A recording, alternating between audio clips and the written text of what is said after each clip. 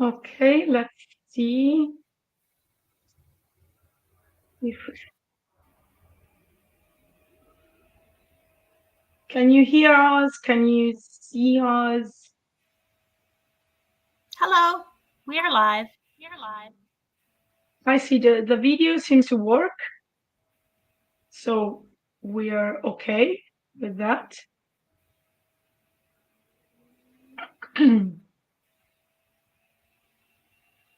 Okay. There's a lot of people already saying hi in the chat.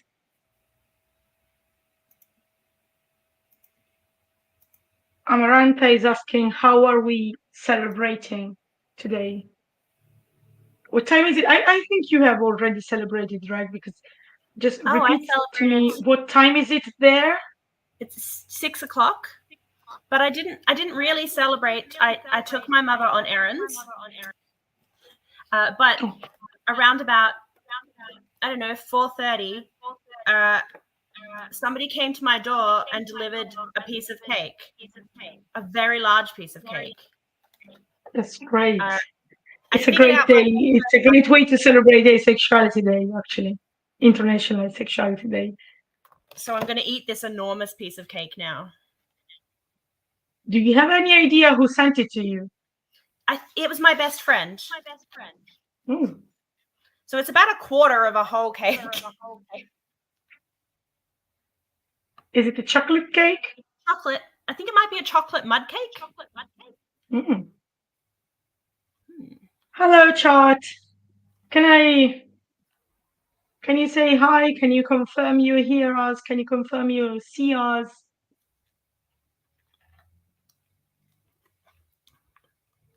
This is a lot of cake, Chat but I is not believe in myself. cooperating. I'm scared they don't hear us. Hey, Mick, in the chat. Or Mike. Probably I have always read it Mick because I'm Italian, so I see. Okay, we are now we have confirmation we are actually live. So it's probably time to like. Is the light from my window annoying? I'm going to move a bit because so people who are sensitive to that kind of light. Okay. There's some people answering in the chat. It's so nice to see you here. If you want, just drop in the chat what time it is where you're writing from. I'll try to start introducing the live stream, what we are doing today, but we'll also like go step by step during the day. Some people are joining for a bit, some people are telling us what they're going to do today, and we also build this thing as we go, because I hope that some other people find out about this live stream during the day and join and come here and say hi. And maybe also just know that if you're having something locally for your International Asexuality Day, feel free to ask if you can at some point join and say hi also with all the people you're there with. Okay, so I see some Europeans in the chat. So I am as well from Europe, as you can see. No, it's here down below. I'm from Italy, so it's 10:15 here. I woke up at 7, but it's on me because at first we decided to do 10 UTC. That would have been noon for me, and I said, no, why? I can get up earlier and start at 10, so it's totally on me. But I wanted to have more time with the lovely Australians that are going to join. So yes, we thought the idea of this live stream started from me and Pupi, an amazing activist from Argentina. But it's actually built on the concept of the 24-hour live stream. We are spoiling, or I don't know. an idea that Kate here has been entertaining and working on for so long. So this is going to be also maybe way to try out some things and maybe see how they work. And next year come back with something even something different, something bigger, and that Kate is going to work on. Okay, you are here. I have to get the idea that if I want to point to what I see right on the screen, I have to point left. I can manage that. So we started with this crazy idea, and we contacted literally everyone we could think of. If we forgot someone, just feel free to ping them and tell them this is happening. You have so many hours to join, and we wanted like to celebrate all together all over the world, and chat and have fun, but also try to showcase and promote and maybe support ace activism all over the world. And so we decided to try charity run. We're gonna chat, we're gonna play games, we're gonna have some guests at some points, and also some people who are gonna who run the projects that are gonna get donations are gonna come here and showcase their projects and tell us more about them. Just know that a form has been going round for you to promote for you to candidate a project for donations. Currently, we have 3 projects that we approved. If we, I don't know, in case we collect more money than these 3 projects need, just know that you can still use the form to candidate a project if you want, and maybe we can also discuss it during the live stream. I hope we earn so much money, and then International Asexuality Day can help showcase and support more activism projects from all over the world. You probably already know what International Asexuality Day is, but I'm going to repeat that. International Asexuality Day is not just a day to talk about asexuality, but it's actually a project and a network of activists and advocacy groups about asexuality from currently more than 30 different countries in the world. I lost count. I should have counted it again, but it's like a lot. It was definitely 20 it was over 20 when we started the first year. Yes, we got at more than 30, I think already last year. I don't know how many we are now. I should know since I single-handedly contacted them on Facebook or Instagram one by one for this live stream, but I was in the mode copy, paste the message, write to them, check, and I went in alphabetical order and I forgot. And just like, yeah, International Asexuality Day so is also a project to promote solidarity and celebrate the diversity and the richness and power and cultural differences inside the ACE community, and promote connections and solidarity. And so like it's probably my favorite aspec celebration day all over the year, for sure, because of that specifically. And so like engage with us and try to use this day to focus specifically on activism, ace activism, especially from non-Western and or non-Anglophone countries. Some people on this live stream are gonna be native English speakers. Some are not, as you can probably see from the difference in accent between me and Kate already. But you're going to hear many different accents. We, of course, have to use English as a common language. Most people, let's say, most, here we are with the problem with English. I mean that many people all over the world speak English, so it's probably the best common language for us to use. But I'm happy to say we're going to showcase a lot of different accents all over the world today, and that's something I'm proud of. So I hope my Italian accent also makes my English slower and thus clearer for some people. I personally have um, an easier time understanding English when spoken from a non-native speaker. I don't know if it's just me.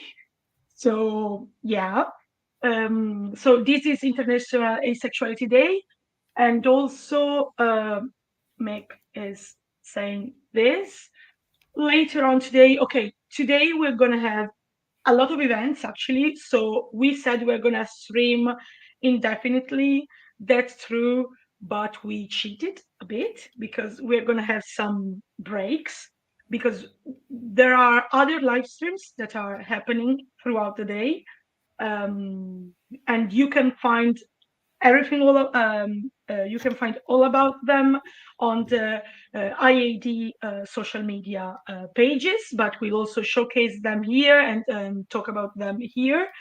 And also, as Mick, and tell me if I should say Mike or Nick, please, has Mick pointed out in the comments, there's going to be a Spanish speaking live stream today at some point. So we're going to also have a live stream that is not in English, which is great. And we know many local meetings and events are happening.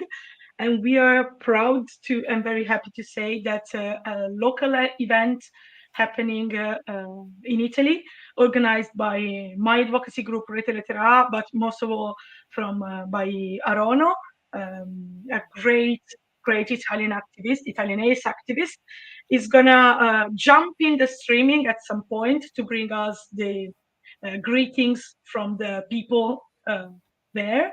And just know that if you're doing something like that, you can like jump in, ask us to jump in and say hi.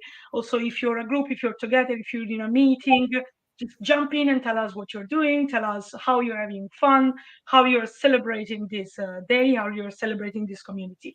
So here is S, as I said, from Italy. Kate, do you want to add something, to tell something about you, tell something about Australian, maybe ace activism, or are you still busy with the cake and you want me to go on talking?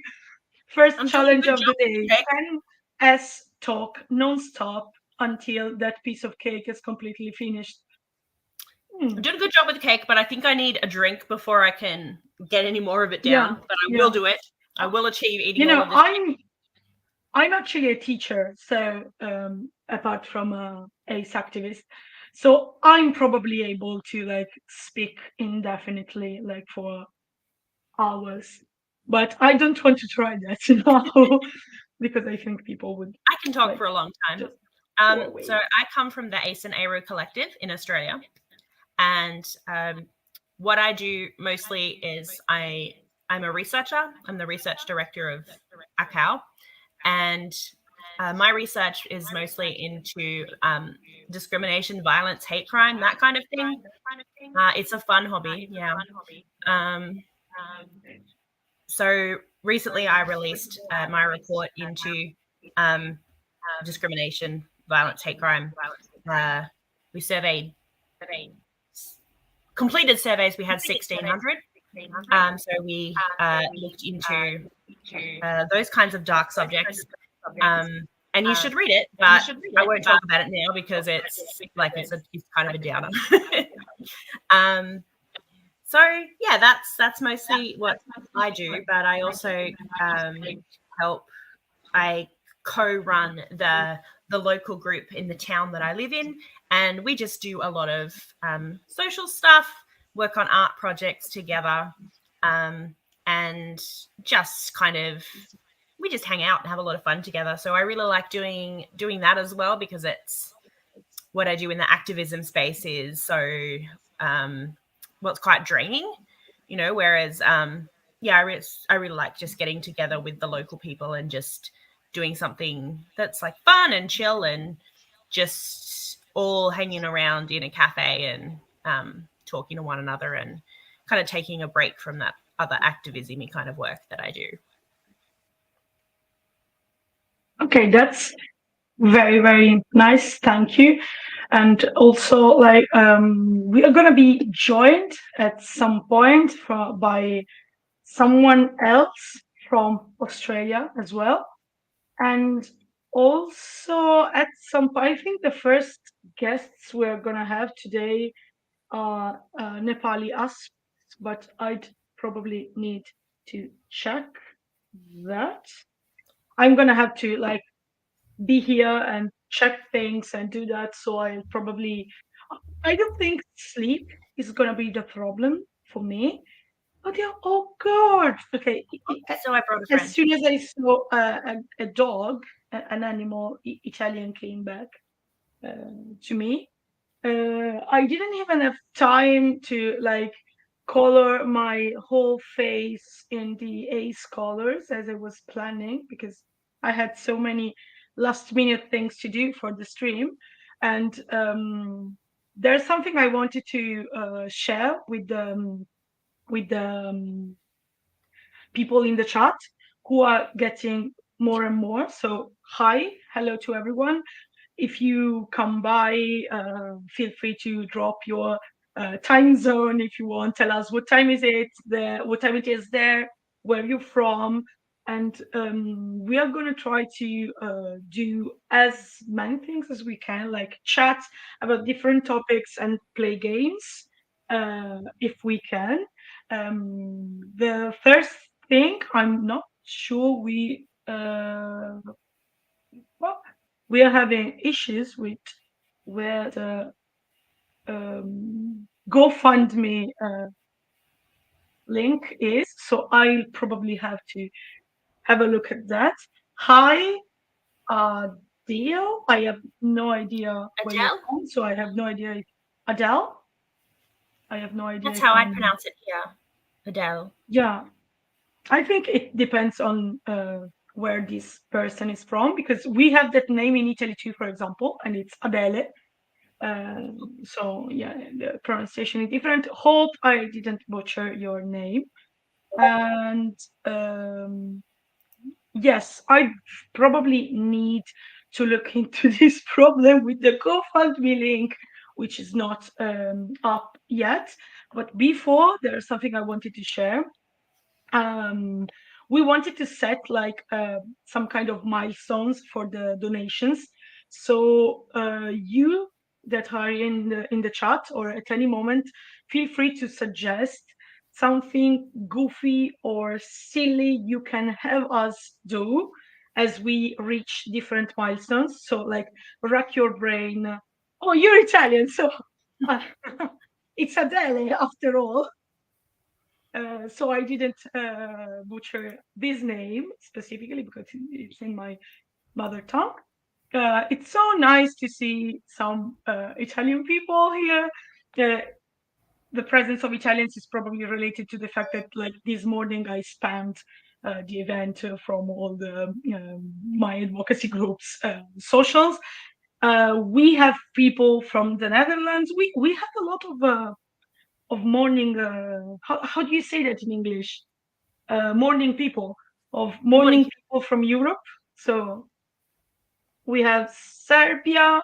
It's already great. We have so many different countries in the chat already. It's so nice, and it's so nice to have you all here. Torment, I have no idea where you're from. We have so many people here actually, and it's so nice to see you already. Another Italian. Okay. Mexican. Okay, so we have some night owls as well. My time zone is probably the most, let's say, would you say it, favorable? Because like I can stay awake for a lot of, I mean, I can interact with the Australians because it's morning here and I'm already up, but I'll also be able to be here for when Poopy from Argentina and for when the US people arrive. So I'm not sure if it's a positive or a negative thing because it means I'm gonna be here for so many hours, but like I'm prepared for that and I'm happy about it.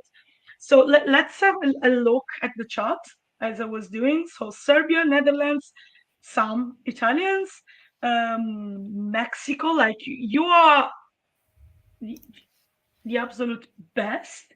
Mexican, I guess this is Italy as well. Oh, I see. I should have asked before, but since I saw a comment with the name, in case it's a problem, contact us and we'll cut that moment from the live stream. Just know I'm probably gonna take, as you see, some comments from the chat and we'll showcase it on the screen and discuss it. So if you don't want to be put on the live stream with your name, with your nickname, whatever it is, something you don't want to share, just tell us and I'm not going to touch your comments. And in case I forget, I don't do that, just tell us before the video is published, but just tell us before and I won't touch your comments. We have another Australian waiting for pasta. Is it? Yeah, it's dinner time there. It's 6 p.m. 6:30 in the evening. In Australia. So you it's have quite a dinner time here because it's after work. Okay, we have different habits about that in Italy. Like northern Italy is more 7:30, and southern Italy is more like 9, things like that. My family is from southern Italy, so for me, 6:30 for dinner is like so strange. 6:30 is like snack time for me, so I really love it. We have Hungary. Hungary. I have no idea how to say that in English now that I think of it. Kate, what is the correct pronunciation? Hungary. Hungary. Okay, great. Oh, having dinner earlier to be able to join the stream. That's so sweet. Thank you. And then we also have Slovenia. So a lot of Europeans from different countries. I have to admit, I didn't think so many morning people would be here. But as I was saying before, I'm just going to say this and then disappear for a moment to, as I said, resolve the issue with the GoFundMe link.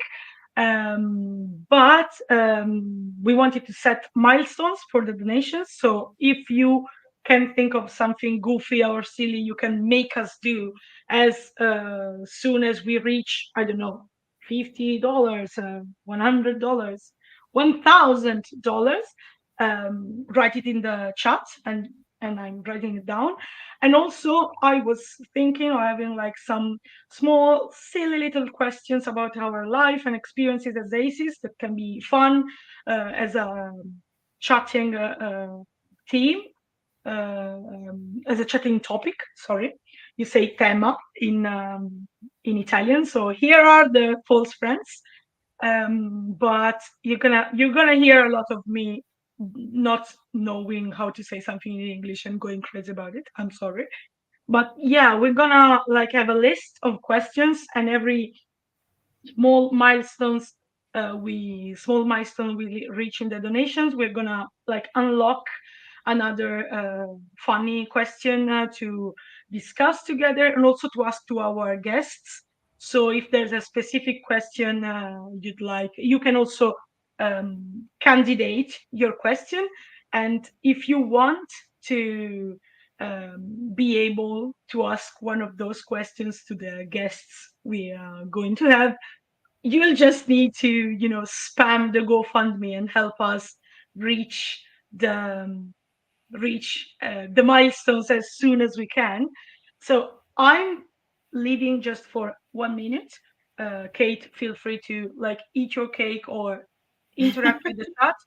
Chat, feel free to write questions, write ideas, write anything you would like us to do in this stream that is like safe for our lives, because we are already like destroying our sleeping schedule. So probably that's enough on the unsafe side of it. And I'm going to disappear for a moment to sort this issue out with the GoFundMe, because I'm keeping saying, help us spam the link to the GoFundMe to get more donations, but then we don't have the link for the GoFundMe in the description. So that's like, a problem. So coming back right now. Okay. I'll bring back the dog.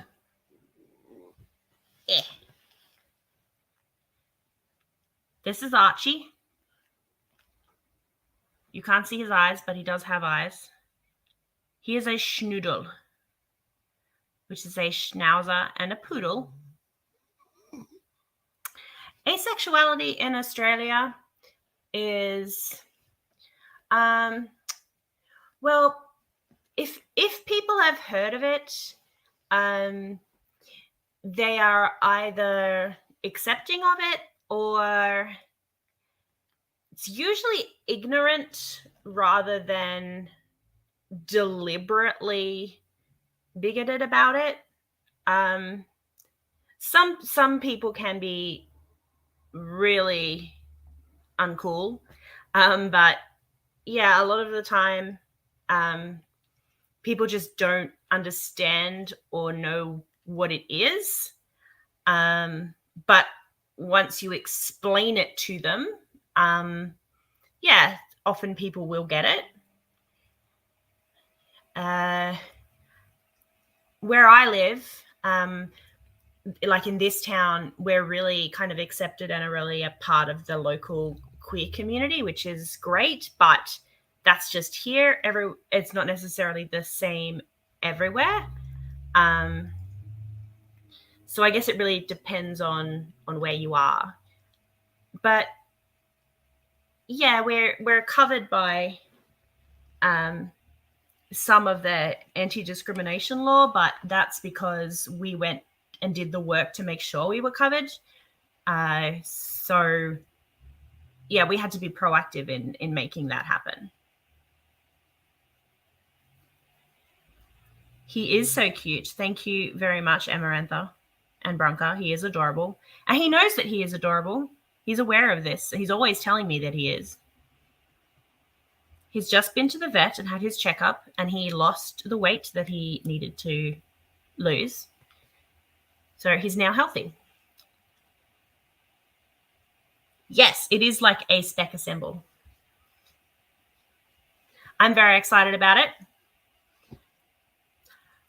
I was once awake for 40 hours. Well, 48 really, because we started when I'd already been awake for 8 hours. So 48 hours really, but it was 40 hours. My boyfriend and myself and 2 friends had to stay awake for 40 hours for charity, because here we do this thing called the 40-hour famine, where you have to stop eating for 40 hours to raise money for, well, originally it was started for famine in Ethiopia in the 90s, but now the charity gives money in lots of different places. But basically you don't eat for 40 hours. And we decided we wanted to do that in the radio station that we worked for.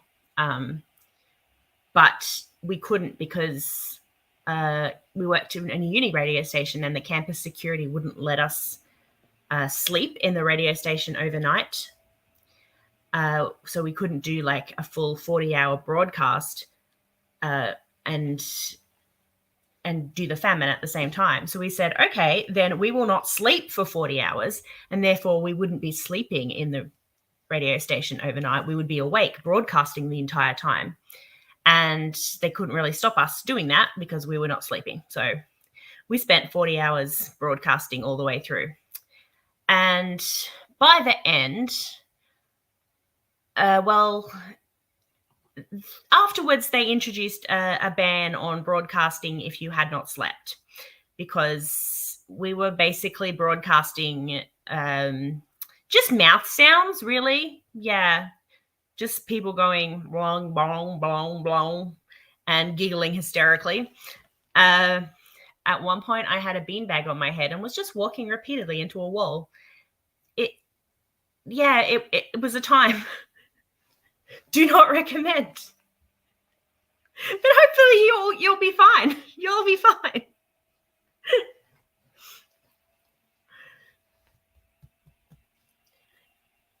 Can I just say, this is not making me feel calm about how this live stream is going to go. Like, as I said before, I'll probably be the person staying awake for the most higher number of hours. So I'm kind of getting scared. You get a lot of interaction with other people, though, because you've got people in the chats and you've got guests coming in, whereas we were just like the same 4 people stuck in the radio station. Yeah. Very little interaction with the outside world. Me. So it was just like Amarantha says, sounds very chaotic, but I like it, which is like my stance, my take on almost everything, which is the reason why we are doing this live stream that is probably going to be like crazy, completely crazy. And okay, I didn't even, this morning, I didn't even have time, as I said, to prepare. I didn't have time to have my flag up.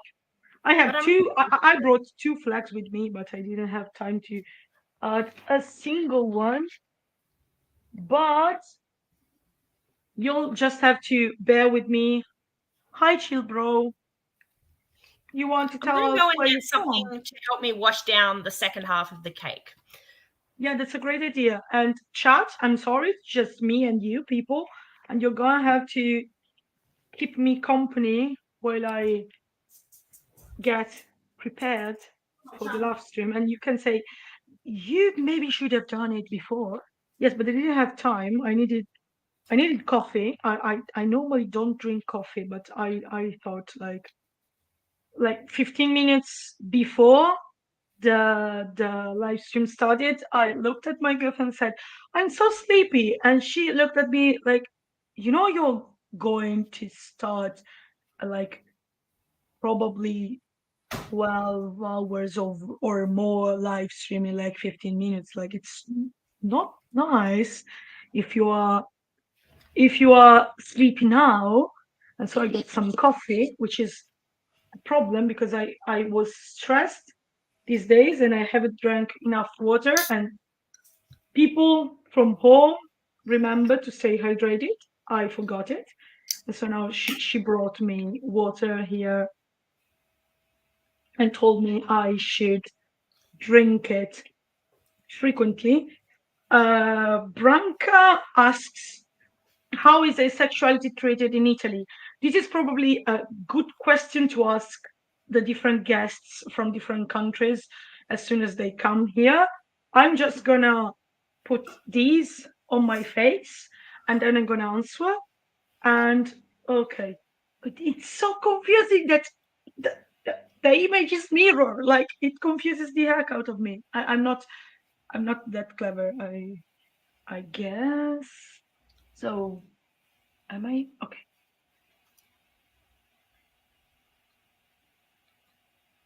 It's fun, I'd say. Pretty. Good straight line. Like it.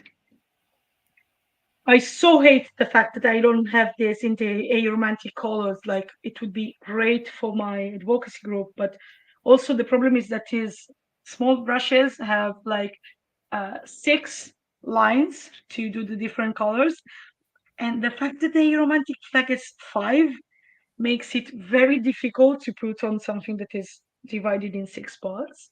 But we're probably gonna try it. So we have some questions in the chat already. I feel like I'm looking ace enough now. As you know, you don't look ace. Well, what about now? So I'm probably gonna answer Branca's question. How is asexuality treated in Italy? Well, let's say first that asexual, and also I should say as a broader perspective, aspec also activism in Italy has done a lot, although not enough yet. And also, yeah, my advocacy group always tries to keep an aspec perspective. Like we are a group of aromantics and asexuals, and we always try to keep have spaces and contents for the different peculiarities and needs and advocacy needs of aromanticism and asexuality, but we also try to keep, an aspec perspective. So if I sometimes talk about, I am not a romantic, so I'm not gonna talk on behalf of aromantic people, of course. But if I sometimes say aspec and mentions also Aero people while talking about my activism is because my advocacy group is an aspec one. And so, yeah, ace activism, and in a broader term, aspec activism, these last years in Italy has done like a lot. Like, I think asexuality and a little less, unfortunately, aromanticism, but aspec orientation's visibility has increased a lot in the last years because we've done such a wonderful job. I mean, not just us, but there are other groups and activists in Italy, like Caro Di Buoi. This year, it was the first time that I mean, not the first time, there are some also groups, LGBT advocacy, general LGBT advocacy groups, whose president is now a person on the ACE spectrum. This year it happened in Milan, for example, so it's also a very large group. And we are doing more and more network with LGBT associations and groups, and that's increasing our visibility. But acceptance of asexuality still needs a lot of work. I think some problems are something so many other countries also have, but Italy in particular tend to be like, well, I think many Europeans know that the situation in Italy, politically speaking, is not the most favorable now. I think the Europeans know that because it was talked about a bit, but the last elections in Italy elected a far right party. As you can guess, that's not good for any LGBT person.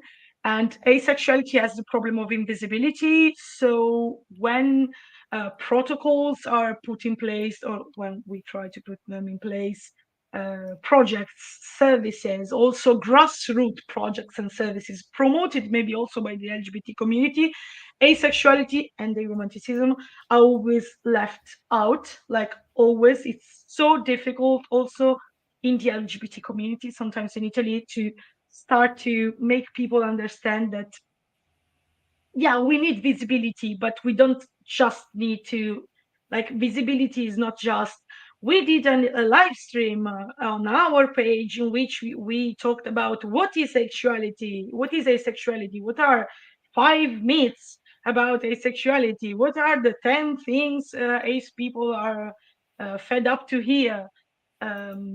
It's not just that. We need to be put in protocol services, support groups, and all the projects about that, but that never happens. And psychologists in Italy are like, psychology, medicine, psychiatry in Italy, in a broad perspective, tends to be I hope I'm not offending. I'm not talking about single people, but like the institutions in Italy are usually like a step slower to get new things, new knowledge, new protocols than some other places in Europe. So that's a problem. I just want to point out that, for example, about this, today is probably going to be published by Altra Psicologia. Altra Psicologia is a group in Italy promoting inclusive psychology and more. And they're doing like a carousel with some questions they asked us to answer. So that's positive. But yeah, everything is so slow in Italy. So I talk too much, and I'm not sure I answered your questions, but like I have never an idea of how to start. But yeah, that's that. Well, I think what they said was completely incoherent, but another Italian person said, like, agrees with me. So maybe I said something. I said something after all. And we also have Johanna, right? Johanna, probably, from Argentina. What time is it? It's before 6 a.m. I think Yes, someone said it was 3 a.m. That was Mexico. In Mexico, it was 3 a.m. So yeah, I think Argentina is like 5 hours before Italy. I don't know, like, anything. I shouldn't use swear words. Like, I don't know anything about like geography, time zones, etc. But like I learned Argentinian time zone because like Pupi in Argentina is like my go-to person for whenever I have some crazy idea about ace activism. So like, what time is it in Argentina? Can I ping Pupi or not? So I learned that it's 5 hours prior to here, I think. Like, please don't tell me I'm wrong because I'm gonna look like an idiot. Marantha had a question. Yeah. Yeah. Do you want to answer this question so I shut up for a second? My answer is always interesting with this one, because my boyfriend told me I was, and that sounds terrible. And he was a terrible boyfriend, but in this, like on this one occasion, he was not. Because we were just having, I was about 25 or 26. And he was my first like serious relationship. We lived together. But I'd never even had like a long-term partner at all before that. But before I started dating him, I did think that I was gay. And then I met him, and I was like, oh, maybe I'm not gay. And everyone was telling me that I wasn't gay. They were like, oh, you just think you are. It's just a phase, whatever. So I was like, fine, whatever. But he knew that I didn't have any sexual attraction to him because I was like, I'm not into guys. So like, this is a year and a half later or whatever, and we're having one of those conversations about like where our relationship is and the state of what's going on, and I still was not sexually attracted to him. And then he says to me at one point during this conversation, you're not gay, right? You're asexual.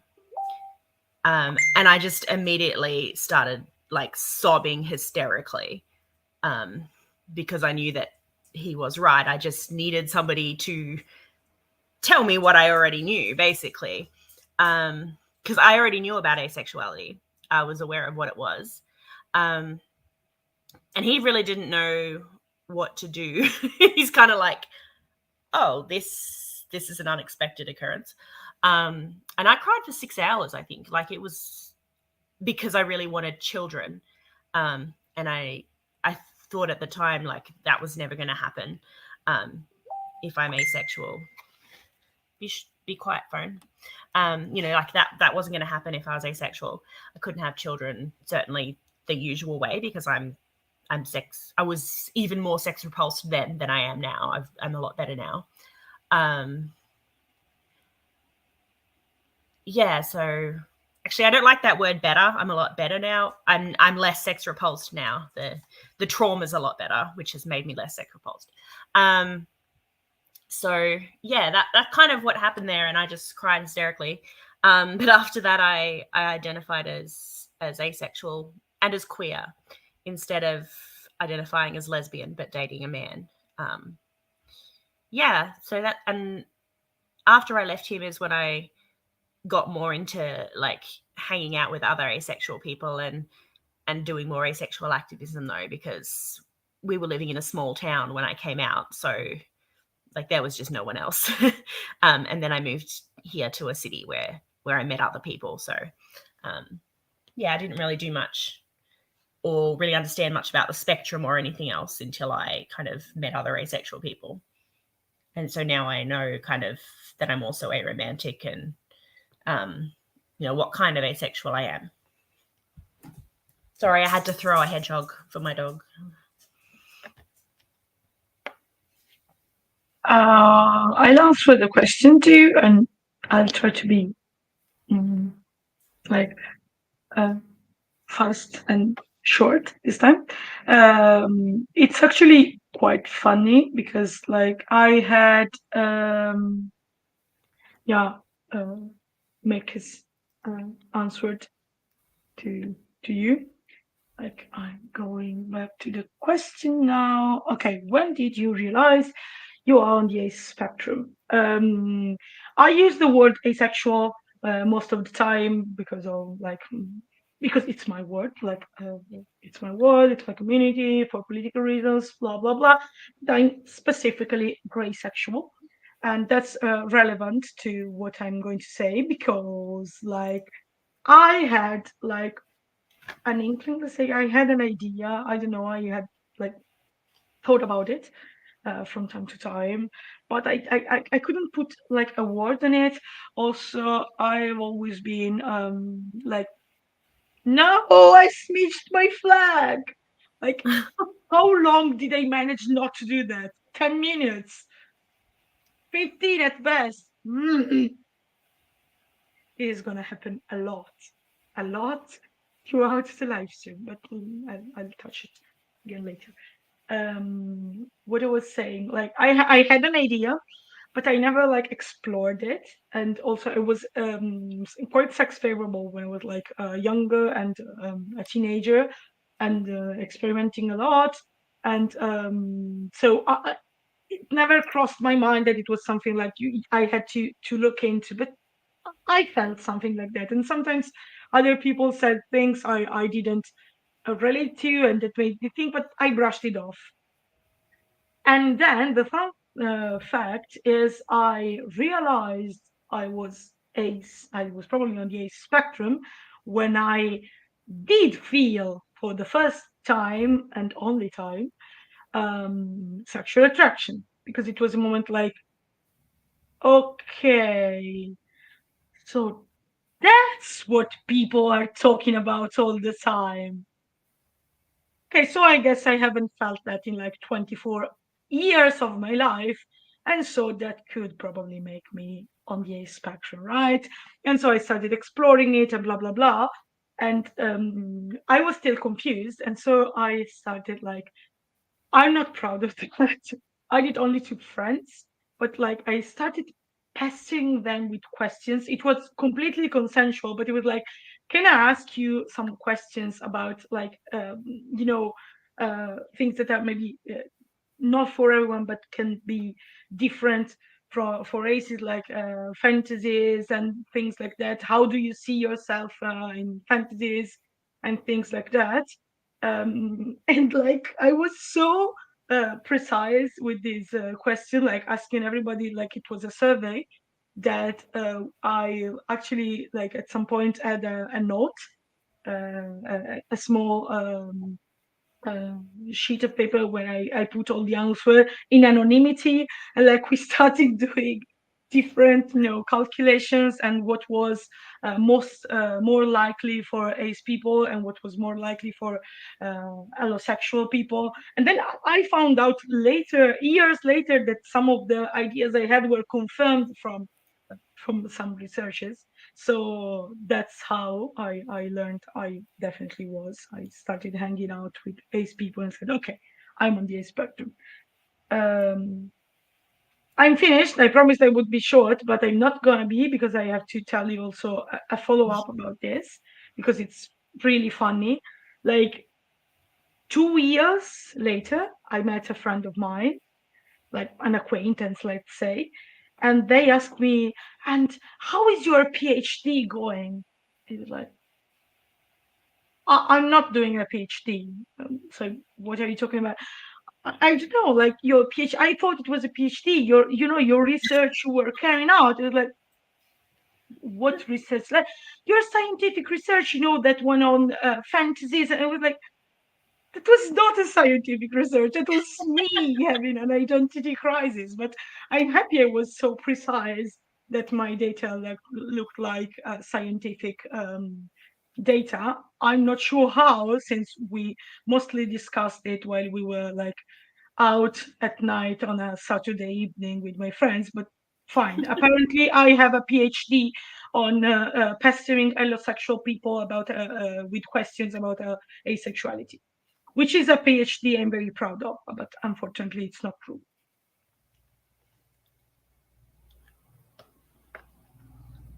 Hi, Vincenzo from the chat. It's nice to see some Italian language in the chat. Whenever there's someone understanding your mother tongue on the live stream, like feel free to write some greetings and things like that also in your mother tongue. There's no problem. We're gonna like translate it. And Vincenzo is saying they love us even when we speak English. Ace is great. So thank you, Vincenzo. And we have another question. Kate? Well, right now, I'm not. I actually love cake. I love cake so much. I usually use Cake Robot as my like gaming handles and stuff. I love cake, but right now I'm not feeling like particularly fond towards cake because I'm trying. If you arrived late, I am trying to eat this entire quarter of a cake that was randomly delivered to my house, and it's a lot. So right now I'm feeling like garlic bread is better, and I am very over cake, but I do love garlic bread, but I just love cake so much. And there's more different. I mean, garlic bread is one thing, really. I mean, there's you can do kind of little twists on the concept, but it's garlic bread. Whereas cake, you've got so many. Cake can be so many different things. But then again, if you offered me a carrot cake or garlic bread, like carrot cake, no, that go away. So, I mean, they both have their pros and cons, but as a whole, mostly I'm leaning towards cake.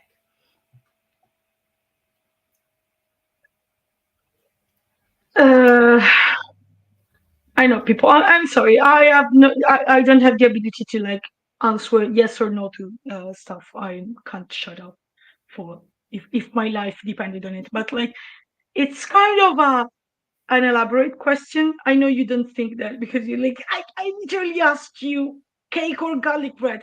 What's your problem? But like, I added. I'm building the list of questions I told you as I go, and I added localized garlic bread to the list. What do I mean? Like, the problem is like cake is like from all over the world. Uh, uh, I like sweet more than savory, so I'd say cake. But cake is not actually my favorite sweet, and I really, really, really love garlic. But the problem is, garlic. The all the garlic bread trays is a bit confusing to a lot of aces because it's so specifically localized in the US, and so like we like yeah, what is garlic bread? We have no idea what garlic bread is. And also, like, some people think garlic bread is from Italy, which is not. So, like, I once saw a post that was saying that Italy is a sexual paradise because it's like the hometown of garlic bread, which is not true. US is the hometown of garlic bread. We don't know what that is. And I think since it's an Italo-American recipe, I think it came from something we had called bruschetta. That is not exactly the same, but it's similar. But like the concept of garlic bread per se is not something that is all around the world. So I really think we should like at some point a girl from my advocacy group wanted to make t-shirts with different foods from Italy to localize the garlic bread joke. I think we should do that because it could be also funny to learn about what is the best, heavy, uh, crazy, best thing you'd like to eat in your own country instead of having sex. So I think that localizing that joke would be extremely funny. I can't wait to learn more about what people like. What is the uh, analogy to garlic bread in different countries of the world? I should have made a counter of how many times I stopped in my tracks asking myself, how the hell do I say that in English? I have no idea. Please help. So I'll say whatever is the corresponding item in Italy for garlic bread, but I have no idea what that is. Bruschetta, maybe. I very much agree with Amarantha, like that garlic is amazing. Garlic, I love garlic. I used to not like garlic when I was younger, and that makes it clear that I was so naive and couldn't understand the joy of life. Like, okay, I'm not trying to bully people who don't like garlic. I know garlic is also a very strong flavor and not everyone likes it, but I like didn't like it at all. And then at some point it became like one of my favorite like um flavors for things in the whole world. Like I love garlic and yeah, garlic is great. It's amazing. There's there are some garlic fans in the chat. That makes me very localizing it would be wonderful. Why don't you start in the chat and we can talk about it? What is like the food? Garlic bread. I think garlic bread became the ace food because it said like you can't eat garlic and then have uh, let's say physical sexual intimacy with people because you're going to smell like garlic. So is there a corresponding food in your country, like something that has that effect, maybe because it contains garlic, or something else, or something that is simply so heavy but so delicious for your stomach, you're not going to have like the energy or even the idea of having sex later? I think that's how the joke of garlic bread came out. So if you have an idea of that, think of something that is like that in your country and drop it in the chat because I'm so curious. Like I'm literally so curious about that. I love food. I really love food. And so every chance I have to learn more about food or more about food in other countries is like wonderful to me. Fairy bread. Fairy bread from Australia. What can you tell me about this? What is fairy bread? Fairy bread is you get white bread and you put butter on it, or I guess you could use margarine, and then you cover it in. We call them hundreds and thousands, like rainbow chocolate sprinkles. Okay. And that's it. Then you cut them into little triangles and you serve them at a children's party. Oh wait, they probably.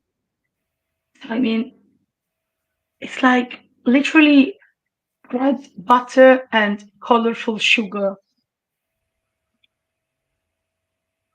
I'm like, I feel a mix of like reverence, fascination, and terror, I have to say, for whoever first thought of this. Like, it's perfect. It's like butter, sugar, colors, which is not something you can eat, but you know. So, fairy bread. Okay. Well, it's But I also a think, very queer food, I see, since it's like rainbow, so it's perfect. I don't know that it would In the stop you having Netherlands, sex. sorry? I don't know that it would stop you having sex though.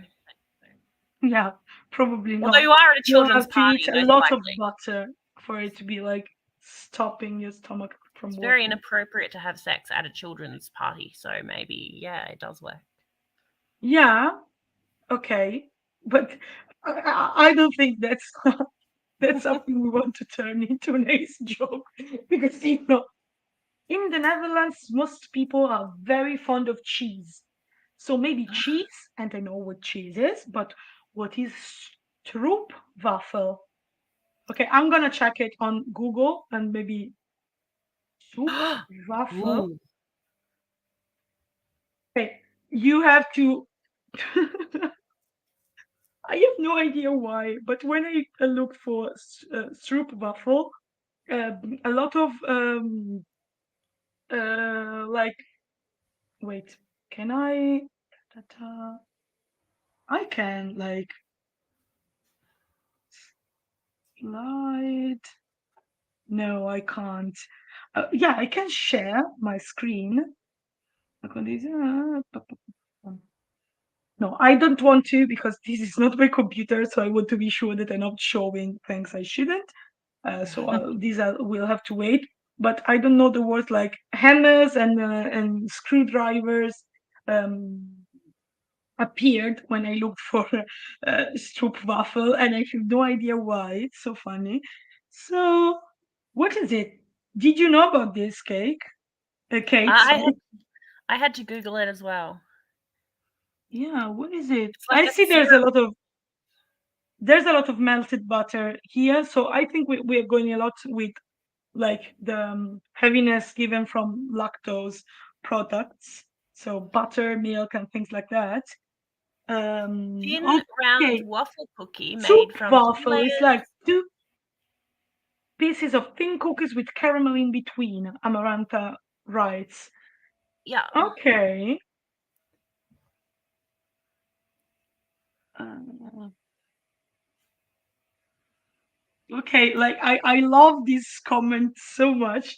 Me, I listen to the stream while I have breakfast. Also, me can't have breakfast because I'm too invested both in the aspec talk and in the garlic talk.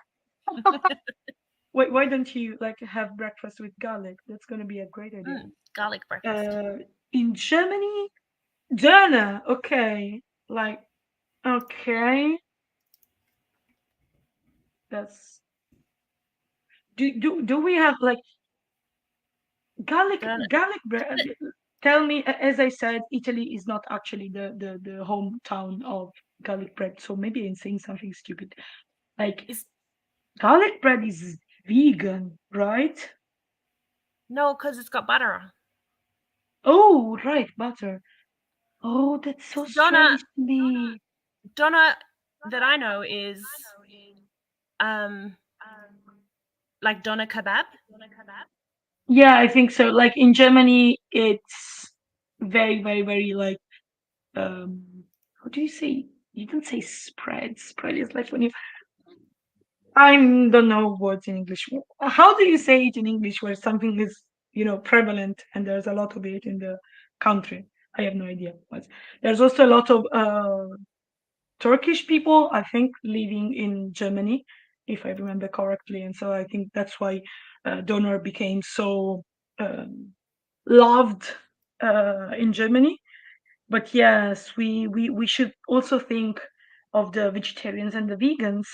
We have only said things that are not lactose free. Hmm. That's gonna be one day we're gonna have to like have a list of all the food we said here and like try to find vegan alternatives for them. That's gonna be probably challenging, but fun maybe. But so dinner for Germany, am I saying it correctly? Stroopwafel, fairy bread. Then we have, well, we really love sarma. It's stuffed lettuce with minced meat and rice. So I guess sarma. This sounds delicious. I stopped eating meat, but this sounds delicious. You said you're from Serbia. Do I remember correctly? And chamomile flowers says, I love foraging and making nettle and white garlic soup. Wild garlic soup. This is beautiful. This is almost poetic. Why I did I like the say poetic nettles. with The that? nettles say no, no. I want none of that. No, which is my Wait. What is nettle? They're like spiky plant, Oh, like no sex, spiky plant. Go away. no sex. Funky plants. That's yeah. Oh, we call it ortica. We call it ortica in Italy. And I had a friend of mine who at some point started like cooking everything with that plant. And I think that nettle and wild garlic soup is like great. Like I love it. I really love it. I actually think we should propose it to the romantics as well and ask them if it's okay to have it like as an um A-spec food because I love it. There's a lot of green and so like that could be a great idea because I think it's lovely. Pa, pa, pa. We got so many answers to this question. I love, I do love garlic bread too, though. I'm from England. I think, yeah, garlic bread is you can find it in England too, right? Yeah, U.S. and England. Pa, pa, pa. Oh, we have another. Hello, Danielle. Dutch Bambi lesbian here. Hello. Um,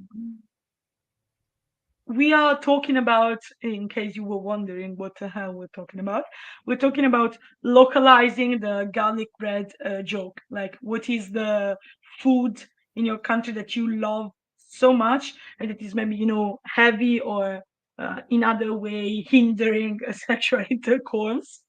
And we have a lot of nice answers. I think, Kate, you can see, yes, you can see the chat that was before the messages before when you joined. So if you want to get to see something, okay, you can make, yeah, chamomile flowers points out correctly that you can make vegan garlic bread though too, just with vegan butter, and that's of course, like it was simply strange to me because, as I said, my family is from southern Italy, and you probably don't know that, like in Italy, we have like this line dividing the country that is people cooking with butter and people cooking with olive oil.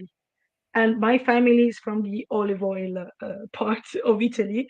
And so I was so convinced that garlic bread was with olive oil and garlic. But yeah, it actually makes sense that it's with butter. Garlic, yeah, garlic bread origins from bruschetta. I thought that too. So it is kind of from Italy. Yeah, it is. Okay, we have some Dutch here. People are socializing in the chat. I have no idea what this says. No, maybe I have. Dogs don't eat cake. Did you say something like it's nice to see another person, another Dutch person in the chat? Maybe? Like, no, maybe not. I don't know. And I have no idea what this is. Like, this is beyond. This is beyond me completely. You can also have vegan donors. It's also really good. Like we should look. Now I'm so hungry. Want to try everything. Yes, I'm Aero too, and I love it. We're talking about the nettle and wild garlic soup.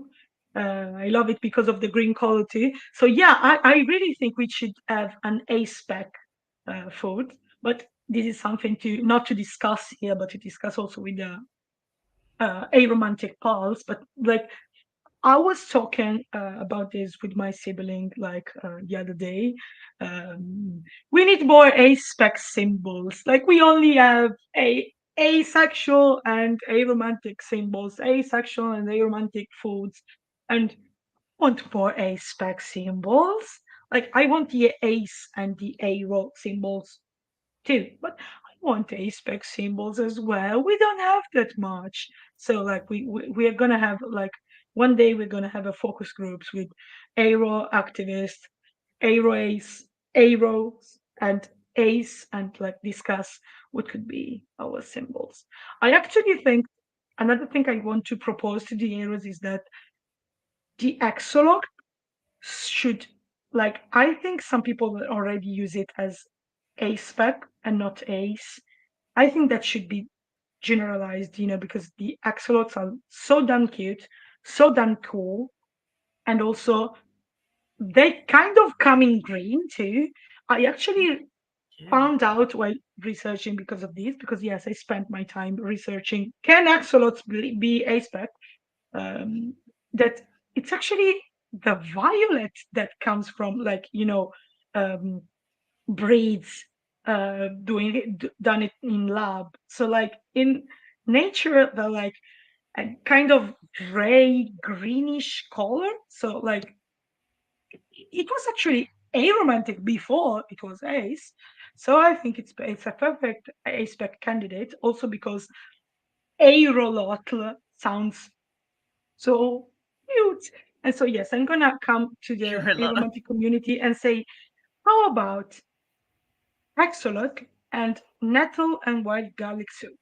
And they're probably gonna say, okay, the ice is completely lost their minds. It's that time I of the like year again. I like nettle and wild garlic soup as it's so specific as a symbol. Yes. Okay, yeah, you're right. But it was nice. Yeah, we'll think of something else. Oh no, I'm so sorry, Savannah. Like, well, olive oil is something that can be like replaced with other things, and I don't know where you're from.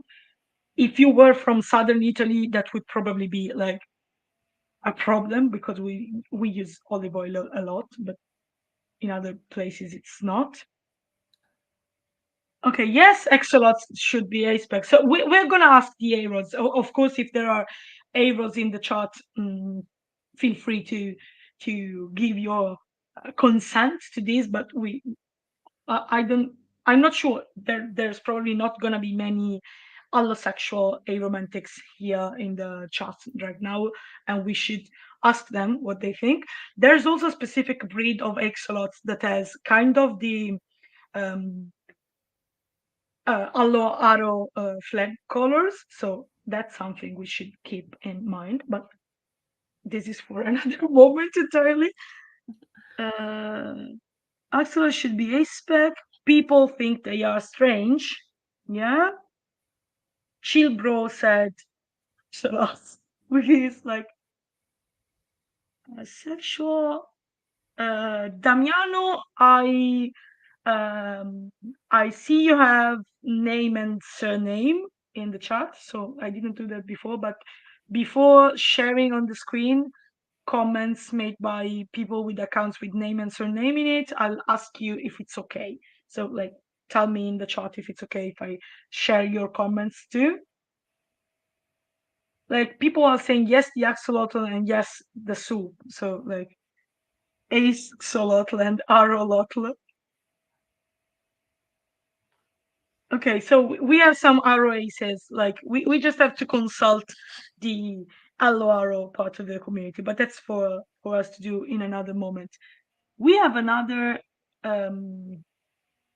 question. I'm gonna I'm going to show you in a moment the list of questions I made, but in the meantime, Kate, do you want to answer?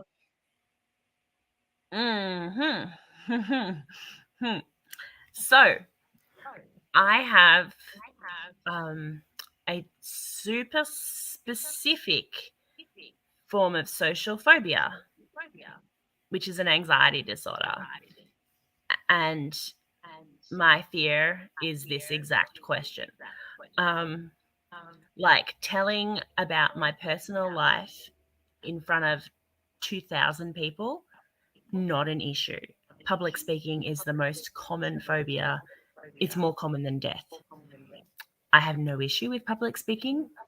This question here, one-on-one at a party, I have been known to go nonverbal. But I can do games.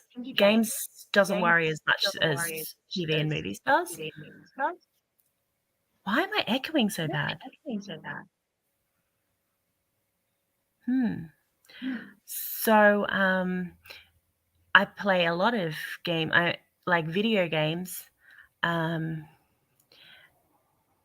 the moment, I'm playing on my Switch a lot, so I play a lot of Animal Crossing.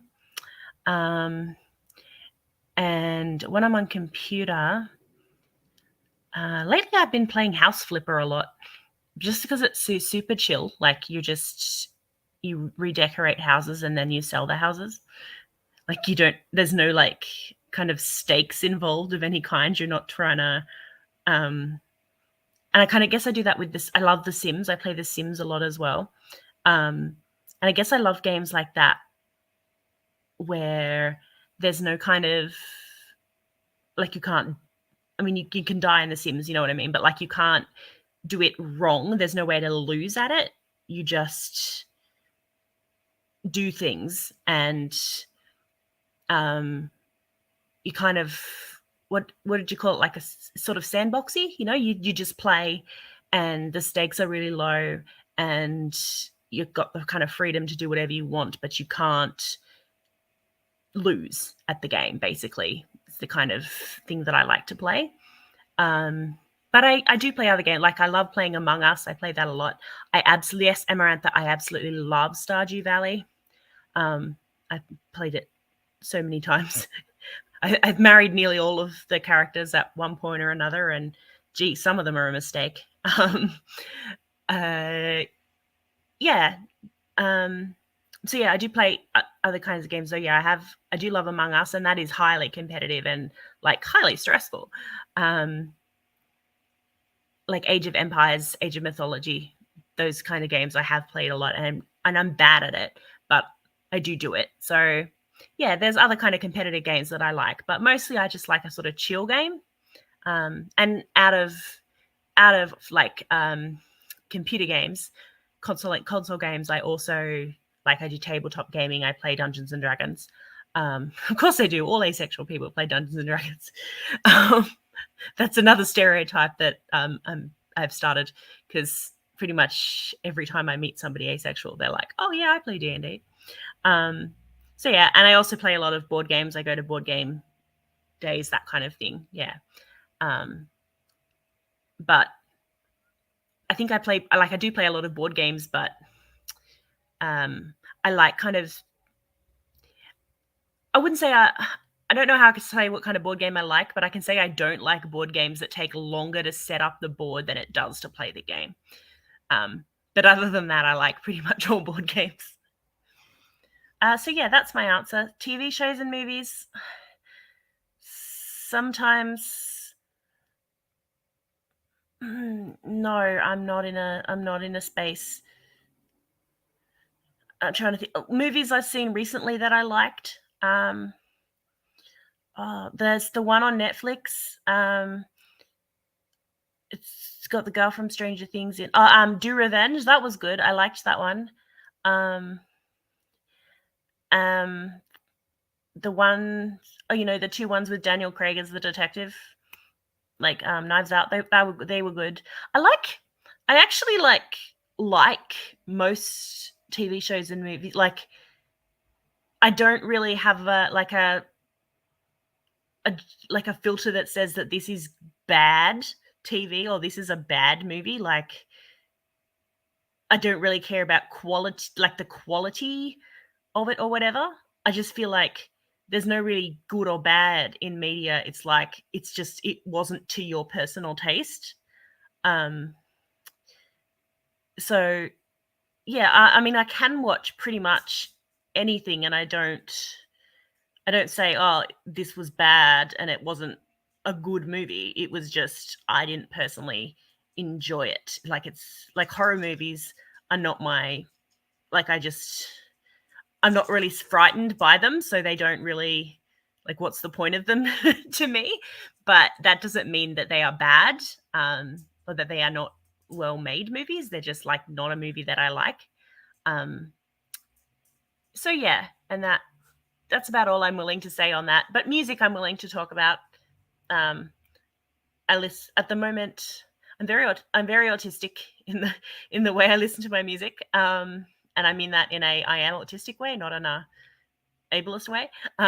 So at the moment, I pretty much listen exclusively to Taylor Swift, but I will get sick of her, and then I will like go back to listening almost entirely to Kesha again, and then I'll get tired of that, and it'll be somebody else, or I'll go back to Taylor. Like, yeah, that's how I listen to music. Like, I just obsess over one artist for ages and ages.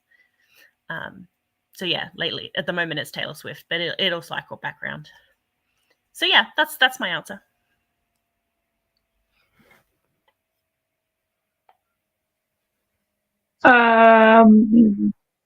There's a difficult question for me because I have a weird way to like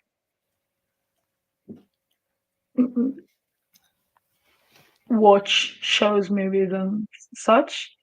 Like, I could say one of my favorite movies is like 120 BPMs.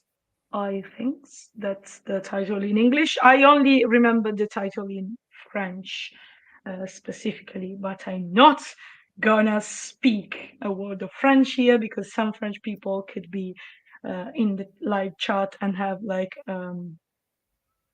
a heart attack about my horrible French accent. So I'm not gonna do that. I love that movie. It's also like an emotional, a deep, deep emotional bond for me. And also, like, I really, I don't know about shows. Like, I'm not a very big on shows. Like, I watch them from time to time. My favorite movie is that one, 120 BPMs. Like a very, very, very sad movie, and there are some trigger warnings to be given. But if like look about something about the plot, but if you're okay with that, with like for example death and things like that, it's an amazing movie that I recommend like literally to everyone. It's about the ACT UP Paris group, like a group of activists fighting like pharmaceutical company, withholding information and funds to help like fight the AI. No, the sorry, I don't remember the disease stemming from HIV. What is the AIDS. acronym in English? Like it's AIDS. We call it AIDS. AIDS in Italian, AIDS. Yeah. but yeah, that one. Uh, SIDA in French, and like it's a great movie. And I'm also like I love like doing Twilight marathons because like I'm sorry, I'm gonna offend so many people, I know, but like I think it's like the perfect so bad it's so good. Like I love it. I hated it when I was a teenager because my friends generally liked it and I hated it. I was like, I'm not like other girls in that kind of phase, and I hated it. And they brought me to the cinema for every one of the films. But now I love it because like I love doing Twilight marathons, and like I force everyone I know to do a Twilight marathon, at least one in their life. And I had been together with my current girlfriend for like 1 week and a half before I suggested a Twilight marathon for the first time. So yes, games, no idea. I literally have no idea. I get very anxious about games. I get anxious about a lot of things, and shows I don't know. Like I see, we have another guest, but well, not a guest, a host, because she's hosting the live stream for some hours with us. I see Ash in the backstage, and I think it's okay. Ash is watching the live stream right now, so it's okay if I put Ash. Yes. Hi. Hello. Hi. Yes, this stream actually motivated me to clean my desk for the first time in months. It's great. That's amazing. Like, I'd like to have that kind of footage. Your ace flag is amazing, and also the chocolate bunny you have is like something I'd like to have with me right now, but I don't. My boss gave it to me from work today, and he jingles. Yes, I love them. Ash, can I ask you to remind me and everyone of your pronouns? Yes, there's she, him, purely that way because of chaos. That is literally the only way. It's yes. I love there is so many chaotic people in the ace community. And so we were like discussing, answering a lot of, questions. Like our chat has been very, very lively since the beginning. Like and many people in the chat were European, so like morning people, and I was so amazed by that. Like people were Yep. so energized in the morning I've been and in chat. checking out our live I've stream. been in chat It from the was start. great. I was the Aww. Aussie who was waiting for pasta. The pasta is not yet ready. Yeah, right, so right. I guess I get Was the pasta pasta after good? stream. I didn't get it. It wasn't ready, so Oh. I have it after stream. I was eating cake. I'm faceless, so that'd be a bit difficult with pasta and a mask. Cake situation, incidentally, I've given up for now, but I could get. I ate a burrito in a mask at an Ace meetup in January, and that was an experience. I don't think I could do pasta. Well, of course, like if you need to eat, like feel free to close your webcam and pause the or pause the live stream. We don't want to die of starvation on this live stream because that wouldn't look good on the IAD. It would not. It would not. No, it would not. Also, I see someone said I have so many books. Yeah. These are being given away. Yeah. Why don't you tell us about what you do, about your page, about your ace activism, also maybe about the giveaway you're currently having? I hope you shared something about this live stream on your page. Yes, I did. I posted about it this afternoon, and I also put it on my story before I joined, and pinged my Discord. So everyone is going to be like, "Why are you talking so much?" But it's like, oh well. Tell us more about you. Yeah. So I run this online ace, I guess, community called the Disgraces Fam. I really should have put my pronouns in the name. Oh my god, I'm so sorry. But I've been running it for over 3 years now, and it's mainly on Instagram and Discord, and I dabble in TikTok, but it is very few and far in between because I forget the app exists for months at a time. But anyway, I do a bunch of giveaways and stuff through the account, and for International Asexuality Day, I'm actually giving away 6 of Alice Oseman's books. I reached out to her agency, and they got back to me and were like, crazy idea time. And I was like, that's a crazy idea. So, yes, thanks to HarperCollins and her agents, we are giving away all of these. And there's actually another 2 giveaways, not books, planned. One in April, one in May. So yes. I've seen since you joined, there's been like some questions on. I realized I'm like now with like I'm the only person with that is not a native English speaker. So now you both have the duty to help me every time I start screaming, "Oh my God, what is that word?" So Yep. just know that that is your duty as a native English speaker. But Yes. like there's been like an interesting question here. Also, before that, like someone I know, so I know it's okay to showcase the comment that I lost here. Actually did the correct trigger warnings and put like the title of the movie I was talking about before in the chat. So if you want to check it out, but pay attention to those, trigger warnings. And I talked about a bit what it is. You know the movie, Ash? I do not know about the movie. I just Oh, tend to nod it's when great. people speak.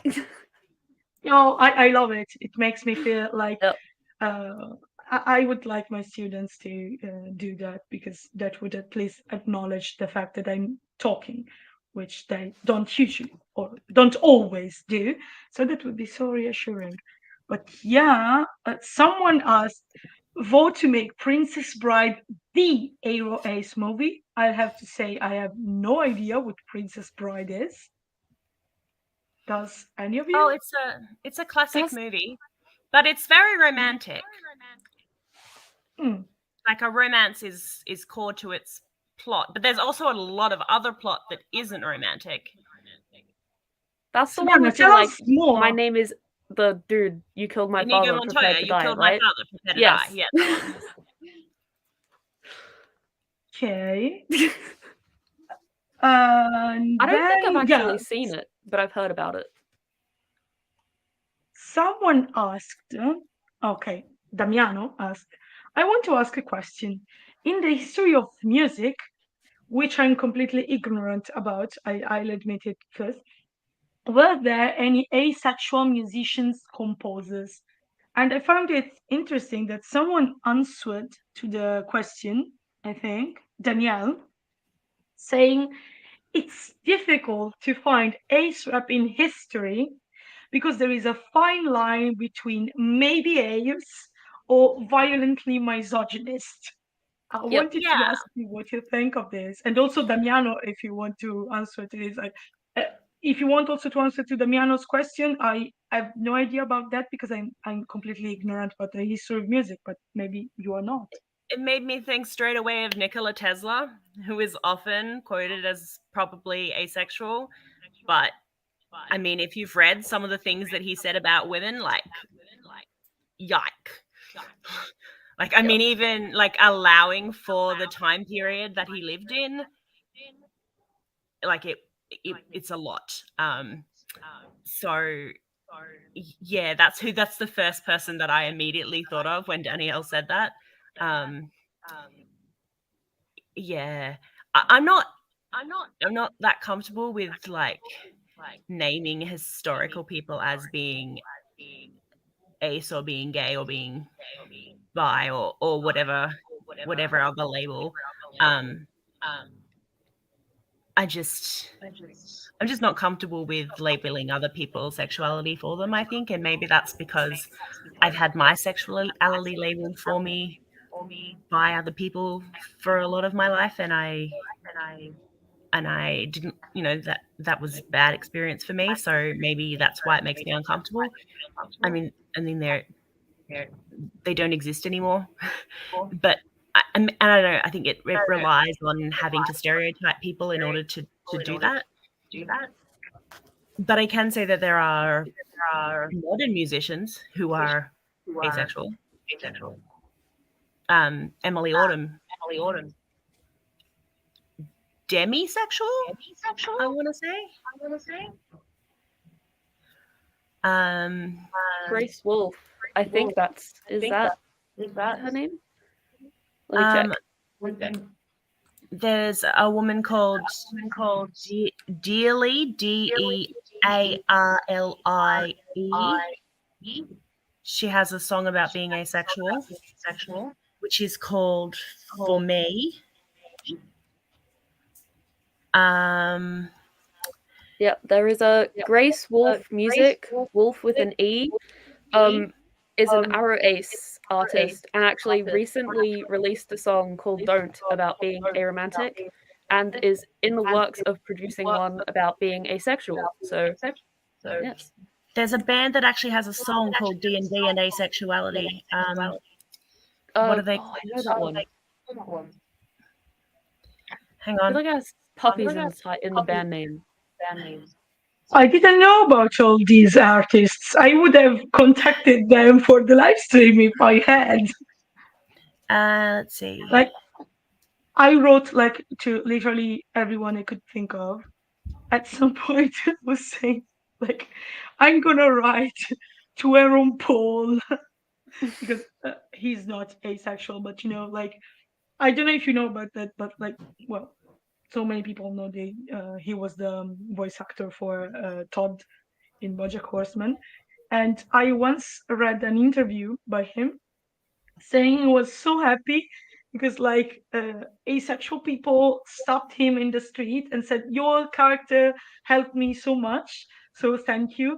And he was so happy about that. I thought it was very sweet. So at some point he said like, I'm literally writing to everyone. I'm gonna write to Aaron Paul. In the end I didn't. I wrote to some people, but like we are chaotic, so we moved like at the kind of last minute in contacting people. But yes, I am. Hi B. Skull Puppies do the song D&D and Asexuality. I knew it had puppies in the name of the band somewhere. I just wasn't sure what the other word was. Also, the comment I on the need someone to screen, make a Cape list. Town. I need someone to make a list. Yes.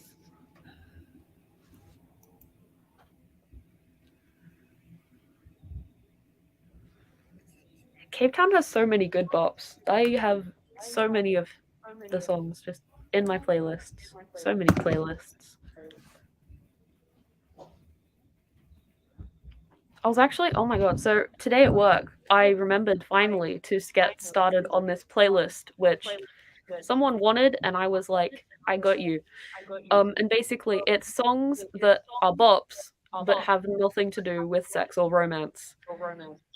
And I've only got 50 songs in it so far.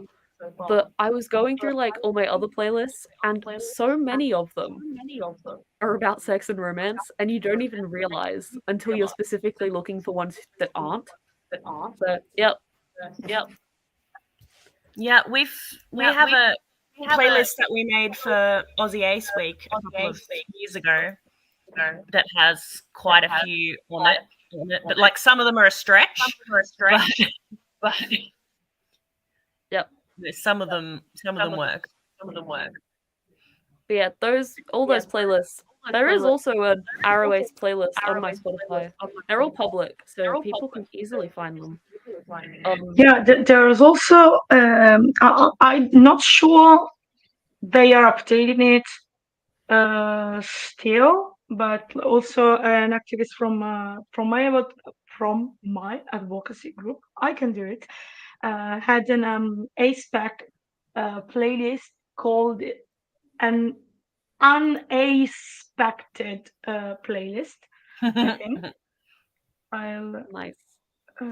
Right, we should definitely do a list of that. Like when we are more like at some points, I think the next people joining, maybe we will overlap a bit with Poopy, and we will like 4. I can maybe work in the shadow because this would have 2 perks. Like I can make lists about things we say, and I shut up for a moment because I have been talking so much. I am like biologically incapable of answering yes or no to a question, so that would be a Spotify playlist would be awesome. I think there are some. What is the name of your playlist, Ash? Oh, there are many. Ooh. Do I have a link? Because the easiest is just to go to the profile, because there are literally so many different playlists up there. The one that I was working on today is called Sex and Romance Free Since 79 AD. And that's purely because Pompeii is one of the songs.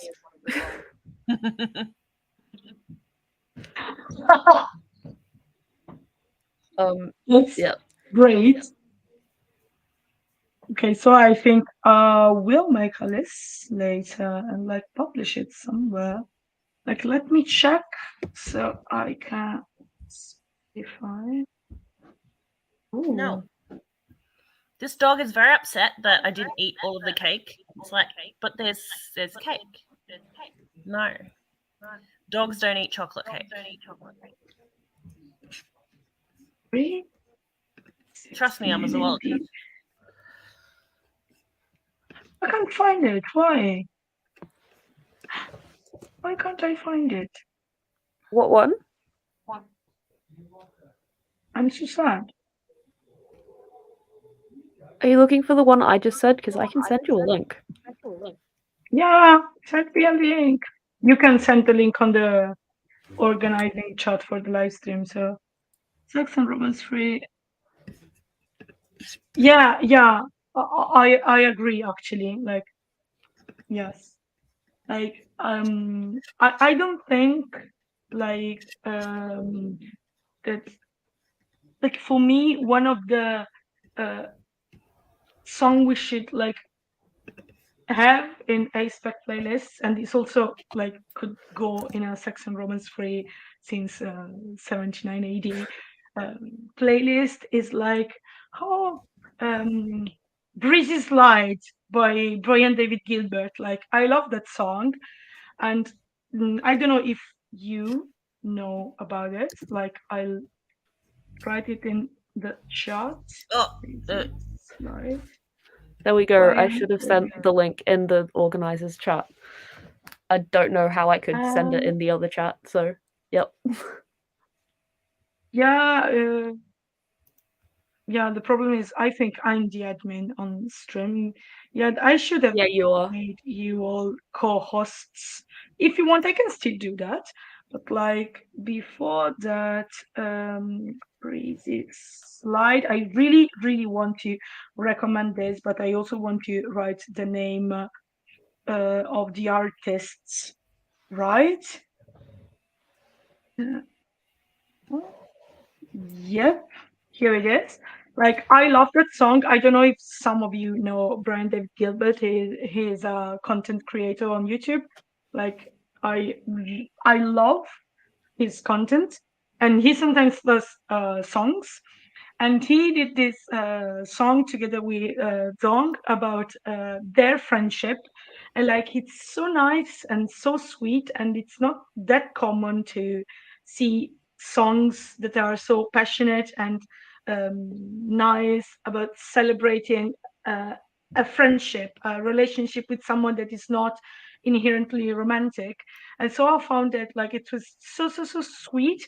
I recommend every and each one of you listen to that. I really like it. And so every time someone mentions they're doing an aspec playlist, the first thing I recommend, the first, that was a third, no, the first thing I recommend is like British Slide by Brian David Gilbert and Song, because like it's so sweet and nice, and it's quite uncommon. Like, when a song is about a relationship, it's usually a romantic relationship. Not always, of course, but it's usually a romantic relationship. So it was really nice to find that song. I'm on my phone because I'm gonna add it to the playlist. But I also realized the playlist doesn't have a photo yet, so I feel like I've got to change the album cover to something. I don't know what, but that could. My camera roll is a nightmare. Let me tell you that. An axolotl. You can make a different version of the image for this from this live stream. We can have aspecs never sleep. They listen to music. I'm gonna I could make the most cursed image. And I'm kind of tempted. But I probably shouldn't. But I'm kind of tempted.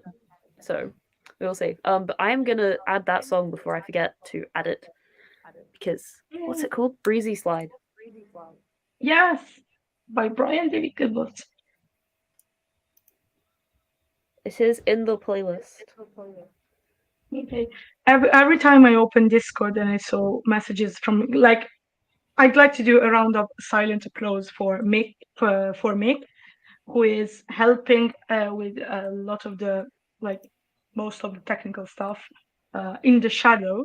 But like every time I open Discord and I see a notification of a message from Mick, and like, oh my god, what happened now? What is the technical problem now? And so I'm so sorry, Mick. Like I really thank you so much for everything you're doing, and I hate that now I have this Pavlov effect, because if I see a notification from Mick, I'm like, oh, what now? So yeah. Image of cake made to look like garlic bread. Funnily enough, that is very similar to the idea I had. It is like next level of discussion about like, I'm probably gonna share the no, I'll probably ask if I can share the how should I pronounce it? Unexpected playlist. An unexpected playlist before I do that, but it's probably gonna be okay.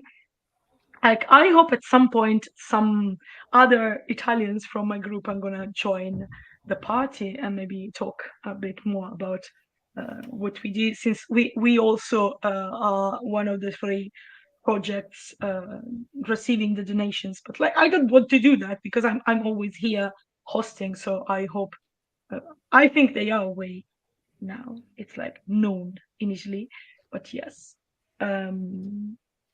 It's okay if at some point I like have lunch in the live stream. Like, maybe people don't like to see people eating. I'm gonna close, the microphone and things like that. But yes. Yeah, you should eat. So I'm gonna finish my cake. No leaving are until you I sure you're feeling okay with? Can't get up from this seat until you've eaten all your cake, young lady. Sounds like a lot like the scene from Matilda. Yes, with Bruce Bogtrotter. Yeah. My parents tried that thing as a child where like you can't get up until you've eaten everything, and I was like, okay, I will sit here. Yep. Yeah, you will break before I do. Do you know, like, I think many of us know Jaden animation, because like she also made a video about her coming out as a race that like very famous. You don't know her? No, I do know her. Oh, you do know her. Like, I've heard of her. I don't actually know her. No, yeah, like I know who she is. Yes. Yeah, of course. Like, I wrote an email to her too, but like 24 hours before the live stream started, so maybe it was a bit late. And what was I saying? Like, I just remember that in a video she mentioned that when she was younger, to make her eat more vegetables, her mother like put a challenge to her and her brother, like, let's see who can eat more like peas or more spinach or things like that. But she and her brother got competitive, and so she ate so many peas, she had a stomachache, and so her mother stopped doing that because it was like, okay, no, this backfired. It's probably not a great idea because my children are like extreme. So yes, I love everything about all of that. And then you become you don't like you like grow up not to like peas because you associate them with getting sick, and that's not yeah. I think she mentioned something like that too. Oh, yeah, I think that's true for so many people. Like, Jaden, her video encouraged me to look into asexuality. I am a baby ace, and like, I think like she doesn't talk, like, she doesn't do videos about asexuality or aromanticism, but she's probably one of my favorite aspec YouTubers. With Alfarad, I don't know why nobody talks about Alfarad. Like, he came out as aspec. Like, he said, "I'm on the A spectrum, definitely on the Aero spectrum."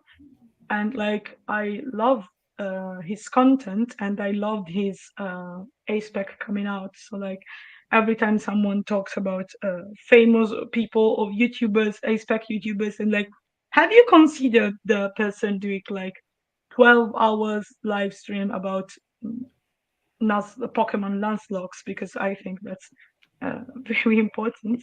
Like, Jaden is like the only semi-famous ace influencer I know. Well, I think Yasmin as well would count. Yasmin Benoit is pretty famous. Yeah, I would say Yasmin so. Benoit is pretty famous, especially in Never the UK enough. ace scene. Yeah, UK based. Yeah, especially in the UK. But like, But I mean, I had never heard of her until I started using Twitter, because I just wasn't using the social media that she was on. But once I was using social media that she was on, like when you follow ace people on those media, then yeah, she's everywhere. And now she seems to do a lot more of like I'm blanking for the word. They're the ones that are in like magazines, like the list, the words, the type of writing. Articles? Yeah, that was the word. Yeah, she gets space to actually, like, she's gotten famous enough that they give her the space to actually talk about what she wants to talk about, which is fantastic. Like, she's taken seriously, which is fantastic. Sorry, I just saw someone in chat ask when the next Merlin rewatch is. I love how that's basically just become a part of my account. October. It starts October, the same as every year, and it finishes on Christmas Eve. That way we can all share in the joy of watching everybody die on Christmas Eve. The best way to celebrate Christmas. Can I have a crumble of context? Because okay, so basically there is this and while we did that, chat is going on about garlic bread cake. Like, we made it a thing, and I'm quite worried about that. But sorry, we should be worried about garlic bread cake, but also I feel like it's something I should try make, and that would not end well. But basically, it's this old show, right? I have this lovely thing. That's the box set right there. Okay. But when I started the account, I started posting. Oh God, Ugu's here.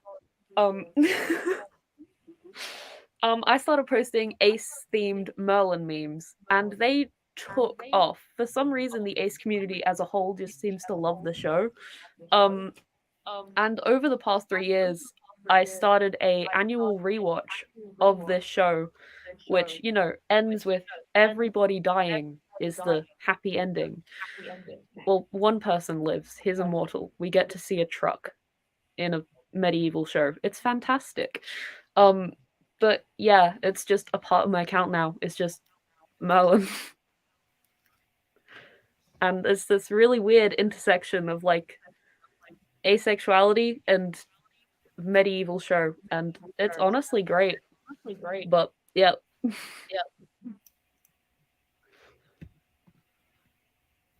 I'd really like to do something Ugu like that. that was mentioned. Yes, the Ugu that was mentioned in chat was actually Ugu is an ace god that was created in one of these Merlin rewatches a couple years back, and his power is he slurps the spines of aphobes like spaghetti. Good. Like, if someone tries to be a mean, or like, I say mean because I don't want to say the actual word I want to say because this is live, but if someone's being aphobic, he just takes their spine. It's great. But he was created in these streams. They're really chaotic.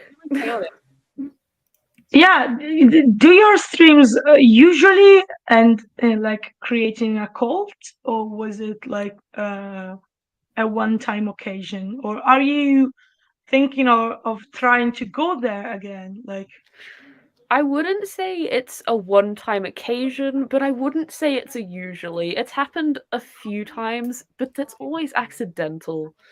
So, okay, yeah. yeah. So your fan base like it's inherently pulled towards the creation of cults. Just chaos. Of Anything that can cause chaos? chaos and Yes. asexual cults Yep. and things like that. Yep. I think while we were talking, B AI generated an image of garlic Oh bread my cake. god. I have asked them It to is send it to going. me so that I may can- share it. Oh Yes. You can yeah, also yeah. send it to me if that'd be easier. Just anyone, and we'll make sure it gets sent in chat to everyone. B is one of the board members is of amazing. the Ace and Aero collective, so Oh, they okay, yes. Yes. Oh And my also god, I've got we so received many ideas. this comment, and like first of all I want to say like your profile picture is so cute. Like I love it. I really, I really, don't really love it. Yes. So Also, Oh I have wow, a that's worm amazing. on my wall. I don't know if you can see, but his name is Keith. I will get him. Not great yeah, about the incorrect explanation, but that it's mentioned at all is pretty unusual. I think like 1% of asexual people said that they had heard about it in class. This is yes. it's so cute. This is a worm on the string. Survey that I got did. it. In, I'm so sorry. You go. the survey that we did in like 2019, I think found that more asexual people had first heard the term asexual in fanfic than had first heard it in their sexual health class. That does not surprise me. There is so much ace fanfic out there, and it is Yeah. some of it's really good. Not gonna lie.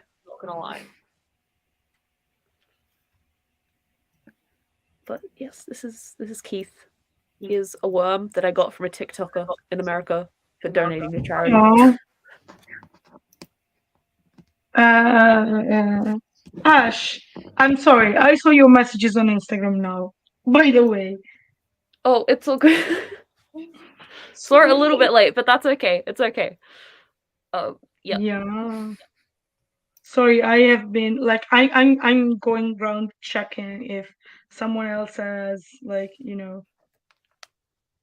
wrote to us, asked to join the live stream, just to be sure that I'm not ghosting people after I contacted them and things like that. I'm not very good at multitasking, but I'll try.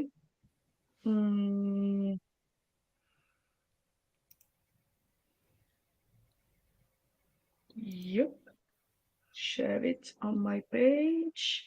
I'm actually like one thing I wanted to do this morning before the live stream started, and I didn't manage to, was like sharing the post about this in all the ACE groups I'm in on Facebook. That would have been a clever thing to do, but like I literally didn't have time. So in case anyone in chat wants to give a helping hand, here it is. Like, I'm also gonna do that. And like, remember, like, it would be nice to like spread the word as much as we can about the live stream, and especially about the GoFundMe. Like every cyclically, I'm gonna like remind you of that. And if you can, of course, like I don't want you to feel forced, but if you can, like talk about this, share the link to the GoFundMe, share the link um, to the stream, to the live stream on Twitter, on Instagram, on Facebook, and don't forget to use the hashtag Aces Never Sleep. I saw many people. I actually shared it and spread the word on Instagram. But let's not leave the other socials there. I'm doing what I can. Unfortunately, my advocacy group doesn't have a Twitter account because that was too much of a hassle. Did I pronounce it correctly, or did it become similar to another word that I shouldn't have said on the live stream? I have no idea, but You got it. You I got it would right. be You got it right. I got it right. Great. Yeah. But yeah, I would really like to. I could maybe tag Jaden on Twitter and say we talked about you, and so many ace people are happy and grateful about your video. But yeah, maybe I'll do that later. I see many other comments. Like, this chat is so lively. That's amazing. I now have Okay. garlic bread cake to present, and it actually looks delicious. Okay. You have to allow I it. won't believe it till I see it. It's waiting to join the chat. You have to allow it in. Oh my god. That looks. Okay. That kind of reminds me of does. what's it called? I don't want to try pronounce it because I'm gonna get it wrong. But like the Ukrainian garlic bread, but like it's not garlic bread. It starts with like a P, and it looks delicious. Let me try. I think it's pampushka. I think. Let me see. Sorry if you can hear typing. Do we have any Ukrainians in the chat? Thank you, B, for giving us this gift. Yeah, I would eat that. Okay, I just sent the link to the Google search in the private chat if you want to put it in the comments. But yes, it looks delicious on every level. Oh, maybe this can be useful for the conversation we were having before about localizing garlic bread.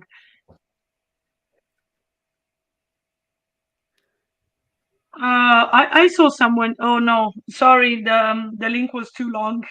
It's been separated into different comments in the chat, but I'll try to avoid that. I think someone saying that the chat has become not safe for work. So what is happening there?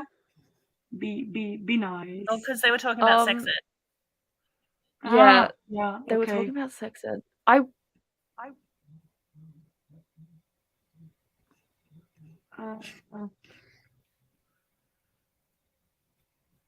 In my opinion, that still seems safe for work. But yeah, I don't know.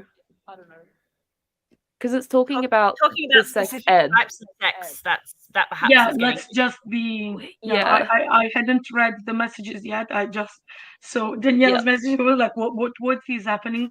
Like, sex ed is one topic that at some point comes up every time two or more ace people chat to each other about asexuality for more than. I did that again. I can't stop it, apparently. Like, well. Oh, did you smudge it? Yeah, I smudged it like 3 times. I'm just gonna eliminate this and then do it again. Maybe I could try the other cheek, since I keep touching this, but maybe I touched this too and I didn't notice that. You'll touch whichever side it's on. Oh, okay. Danielle was just making a joke about how good the garlic bread looked. Okay, yeah, that makes more sense because the actual conversation did not seem not safe for work. So yeah, that makes more sense. Oh, I thought about that for a moment. Like, for a moment, I thought that's what you meant. I dropped my ace color. I'm sorry. Oopsie. Okay. Okay. No, this is my. Okay, we are just 2 hours in the live stream, and I have already forgotten the difference between right and left. So, wait to go. Okay. So. Yes. Oh no. What happened? No. Well, it's okay. It's a little bit I don't purple. care. It's fine, I think. So yes, sex ed comes up, I would say, as a topic, and we have a lot of comments about that. Yeah. Someone just said, "Put the ace flag stamp on your forehead." I wouldn't have expected this, actually. This is like Talking about the different types of attraction in sex education seems very unusual. I've never heard of that at all, even in classes where they have talked about asexuality.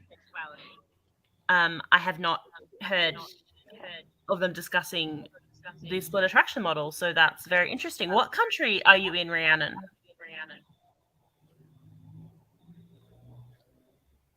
Well, we wait for Rhiannon to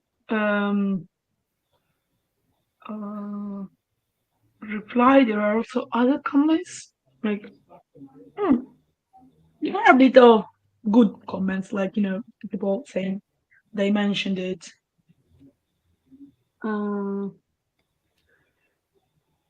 Yeah, some other people, of course, are saying they only talked about sex in a very Rhiannon is in the UK. straight, heteronormative way. Rhiannon is in the UK. Okay. Okay. Chill, bro. This is something you're gonna need a bit of donation on the GoFundMe for me to do. Yeah, that seems fair.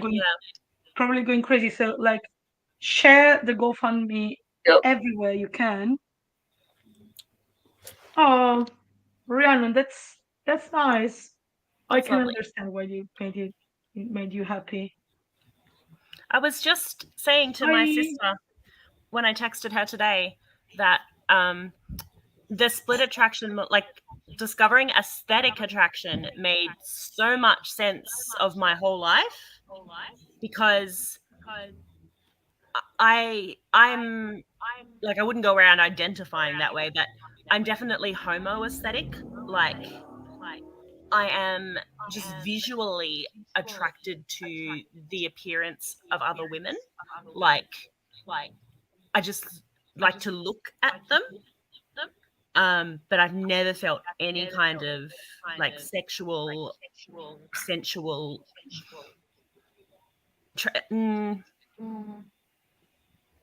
I don't think romantic even. Maybe when I was younger, before I became aromantic, maybe some romantic attraction, but like definitely never any sexual attraction of any kind.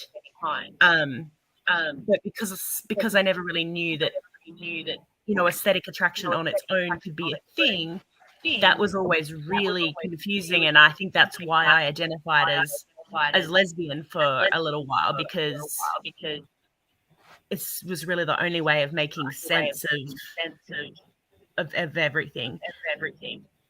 But finding out that like aesthetic attraction is a different kind of attraction altogether and doesn't have to be linked to sexuality just made everything make so much more sense. So now I know that I am asexual. If I do have a romantic orientation, it would lean women. But like definitely an aesthetic attraction towards women. And that totally makes more sense of like my entire life.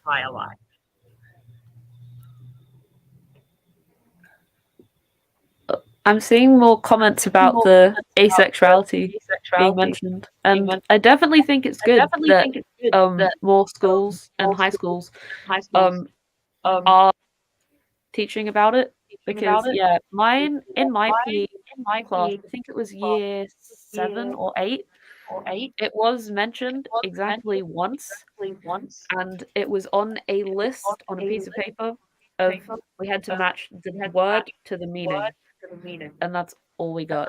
I think it was year 7. Yeah, all the meanings were very, very basic. Half of them were wrong, and it's just like, well done, school. But that was like 2015, so it would have changed a lot since then. I mean, I was in high school 20 years ago, and I mean, when I first started to look into the subject of what kids are learning now, I was pretty horrified to discover that it really had barely changed at all.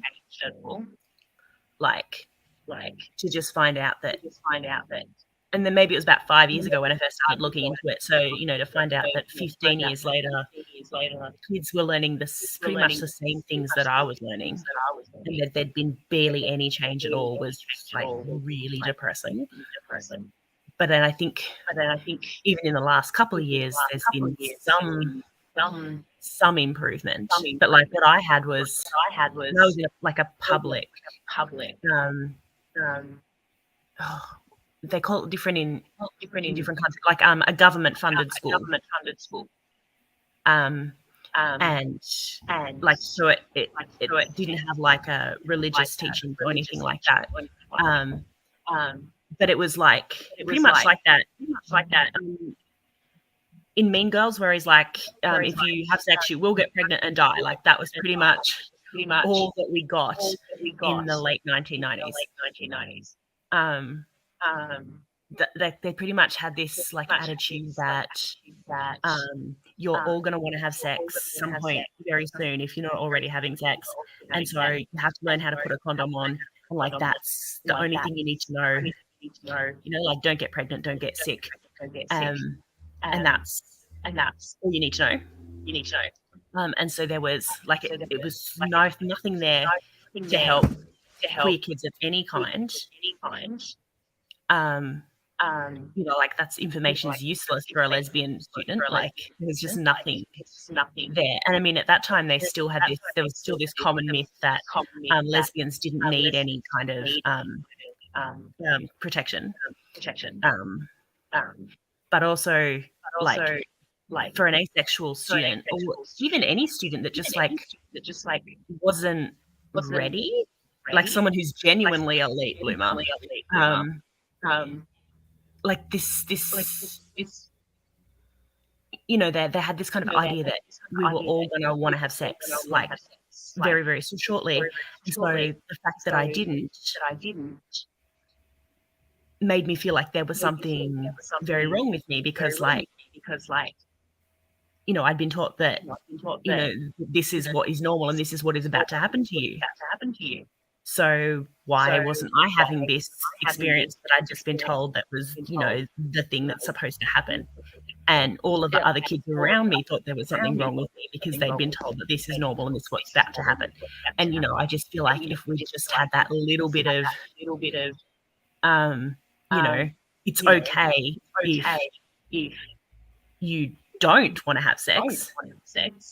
But they seem like so fixated on making sure that we didn't do it, that it never occurred to them that they needed to make sure that people were okay if they didn't want to.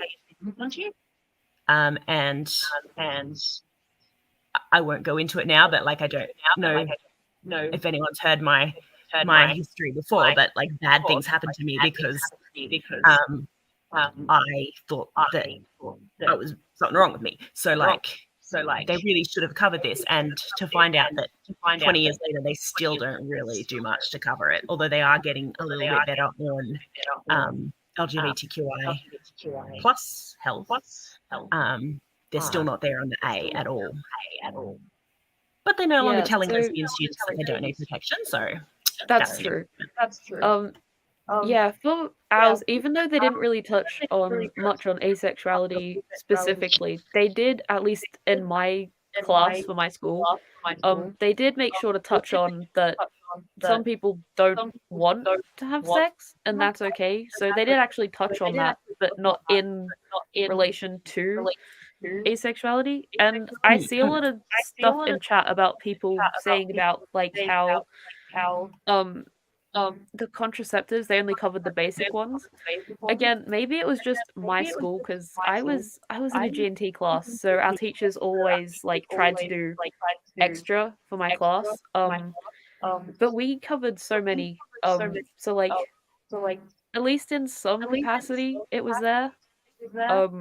But yeah, I had once had to do an essay on the different levels of what's it called, how well they work, the different contraceptives. It was like a 6-mark essay. It was a lot of words. Yeah, I mean, sometimes I'm quite horrified by things that I, an asexual, have to teach my allosexual friends. Like, condoms aren't 100% effective. Like, why am I the one bringing that information to a conversation where everyone else in the room is allosexual? Like, that's not right. Yes, there is an echo. I have a little one, and Ash has a big one, and we don't know why that is because. Do I have a big echo? You do. In the settings, thing, it should have a thing in audio that says echo cancellation, but I've got that turned on, and I've still got a little one. It has mine's nothing to turned do on as with us well. having more than one mic. We want to do like some, tries with the other microphones off and see if that's also a problem. Like I have like headphones. If I'm the only one without echo, maybe it's because maybe it is headphones. Oh, we'll get some headphones. Actually, I have to go for a minute because I have to feed my dog as well. He's being so well behaved. Oh.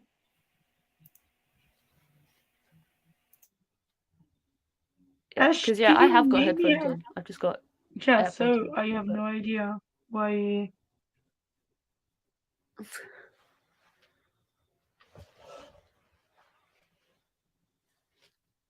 So maybe sometimes you have, but Ash is using headphones, so we have no idea how to Yeah. Try to talk while I have my mic. I don't think it should mean nothing because I have the headphones, but try if I shut my microphone off. What am I doing? I have no idea. Is there an echo? I have no idea. I'm just doing this as a test. I'm just talking. Hey chat, how are you? I keep seeing B. Gibson. That's like the profile that's got my attention. Chat, give us feedback. Like while Kate is feeding her dog, we do some technical tests. The echo is gone now. And now that I have my microphone back, is it still there or is it still gone? Sounds okay now? It sounds okay now. Oh yep, god. People do not hear Ash echo. We have to wait, no, just heard it. Oh, just heard it? Oh no.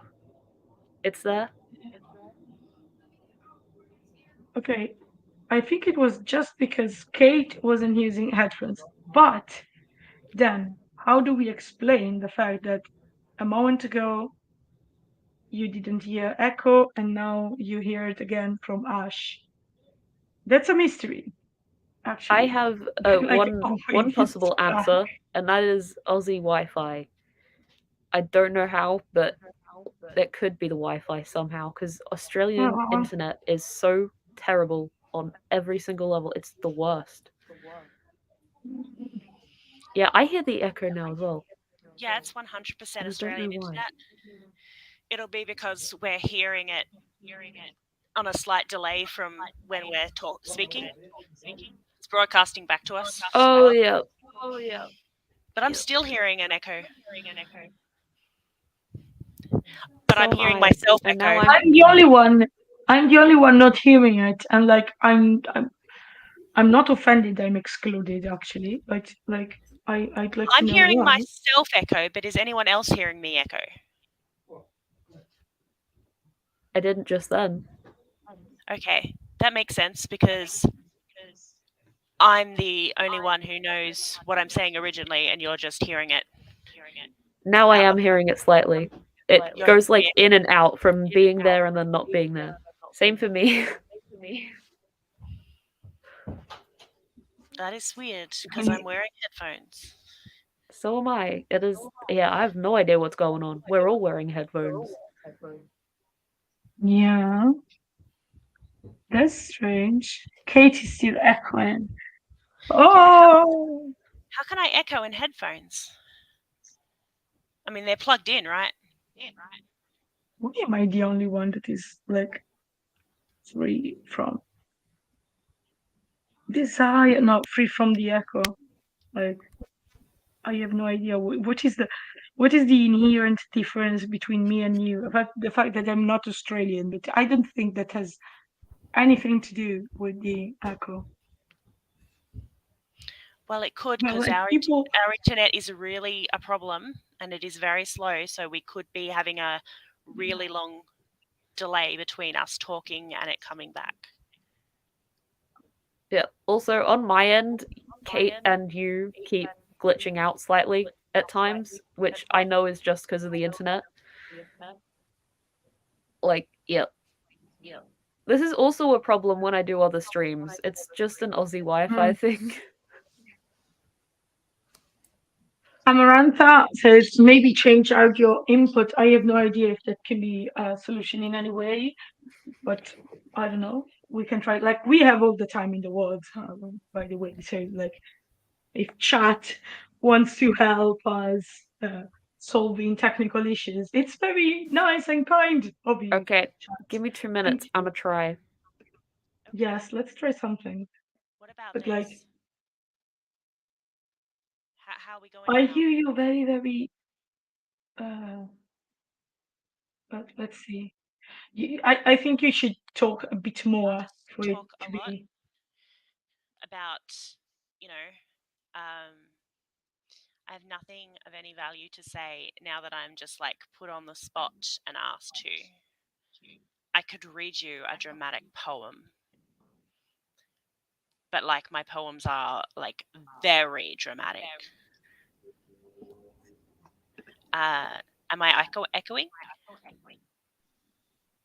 I have no Let's see. idea Let's if see. that would have solved it, or if you can hear me anymore. We can hear you, but I'm not We hearing can it. hear you. Oh, I'm hearing myself Like, echo though. tell a story. Tell a story to let chat give you feedback on the echo. Like chat, thank you. You are professionals. Like you are indeed professionals.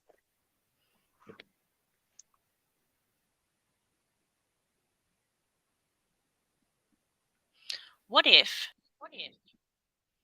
I turn off echo cancellation and just turn on stereo audio?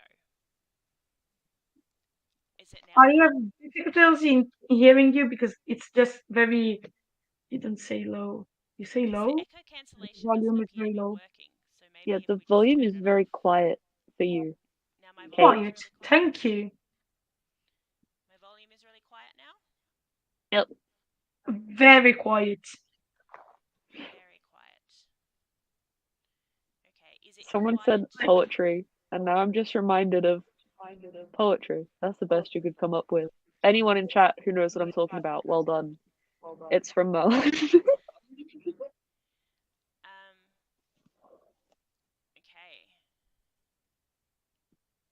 It may be my fault. That's why I'm the only one not Yes. echoing. Smart. Oh. Okay, so guide me. How do I solve that?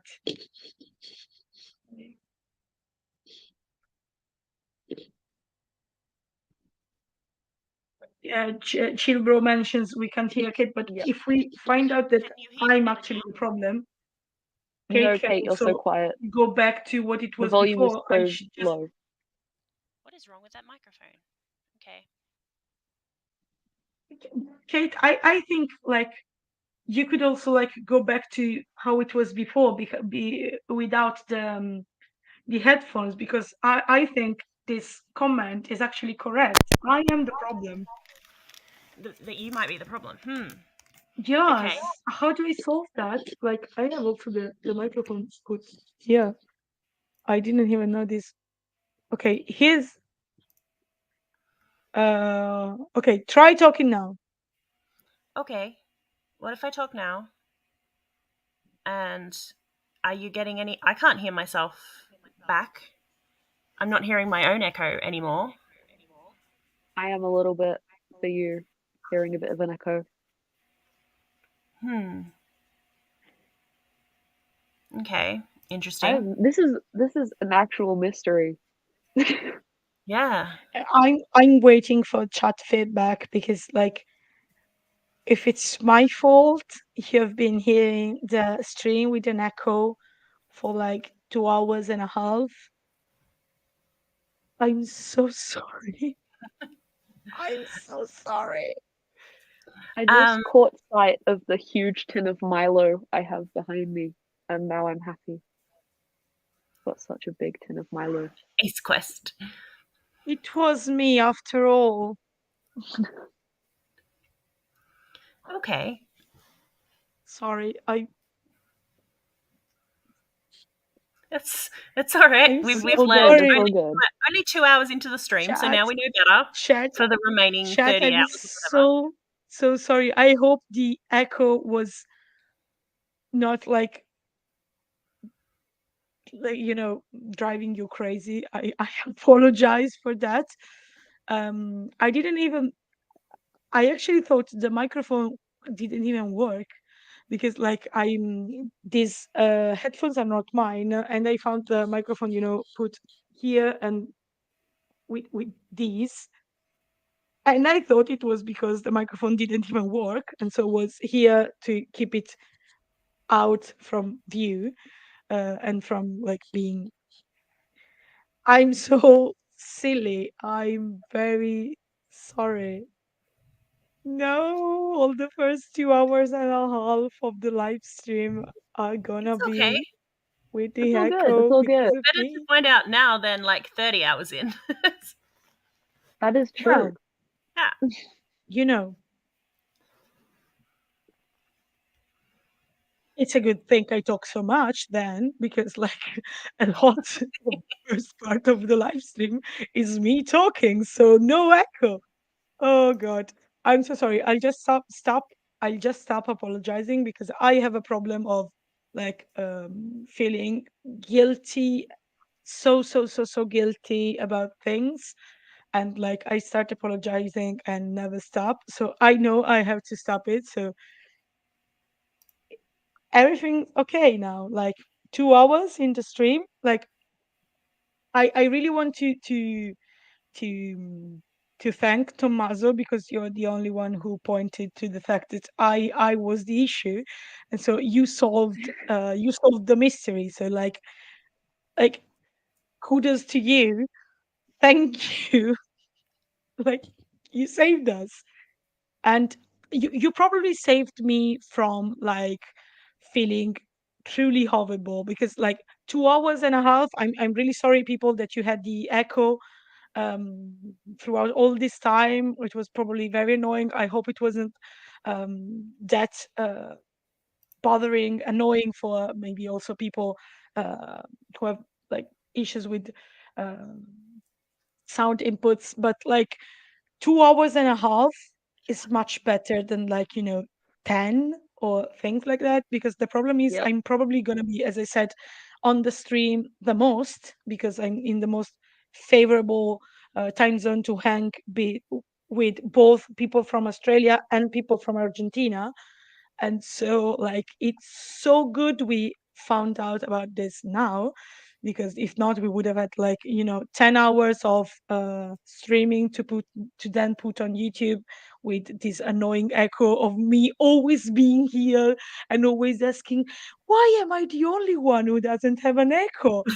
And later I would have felt so thank you, Tommaso, for saving the day. It's so good.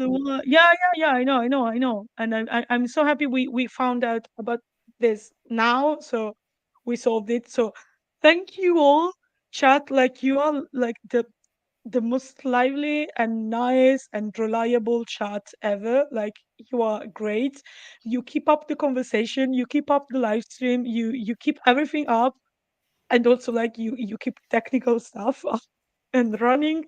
So thank you so much. Like, ooh, let's see. But we really need to spam the GoFundMe more. Like I think we're having, as I said, the first project to be showcased is probably going to be the fanzines from Nepal, because like I have never in my life used uh like typed on Google time zone converter as much as I've done these last 24 hours. Yep. Like Time every zones are so weird. because people tell me I can join the live stream on on 10 UTC, and some others say on GMT plus 4, and others say like I had no idea Yeah, what. that's I tried to send my times in UTC because I was like, that's probably the easiest way to organize it. If everyone just picks the same time zone to send times in. Yeah, yeah, but I don't know. It doesn't always happen to Nepal. Nepali aspects is coming up in less than 2 hours. So yes, I think they're gonna be the first being here. Are No, they here at no, no, 12 no, 12 no, no, no, no. UTC? Sorry, they're not. No? They're here at in 1? 3 hours, I think. Less than 4 hours. Sorry, I'm getting confused between my time zone and UTC. Yep. Oh, I wasn't even gonna attempt with the Australian time zones because it's almost 9 p.m. here. So yeah, but oh, sorry, I touched the microphone. You know that like Nepal has one of those time zones that are not full hours. They're like yep. 3.45 hours ahead of what? What is this set on? Of UTC. Like it's UTC plus no UTC plus 5.45. Yeah, I So hate that. it's like I hate everything about time zones that are for like 3/4 of an hour. It's like, why? Half an hour is you have already bad something like enough. that in Australia as well. There is one place. There's a couple of places in Australia that are like +9 3/4, and like there's Mm. some that are plus 9.5. So like it's half an hour behind where I am now. Um, and then have you seen Australian time zones in daylight savings? Um, let me just Share the quickly. screen as well if you want, because I think that's an important thing to be discussed. People have to know Yes, the I just want to struggles show of this organizing. absolutely horrendous map. Um, it is truly awful. How do you share a screen in this? Present? Share screen? I'm probably not gonna do that. How is the echo back?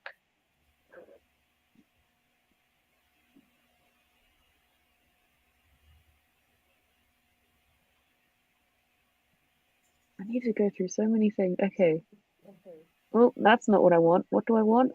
I don't want location. I want to share my screen.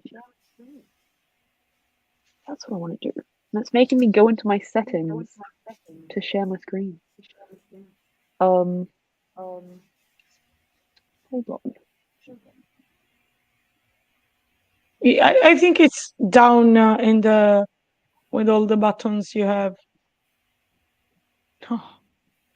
Okay, if the echo is back now, I have no idea what it should be me again, since I'm the only one not echoing. But like me, we moved the microphone. Now I didn't touch it again. So can I switch off this microphone? I probably Okay, can. to share my screen, I would have to quit the stream.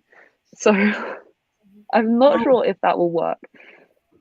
like Kate did that before without going out of the live stream, but I have another Yeah, but the something else settings to do now. might have already been set up to do that. But mine aren't. I just sent it in the chat if you can share. Oh wait, no, I might be able to share the image. Hold up. Will this work?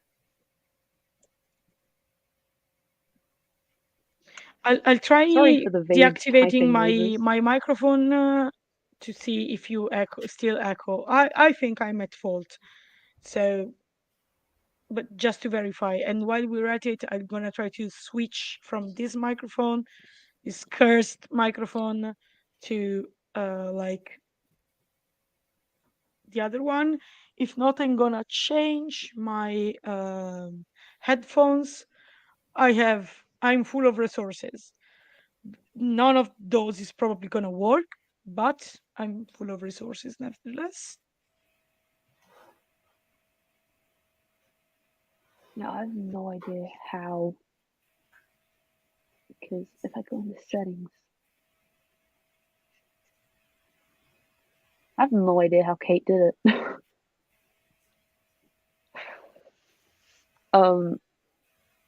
Because it's like, do you want to share a video file? But I don't. I just want to share. Wait a minute, what if? Hold up. We might be onto something.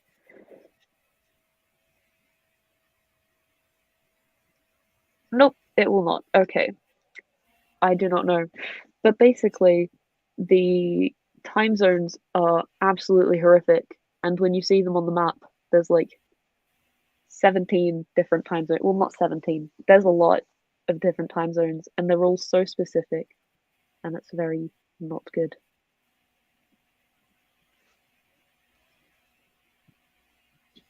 I look into it more later. First, chat, did you hear Ash echo while I had my microphone closed?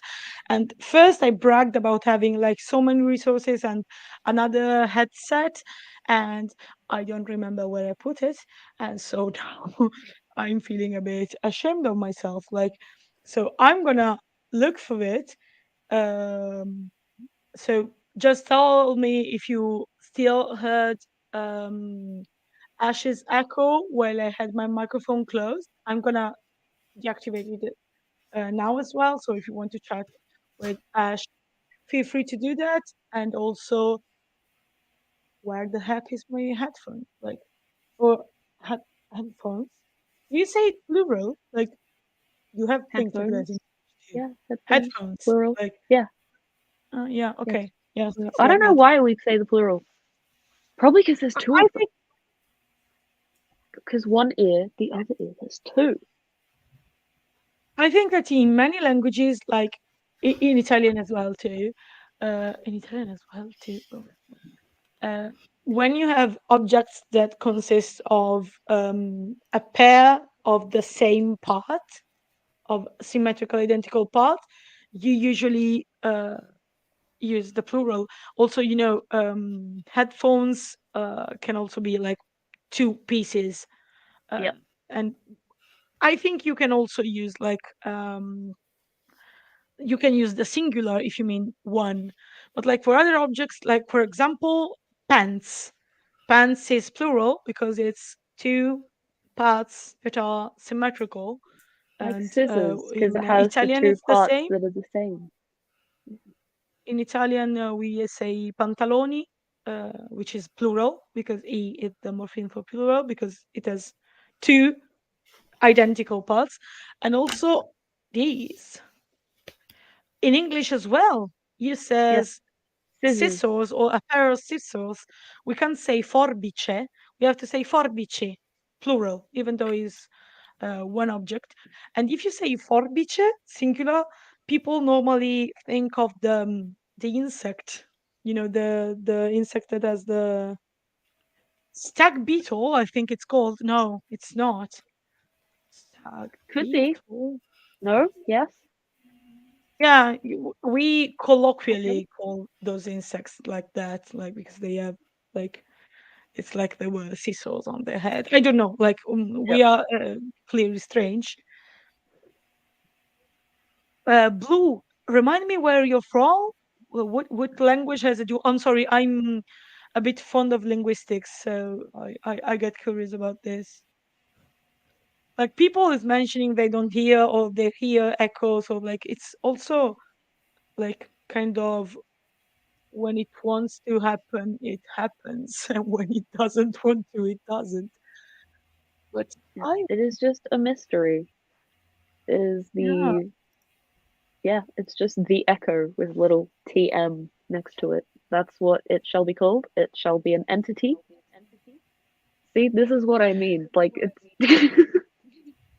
Ash, you're drifting towards starting a cult. I realized. After I'd said it, I was like, wait a minute. Let's take a minute. Sorry, I am back, and I realized that I left my microphone on, and that must have been a bit weird. But Oh, we didn't hear anything, but the echo was back at some point, and we don't know what to do about that. But it's a mystery. Yeah, we'll just leave it It's at a that. mystery. And but of course, tell us if it's get too annoying, and we'll try to look into it more.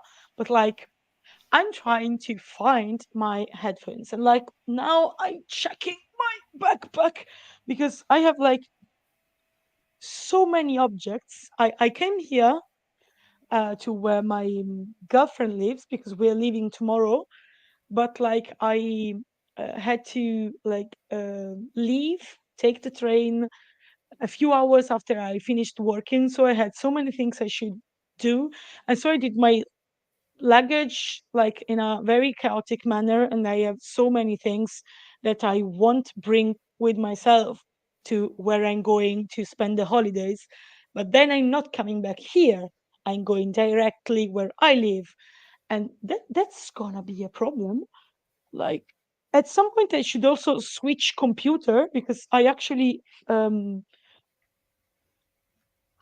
stole my girlfriend's computer, and I still feel horrible about that actually because she said it's okay, it's no problem, but like we're gonna stream indefinitely, and maybe at some point she's gonna need a computer.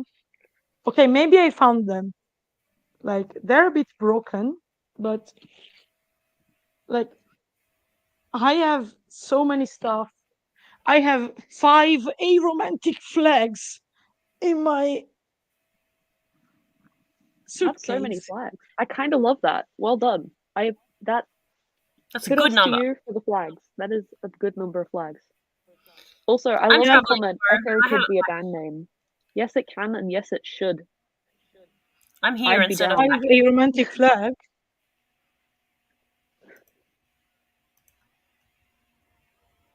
It's a good band name. An Echo could be a band name. I thought 5 aromantic flags should be a band name. That should be one of the lead songs or the album. Just the Hmm. album 5 aromantic flags, and just Okay, have wait. 5 I'll aromantic change anthems, original bops. Just, it'd be great.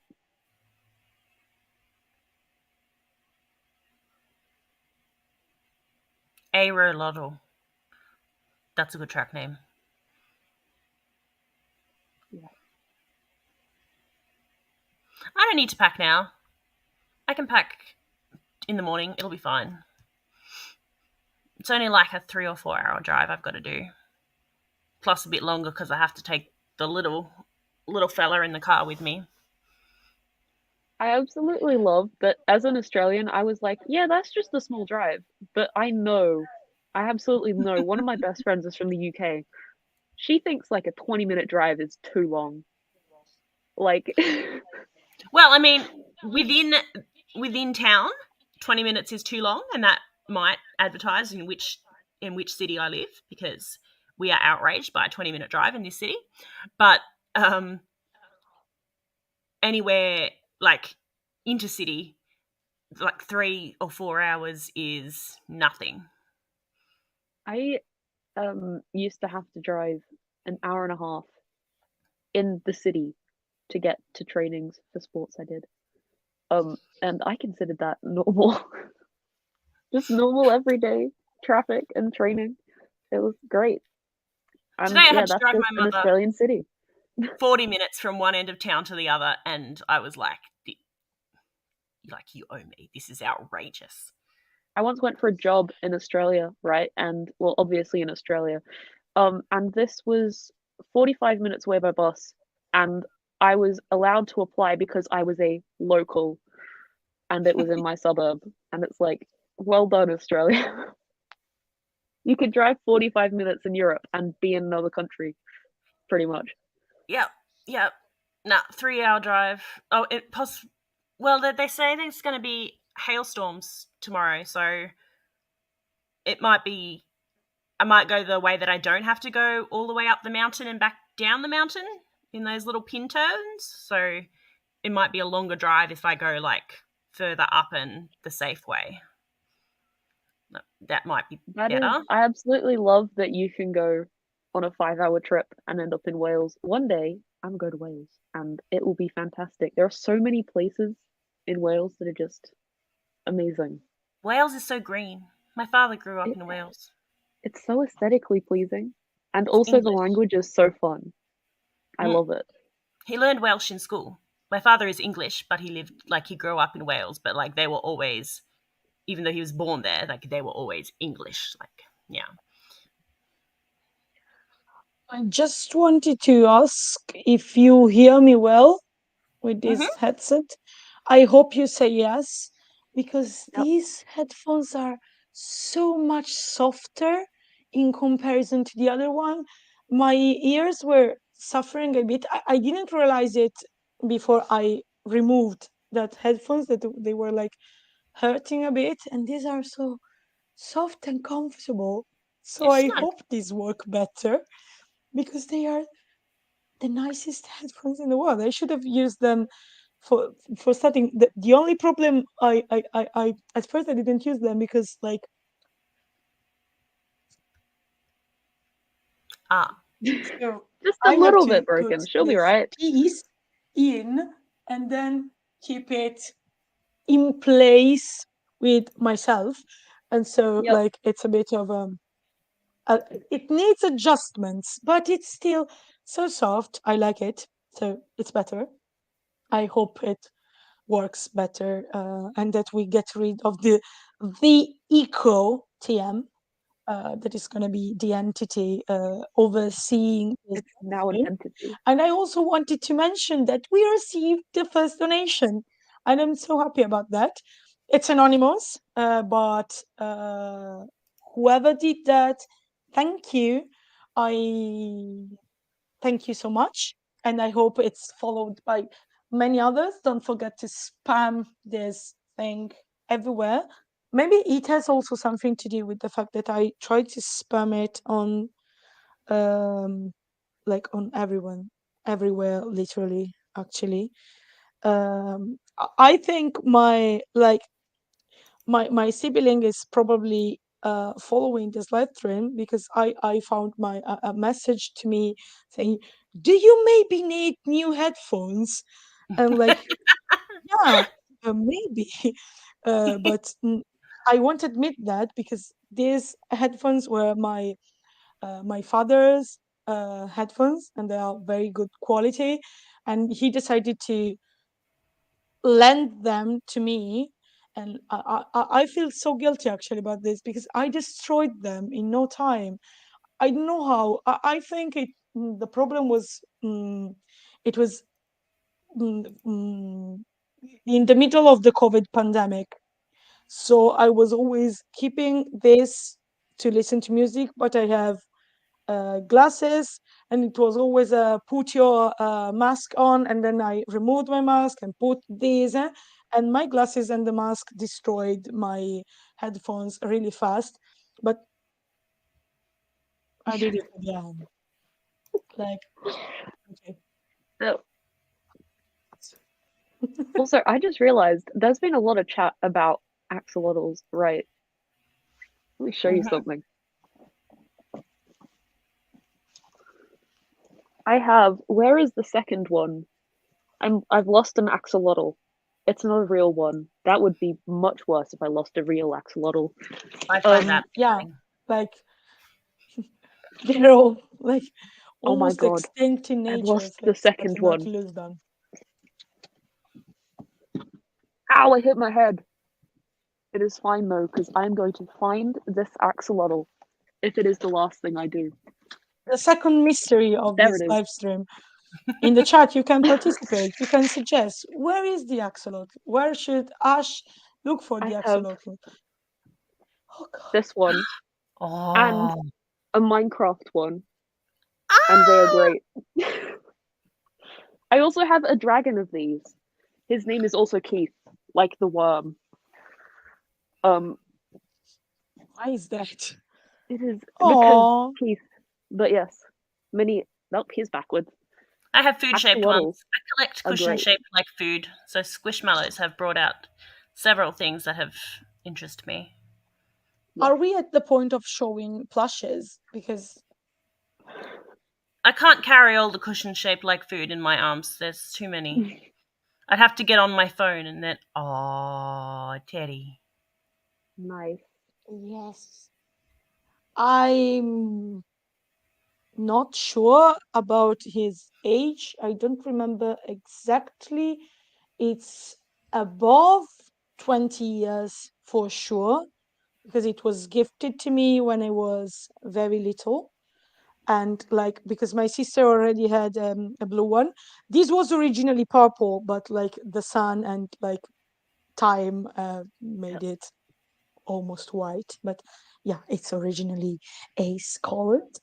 I think my obsession with purple could have stemmed from the fact that I was gifted this as a child and I loved it. And also, like, my sister already had a blue one, and then once I found the one in, I found a pink one in a fair, and I like really wanted that.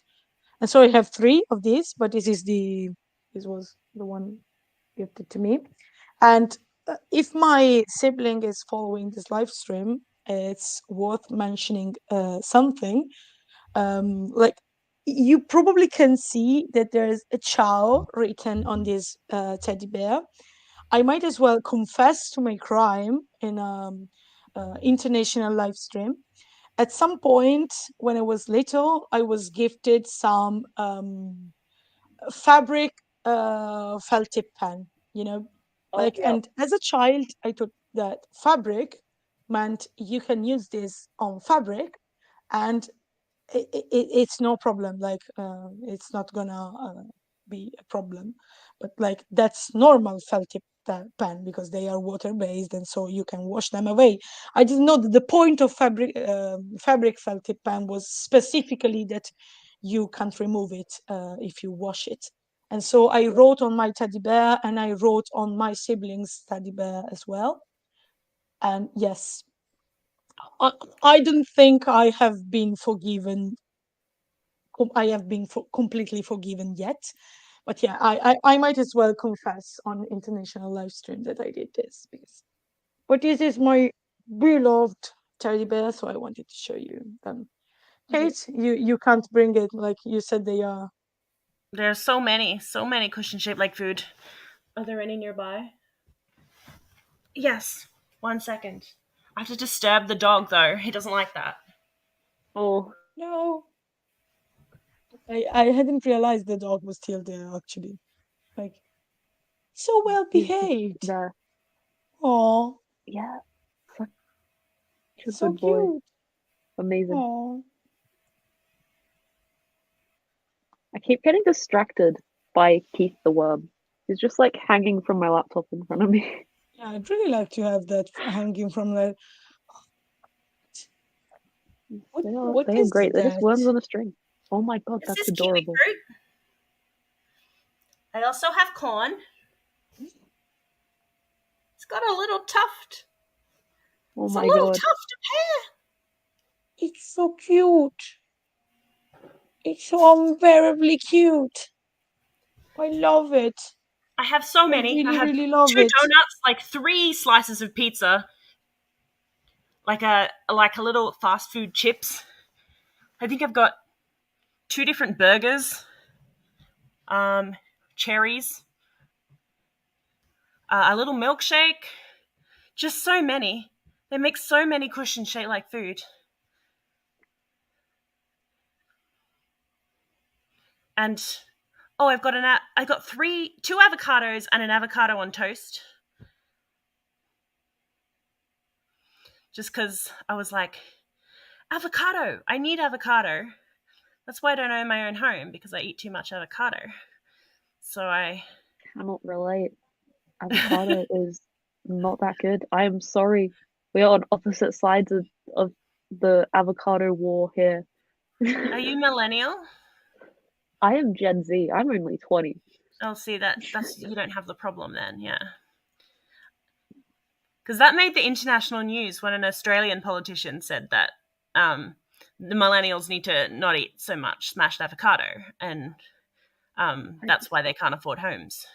Yeah, I don't Yeah. eat avocado. So I got myself the smashed Yep. avocado on toast cushion Nice. to put in the home that I rent. Yep. Oh my god, B has a garlic bread hoodie. Yeah, Amazing. I had an idea, but I had to check on Google what an Udi is, and that confirmed my suspicions. And you people are really extreme about the garlic bread thing. Like you also have like garlic bread themed object. I I've got to ask, did anyone see in chat before I joined the stream, I put a thing about fairy garlic bread. I'm not sure if it was sorry. noticed, but Oh, basically it's oh, garlic bread with sprinkles on it, and it's not as bad as it sounds. It's actually pretty good. I'm not gonna lie, I would eat it again. I have a very strong, again, since I found out I'm autistic, this, like a lot of things in my life make more sense. I have a very strong rule about mixing sweet and savory. Yep. Like, I will not allow it under any circumstances.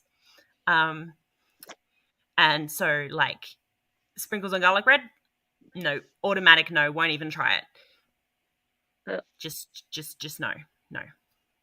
That was, yeah. Mm-mm. If you have like sensory issues about it, then like I don't recommend it. But if you don't have sensory issues, I recommend trying it because it will surprise you.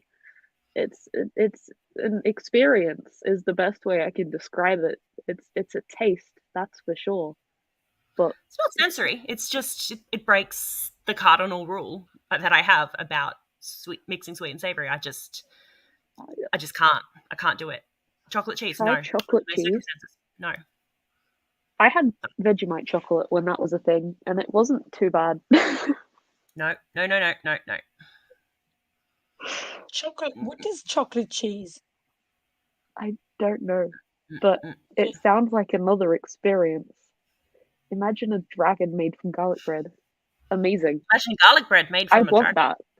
I want a dragon garlic bread plush. Yeah, but let's go back to chocolate cheese because it seems I'm not the only one confused by that. What is chocolate cheese? Well, I guess I have no idea, but I kind of want it. I mean, you can put flakes of a lot of things in cheese. Yeah, but like. Okay, I typed it into Google and it just comes up with chocolate cheesecake. Chocolate you cheese. can put cheese Oh, spread. chocolate, Chocolate cheese spread, and you can make a chocolate spread, so you can easily combine them. It's a thing. It's like a snack. I'm getting hungry. Oh God, it's 1. White cheddar cheese is made 1 into p.m. creamy processed cheese. I should actually look and then they cover it in chocolate. Getting some food. I kind of want to try the chocolate cheese now. Because chocolate cheesecake is good. So possibly it could be. Oh, that's so far across the sweet savory barrier. It's like it really is. Food, like cheese dipped in. No. By the way, I mentioned it at the start of the streaming. I'm not sure this is if I publish this, it's gonna be in one message in the chat or two, but I mentioned at the start of the live stream that we could like have some questions. Me and Kate already answered a lot of the questions that were in the chat, and some of them I also put here in the list. But like I thought that when we reach certain milestones, or even like we could do one since we got the first donation.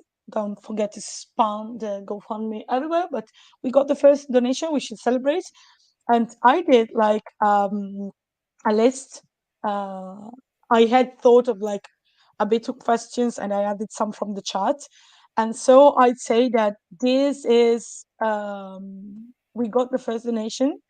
I could like publish the list of the questions I had in mind in the chat, and the chat can pick one, just like choose with the number, try to pick one. If you choose one me and Kate have already answered to, it would probably be referred to Ash if Ash wants to answer. And if you pick one that we still haven't replied to, it's going to be for us all.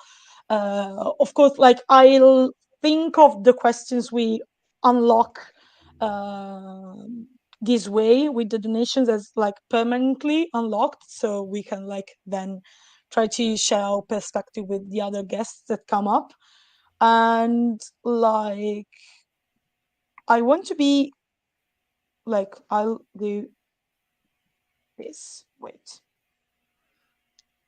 I think Some of these we have already discussed, like localization of garlic bread and so on. There's one thing I wanted to, I'm sorry. The chat is not allowing me to do bullet points, so it's probably a bit confusing, but yeah.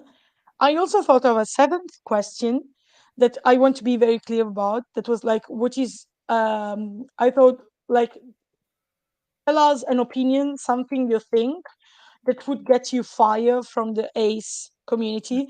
I wanted to be very, very, very clear that I don't mean horrible opinion or discriminating opinion we're not even gonna consider, because you would well deserve the fire you would get. But you know, like things like, I don't like this specific character from this show that I don't everyone like in Kate. the ACE Like community fun little seems to love. stereotype Like things, not I let's meant go discriminate on people. Like something no, like that. fun little things. Also, now that I think of that, I could add eight. What is your favorite? Your favorite canon ACE?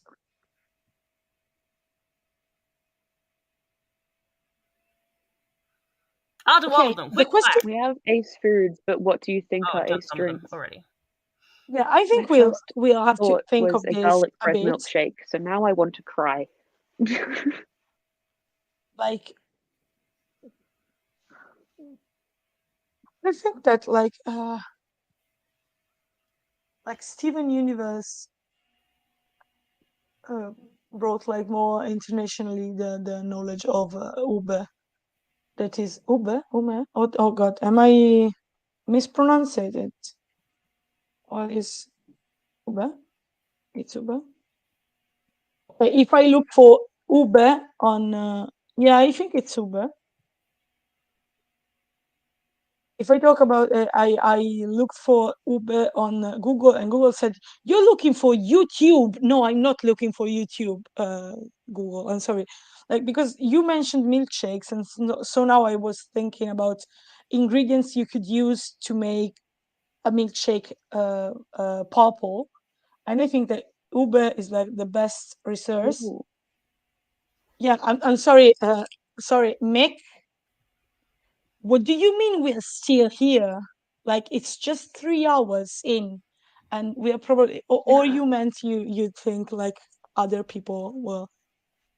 Yeah, I don't know. Like yes, for the aces never sleep. Like that's the point of that. Like what time is it in Australia now? It's only It 9 is o'clock. 9:13, but I've got to leave at 10. So yes, unfortunately, Oh, this ace has to take medication, which forces them to sleep. oh. That's good. That's a good thing. Thank you Yeah. for being here for so long together with us. It was very, very nice. So people, if there's something you want to ask Ash specifically, remember you still have like 1 hour. Has chocolate milk been claimed? I drink a lot of chocolate milk, Chalky milk is the best. and I'm also It's so good. extremely asexual. And if we say that, like chocolate milk, that would cover hot chocolate as well, because hot chocolate is chocolate milk. So just like a general Yeah, chocolate but I wouldn't milk. call hot chocolate chalky milk. No, but I mean, it technically is. Like it's milk that is chocolate. Yeah, and technically an egg is an unfertilized chicken embryo, but I wouldn't. Yeah, Are you a wouldn't chalky call milk hot ace chocolate or are you chalky a milk. hot chocolate ace? Maybe we could have them both. Oh, And we just don't tell the distinction doesn't mean anything, but we just don't tell the allos that. Like we just let them think that it does mean something. I feel like the distinction would have to mean something. It's chocolate and milk. Yes, you've summarized both of those things. Yeah, precisely. It's chocolate and milk. They're the same thing. It's just that one of them is hot and one of them is cold. Tea as well. But did the person who did like the no, probably not, but I know many ace people don't drink, at least like in a forum forum thread once, from like a survey they did. It appeared that like quite a lot of ace people don't drink. Yeah, a lot don't in my community. But Like alcohol, do you mean? yeah, alcohol. Yeah, alcohol. But Yeah, I don't drink alcohol. yeah, And I am of legal age, so yeah. yeah, But I yeah, I rarely. don't drink. But are there any alcoholic drink you would associate with asexuality?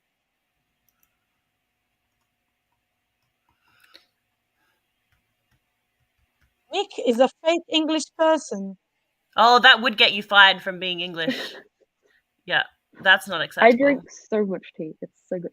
Although my grandparents, my grandmother especially drinks so much more tea than I do. Like 90% tea is her at any given state. Just 90% tea. It is great. Humans are 70% water? No, she is 90% tea. Hot chocolate, which I do call chocolate milk every morning. Oh my god. Yes, I I've was won say, this why would argument. you call that Without chocolate it, milk? I But madly respect that. Actually, I madly respect that. I don't drink alcohol.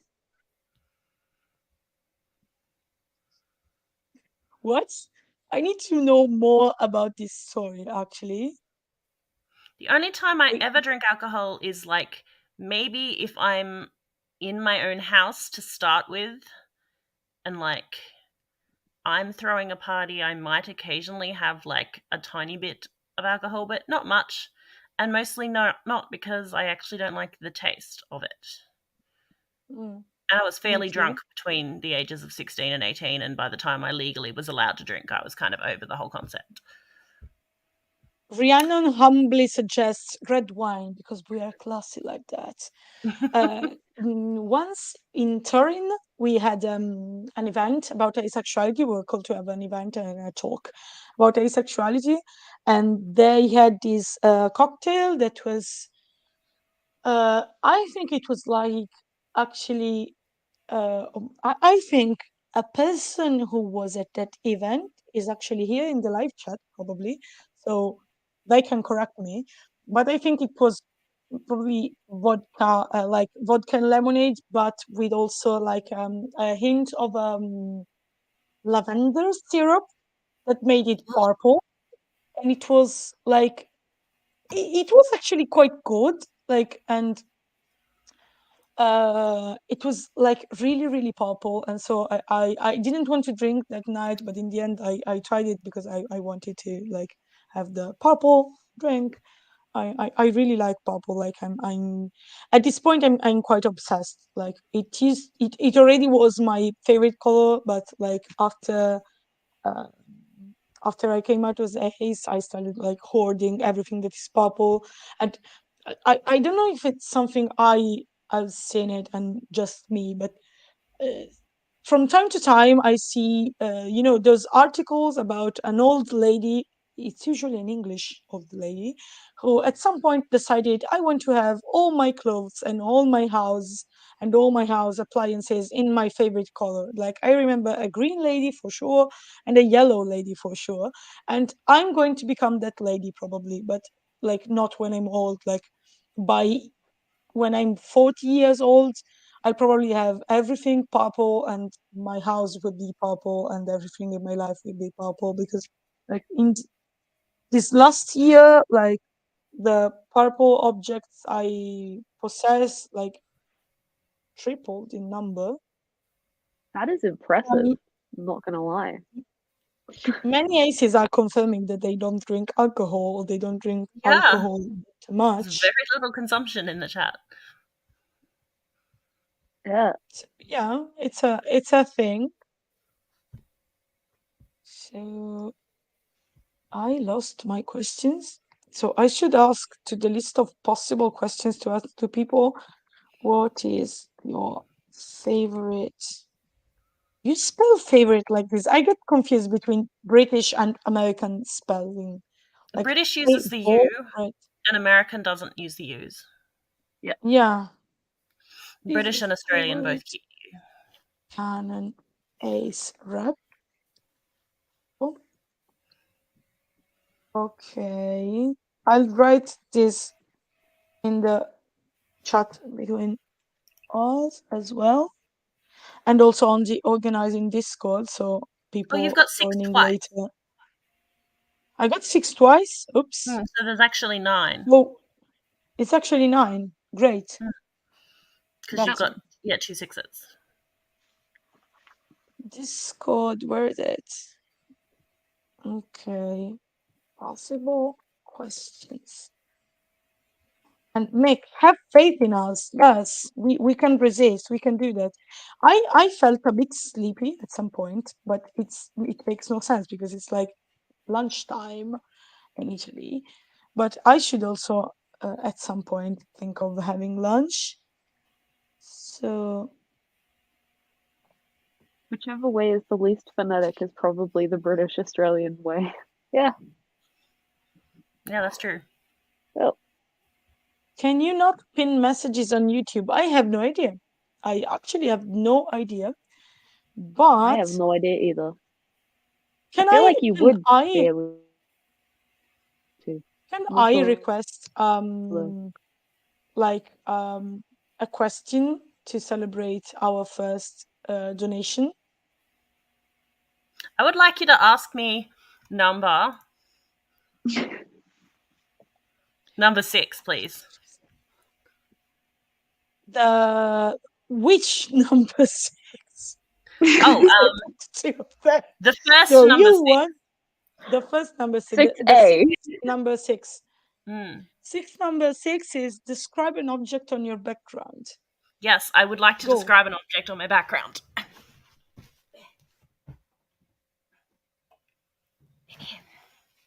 Oh, can you see all of her? Yes, it's so cute. This is my inheritance from my grandmother. Nice. It's not the only thing that I have that was my grandmother's. This is Lesbian Duck. And she was a gift to my grandmother from my cousins. I imagine she probably cost about $30 or so. And when they gave it to her, I was like, oh, it's a lesbian duck. And like everyone in my family was like, what? And then when I took a picture of her and posted her on Twitter being like, hey, look, a lesbian duck, all the queer people that I know were like, yeah, that's a lesbian duck. Like, they got what I was on about, but my entirely heterosexual, boring family had no idea what I meant. I love her very much. When my grandmother died, I took her. And now she lives on top of my, between my counter, my kitchen counter and the sofas. And she's covering up damage that I have done to the house so that the real estate don't see it. And one thing that I love about her is that my friends actually also have another duck, but like not this one, but obviously from the same like series or set of ducks or whatever. And the other week they sent me a photo of somebody else's. They were like, look, it's lesbian duck, but this one has combat boots. They're black. Like just randomly all the time we see other examples of the duck. It's obviously like a very common mass-produced super cheap duck.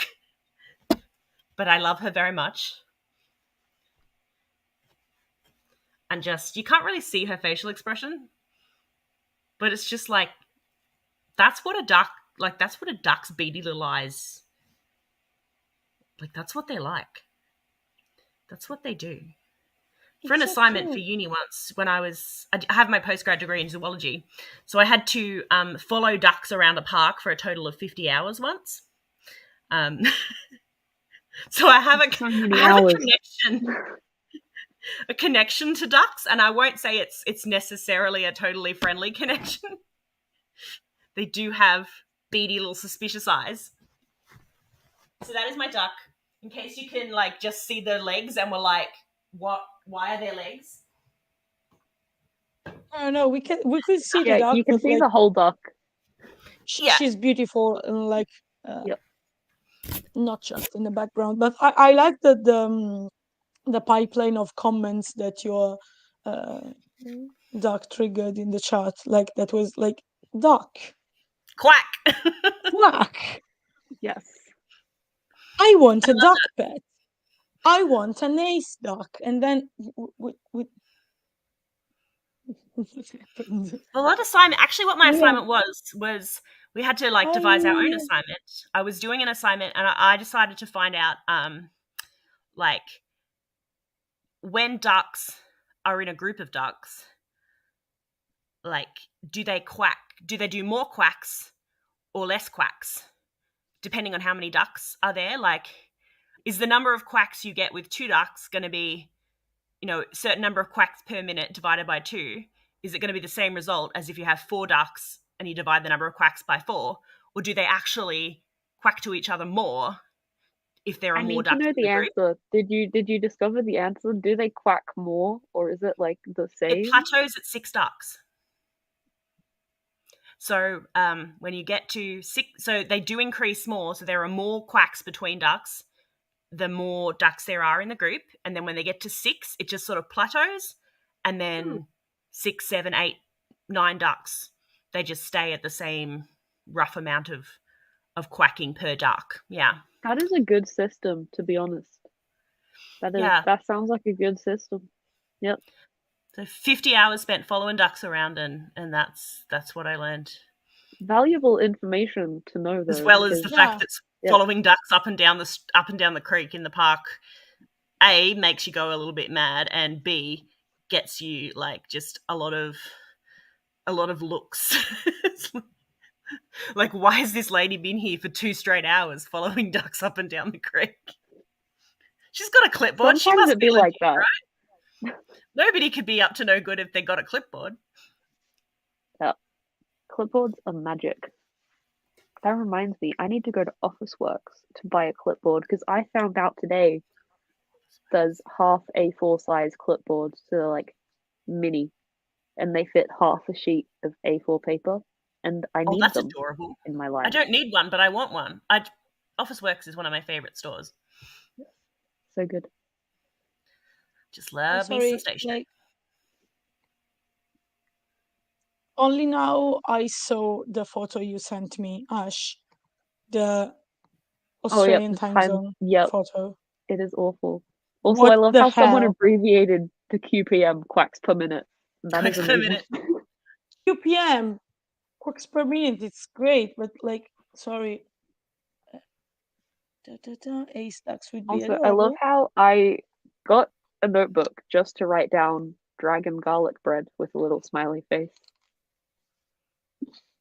This is a very important question also. It would change between breeds of duck. Yes, it would.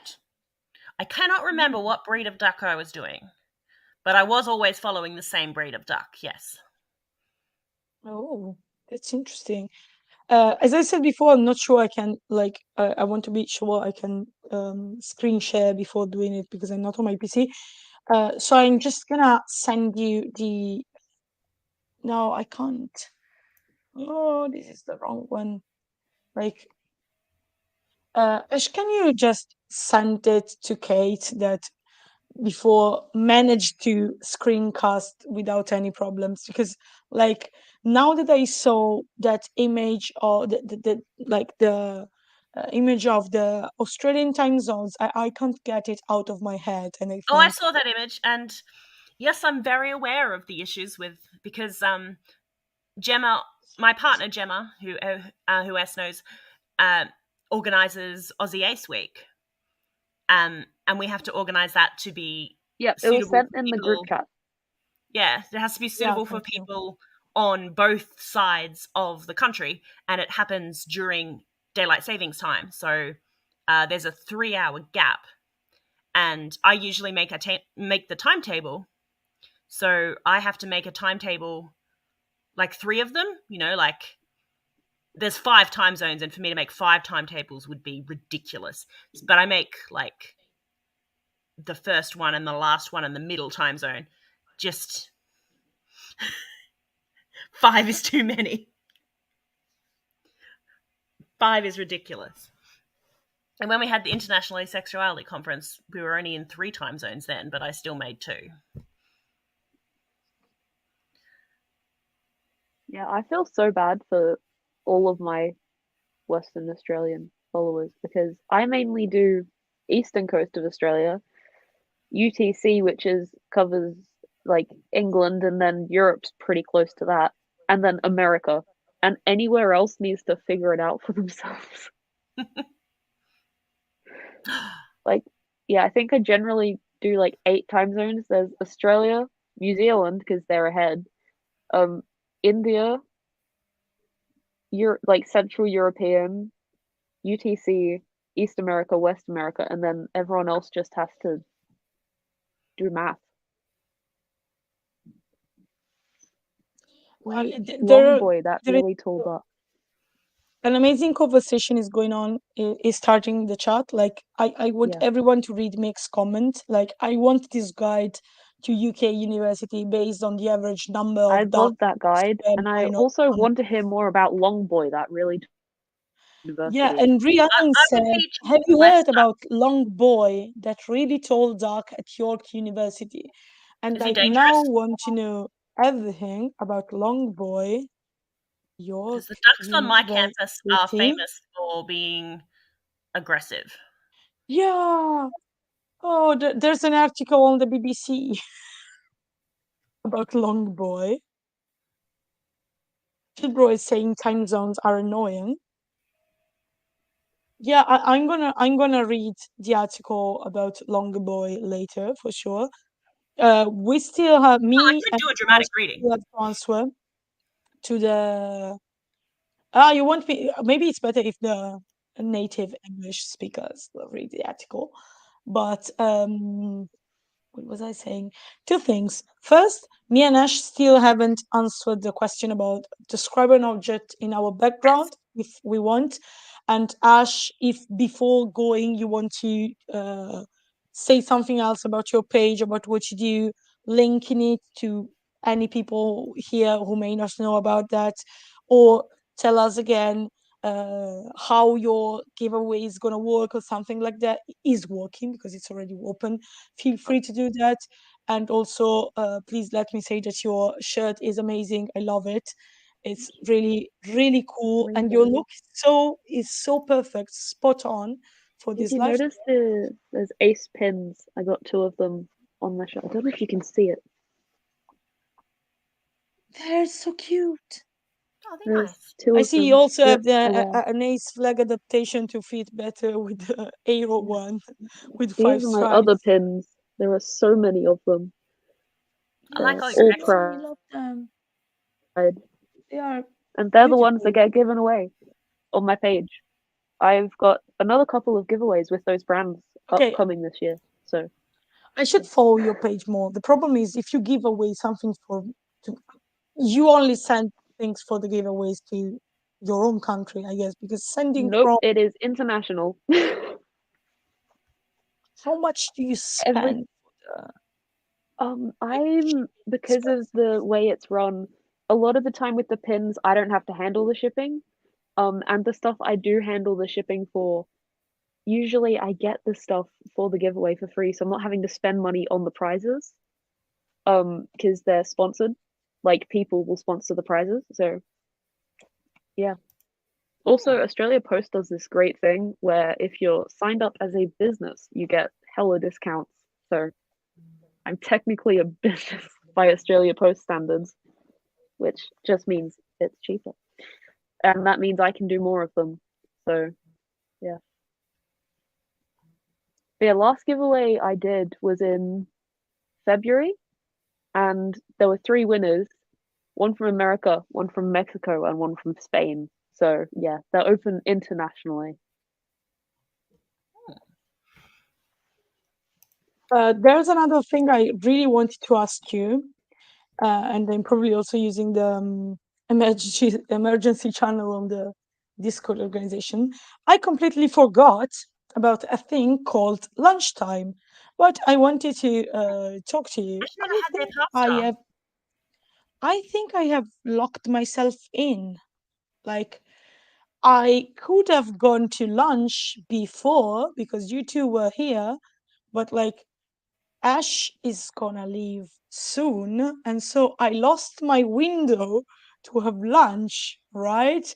So I'm gonna have to have lunch here, or we have to stop the live stream on after only 4 hours. And the rules are that we can take a break only when there are other live streams, other IAD live streams on. So I I locked can myself stay here in, alone didn't and just do I? dramatic readings. A dramatic reading of what? Sorry. I don't know. People could just send me stuff. I could read Like this. you do a Internet is dramatic glitching reading, like so I much. could read this dramatic article about the York My University I duck. don't want to leave you alone here. It's not very dramatic. Okay, I'll tell. Wait, I'll send an audio message to the person I should have lunched with. Sorry, I'm gonna close the audio channel for a moment. Are you sure you would stay here? Like, I try to have lunch as fast as I can, for sure. Like, I Yeah, I'd be swear. fine on my own. Also, I've got my little but chum. I I've got all of the lovely people commenting. oh.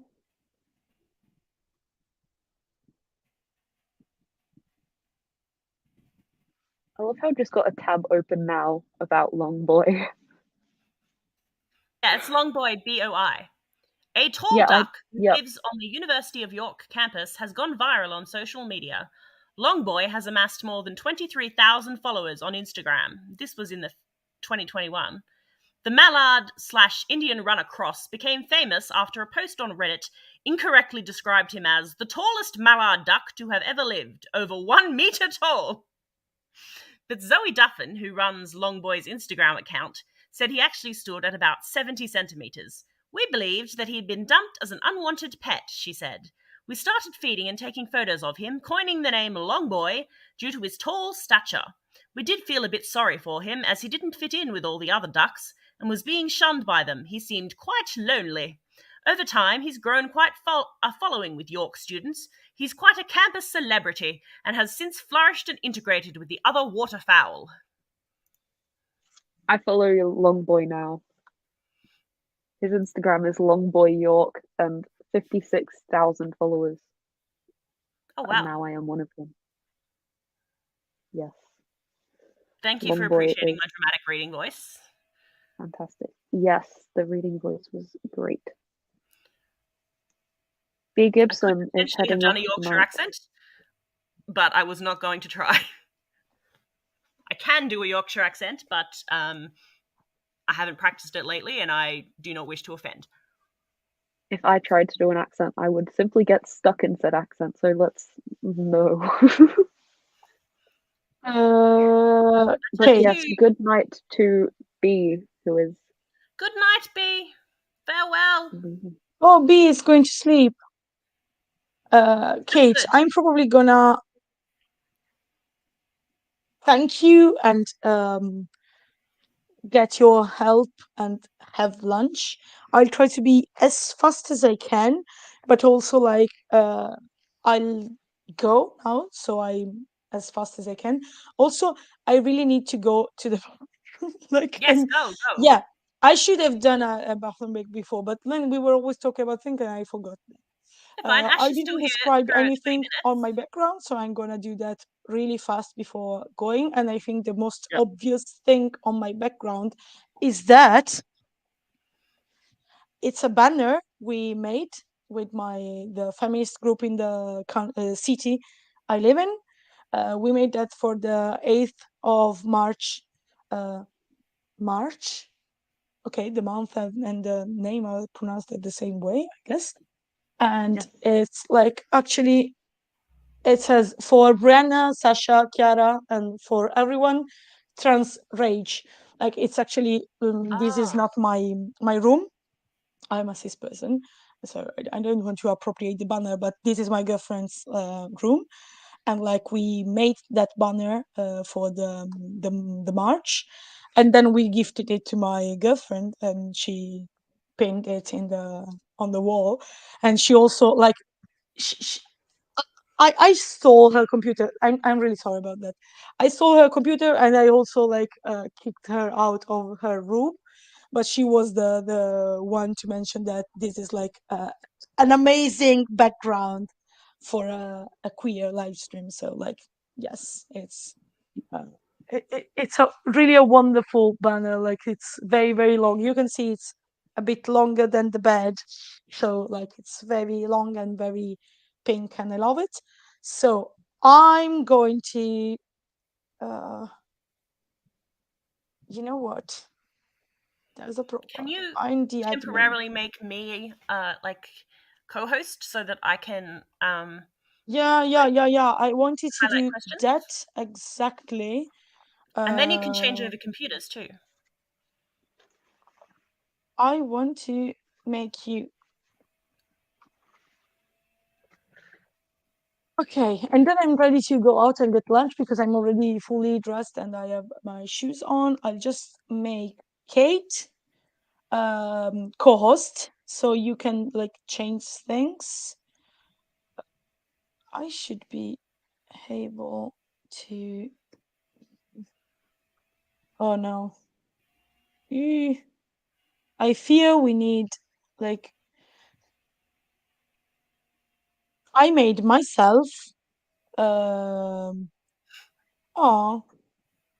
I just before I made myself like my account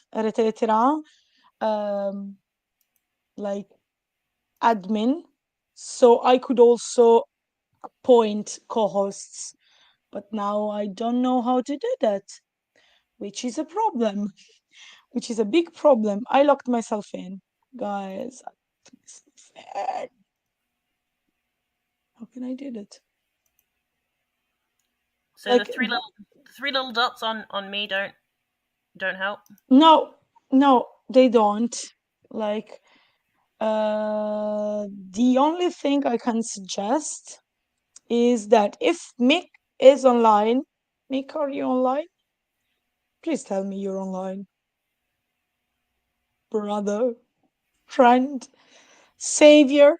The only thing I can think of before we solve this issue is that you just rejoin the live stream using like the the main account. You know, it's not the IAD actually. It's gracefully, I think, lent by the like it's the old AceCon account, but like if we can use that, it's better. I specifically made myself admin to avoid this problem, but then now I don't understand how I can. Okay, Mick is here. Thanks, my savior. I dare to say, if you could just let Kate join with the AceCon account, that would be like life-saving to me, because then I can go and eat something without like breaking the rules of the live stream. So, Kate, you go and eat, and then he and I can figure that out behind the scenes while Ash tells us about something in their background. Yeah, I can do that. exactly. I think you can also ask Mick on the on Discord and sort this out. So I'm gonna run, eat some onigiris, and come back. I'll try to be as fast as possible, as humanly possible. See you later. Yeah. See you. I have exactly the thing in mind that I would love to show for my background, but the question is, do I have the physical copy of the thing. It's in my background, but I have another thing. So, do you want to talk for like 2 seconds? Because I want to try find these books because they're by an ace author. So, yes. Yes.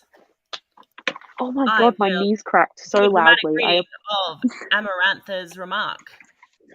They say, I want to have cake too, but I live on my own. So I am going to have a waffle with icing and purple sprinkles. I think that is as ace appropriate as cake is. Like, that's as good as you're going to get if you can't have cake. Very appropriate. Yeah. I found them so easily. I'm so proud of myself. Anyway, the thing in the background, right, is this little drawing of the characters, and you won't be able to read it because it's backwards. But this it's is forwards for me. Books, right? I saw it forwards. Oh, okay. Well, yeah, it says hand holding, and it's what we like best. Yes. That's a hand drawing of these characters from these books, which are written by an ace author, and it's like an ace romance and also autistic representation. Written by an autistic ace person, and she also released I Am Ace, Rebecca Burgess, which I don't have a copy of, but so amazing. Highly recommend. And such adorable art. Like, that's volume 2. Let me show you volume 1. What are they called? This is The Pauper's Prince, is the title of this one. Everything also is free on Instagram and online, so you can read it digitally for nothing. And updates are like weekly, I think. Let me shout them out, their account. Hold on.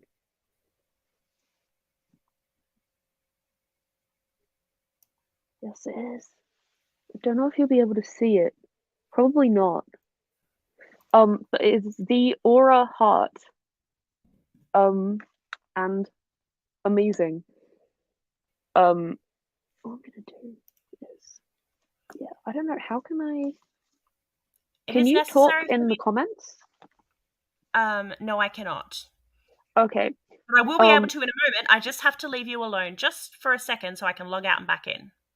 Okay, cool. Okay. I will be here. Okay, I will be right back. What I will do is I will send the name of the account in the behind the scenes chat. That way, when Kate is admin or co-host, they can send here. It will be great. Yes, highly recommend. And the little drawings, it's so adorable. It is amazing. One of many ace books that I have. I have so many. Highly recommend. Let me show you a few. How about that? I'm assuming a lot of people know about this. Let's Talk About Love. Very, very cool. Great book. Haven't read it. This is great. This is how it generally goes. Oh, I see a question. I get so distracted. Milk before cereal or cereal? Do you need to ask that? Why are you still asking this? There is only one correct answer.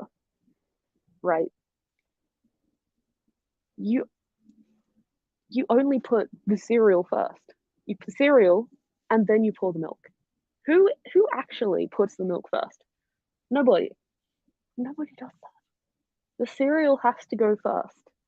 Otherwise you get the milk to cereal ratio all wrong. Okay, like if you put too much milk, then the cereal, like what? And also, if you put the milk in first, the cereal would splash when it went in the bowl. So it just makes so much more of a mess to put the milk first. The only time it is acceptable to have the milk before the cereal is if you are putting more cereal in the milk after you've already eaten the first lot. That is fine. Oh my god, Chilbro is in the milk before cereal gang. I cannot agree. I cannot agree. That is horrendous. I don't like that. That is not good. No. Please tell me there are people on my side, not just with Chilbro, because no, cereal has to go first.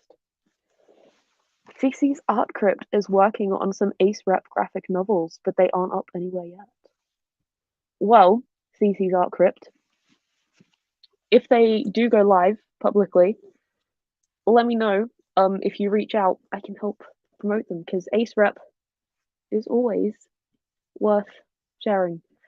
So let me know if that does happen, and it doesn't matter if it doesn't, but I hope you enjoy creating them, because that's also important. Cereal first? Good. Thank you. Yep. Same with tea first.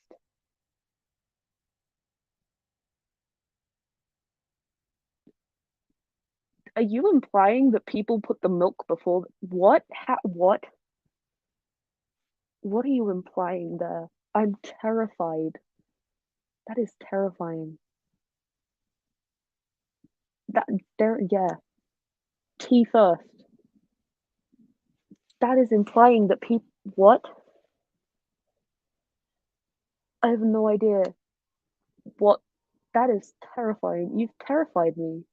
Well done. I am. That is horrific of a thought. Like, do people put. How would you even do that? Would you have to put the milk? Do they mean like put the milk, then the water? Or like the milk, then tea bag? I have no idea. I have no idea. That's terrifying. I've done milk first, and yeah, I got laughed at. I wonder why, Mick from the UK. I wonder why. Yeah, no. I don't know whether you're talking about milk first in tea or milk first in cereal, but both are wrong. Some monsters put milk in with the tea bag and then the hot water. They sound like the kind of people who would microwave tea. That's all I'm gonna say. That's all I need to say. They sound like the kind of people who would microwave their tea to, like, not to reheat it, which is a different issue entirely, but to start with. To microwave it to start with. Yeah. It's an interesting concept. Yeah, someone asked about shows above. What shows do I watch? A lot of shows. I recently finished a show. It's called The Fall. Very good. But it's if you're gonna watch it, look up the IMDb and read what you're getting yourself into. That's all I'm gonna say, because it touches on things that are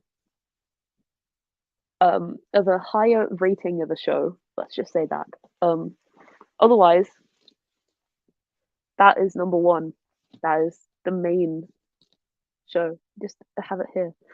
I can't believe people actually microwave tea. Yeah, they do. That's not the weirdest thing to microwave either.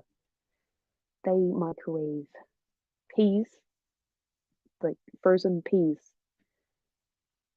I wish I was kidding, but no, I'm not. I have hundreds of stories of aces microwaving things incorrectly. And it was horrifying to discover. Let us see. Yeah, boiled peas, but the microwave. Um yeah, tea, microwaving tea, microwaving tea, frozen peas. There was a lot of talk about frozen peas in these things. A lot of Americans were microwaving tea and microwaving peas. And then there was an Australian microwaving custard, which, yeah. Microwaving hot chocolate, microwaving scrambled eggs. Just, yeah, this is all fabulous things people have done. Yeah, there's a lot about tea. There's so much about tea. People are microwaving tea. Scrambled eggs, which again, how do you scramble eggs in a microwave? Like, you have to scramble them while you cook. Like, Makes sense. I just realized I was meant to be showing you all the Ace books. So let's talk about love. Great. Haven't read it yet. This one, Upside Down, also very good. Ace rep. Also haven't read it yet, which is horrific because this. Where is it? This was signed. It was signed by the author. And I still haven't read it. And I keep recommending the books to people because they're good rep. But I haven't read them entirely yet. This is another one. Tash Hearts Tolstoy. Very good. Ace. Whoa. Very good Ace rep. Do I have others up there? Yeah, I do. But there is a lot of Alice Oseman. That's very good Ace rep. Also, I'm pretty sure, 90% sure, need to double check though. Heartstopper 5 Ace rep. I'm pretty sure from Alice's Twitter, back when I had Twitter. Microwaving custard and eggs is alright. You whisk the eggs and add some butter in different places and microwave for 2 to 3 minutes. No. Microwaving eggs is not okay. No. I'm back. So sorry. Hello, it's all good. We've been talking about microwaves and Ace books. I found many. You have done a wonderful job. I salute your work. It did delve into chaos a little bit though. So, yeah, but to be fair, I did warn that would happen if I was left to my own devices. So this is not on me. Yep. You're fine. You have done good work and may go in peace. Yes, I do need to go. It's 4 minutes to 10. Loveless and Radio Silence both have Ace rep too. Yes. They are here and also here. They're mine. They're whoever wins the giveaway, which I'm gonna plug one last time because yes. So if you would like to go in the running to win all 6 of these, check out the giveaway. It is a public giveaway on Instagram. It is open internationally and entries close. What's the easiest time zone to put it? UTC 12 noon, April 7, which is 11:59 essentially. UTC minus 12, April 6. A whole day goes for 48 hours. I hate time zones and everything about them. Magical. But yes, all 6 of these will be going to one person, and it will be great. So just check the link in the private chat for me so that I can throw it onto the comments. Let me get that link up.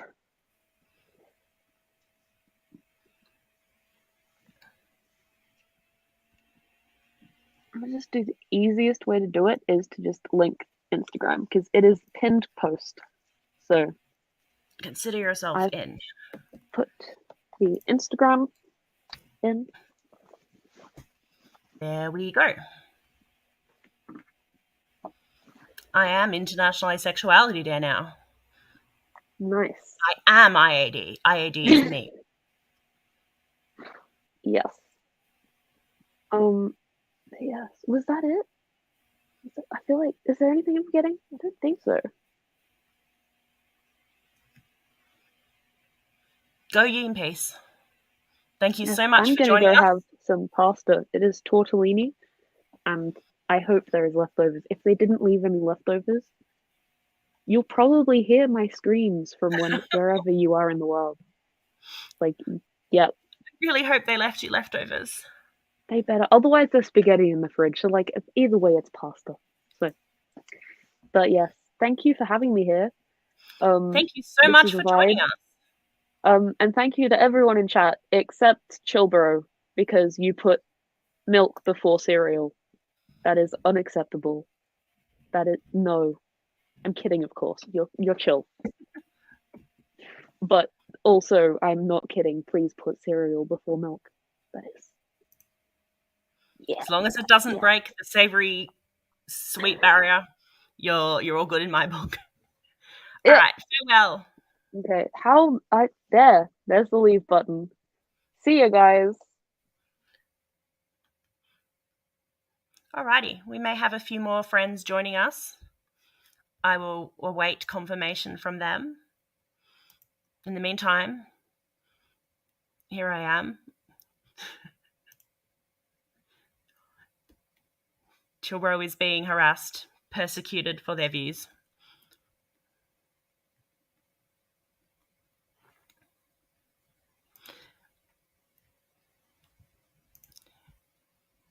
Okay, now here I am. Oh, there's a dog just using me as furniture, as is his way. Chocolate cheese. Oh, no, never. I have not eaten all the cake. I made a good effort on the cake, but given my history with EDs, I might just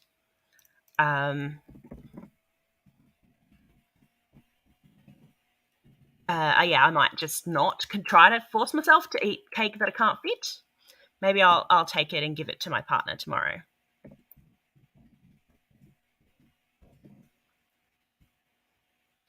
All right. I think I now will be adding some new friends. Just make sure they're all here.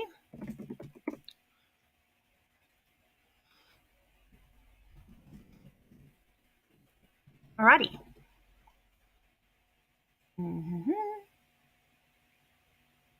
Oh, that was easier than I thought. We might just, can we do this? Just remove.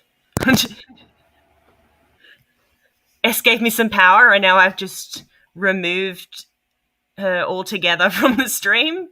But just to make this a little bit easier to see, we are now joined by Ria, Leah, and Jules, who is choosing not to show his face.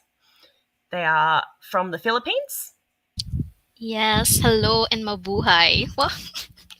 Hello, welcome to you all. Thank you so much for joining us. We are nearly into hour 4 of our live stream. And S has our wonderful leader from Italy has just gone to eat some lunch. So I have been left in charge of the live stream. That's fine. It's okay. It's great because you three are here, and now that gives me something to work with. Yes. So why don't you start off and tell us about yourselves? Let's go. Ria, you are next clockwise, so you can go first. Sure. Hi, I am Ria. What am I supposed to say about myself? Well, I am from Aromantic and Asexual Support PH. I kind of added these two since there seemed like a lot of empty space anyway. And for the A agenda, about myself, it is currently on holiday right now here in the Philippines, but I did not feel it because I had a lot of stuff to do, and also I slept late. So right now I'm kind of like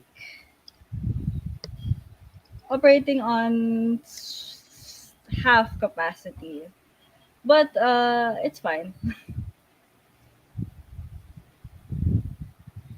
All right. Leah, do you want to go next? Okay, my pleasure. Hello, everyone. My name is Leah. I am also from the Philippines, and I'm also a part of Aromantic and Asexual Support PH. It's a semi organization slash support group that we have here in the Philippines that just provides support for ACEs who are also Filipinos as well, because as you may all know, asexuality here, specifically in the Philippines, is still not very visible, and so we kind of like want to provide that to our fellow Filipinos, to just have this sort of space where they could just chill and vibe and meet fellow asexuals and aromantics that across the nation and stuff. So I am currently a community volunteer. There we go. I'm currently like a volunteer for our group. And yeah, a fun fact, I did not expect that I will be participating in the actual live stream. I just thought I'm gonna be like a watcher or something, but hey, I'm here right now and I'm here to chill and vibe. Happy IAD everyone, and yeah, happy to be here. So yeah, that's me. That just leaves Jules. Hello, guys. My name is Jules. You can also call me Juju or Julian. So, I'm also part of Aromantic and Asexual Support Philippines. So, I'm one of the organizers as well of the group. And then, well, it's so fun to be here seeing this particular event, like all of the comments. Oh, wow. And yeah, it's good to be part of this particular event. So, happy ID, everyone. And a bit about myself. So I mostly do like some tech stuff on the group, like bots in Discord, trying to make sure that the community is safe from any harm, doing some moderation in Facebook. And outside ASP, also, I'm a data analyst, so I deal with a lot of sheets. And yeah, that's all. Thank you so much. Thank you. Okay, well, we've got a list of questions that we can ask people when they join us or when special milestones are reached with the fundraising. So, why don't we do, let's say, one of them each? Why don't you just pick a number between 1 and 9? Who wants to go first? I'll go ahead. Sure. Oh, Oh, go I'll ahead. go Go ahead. ahead. Go Okay. ahead. I'm gonna pick 4 because 4 is like my favorite number. Okay, what's a quirky or funny ace thing that you do? Oh my god. Oh no. What is a quirky or? I am just really a slave for garlic bread, I guess. In with bread in general, like I love bread so much that I think I could live off of bread and survive for like I don't know forever, like for the rest of my life, just eating bread. But yeah, I just really love garlic bread, and I don't know if the aceness comes from that or vice versa, but in those little restaurants, sometimes it's in restaurants like they serve appetizers, and usually the appetizer is like garlic bread. I'm like, I'm gonna get so much garlic bread to the point that I'm full, even before like the main course has like arrived or something. That's how much I am obsessed with garlic bread. Say it in French? No, no, thank you. So yeah, I just really love garlic bread so much. We have talked so much about bread today. This is amazing. Okay, Yes. Ria, what's your number? I guess 7. 7. Oh, okay. Localized garlic bread. Okay, this is so. S was saying that like the way that garlic bread as a concept came as an ace thing came about was because this idea that like you've eaten lots of garlic bread, so like no one wants to kiss you, and that's why it's an asexual thing. So like, what's a local kind of food or something that people like a lot where you come from, where it has that same kind of vibe, like not necessarily like people not wanting to kiss you, but something that kind of similar. It can be the asexual thing from where you come from because it puts people off in some kind of way. That's an interesting question. I guess probably kind of infamous outside of the Philippines is balot. It is kind of like a half fertilized egg.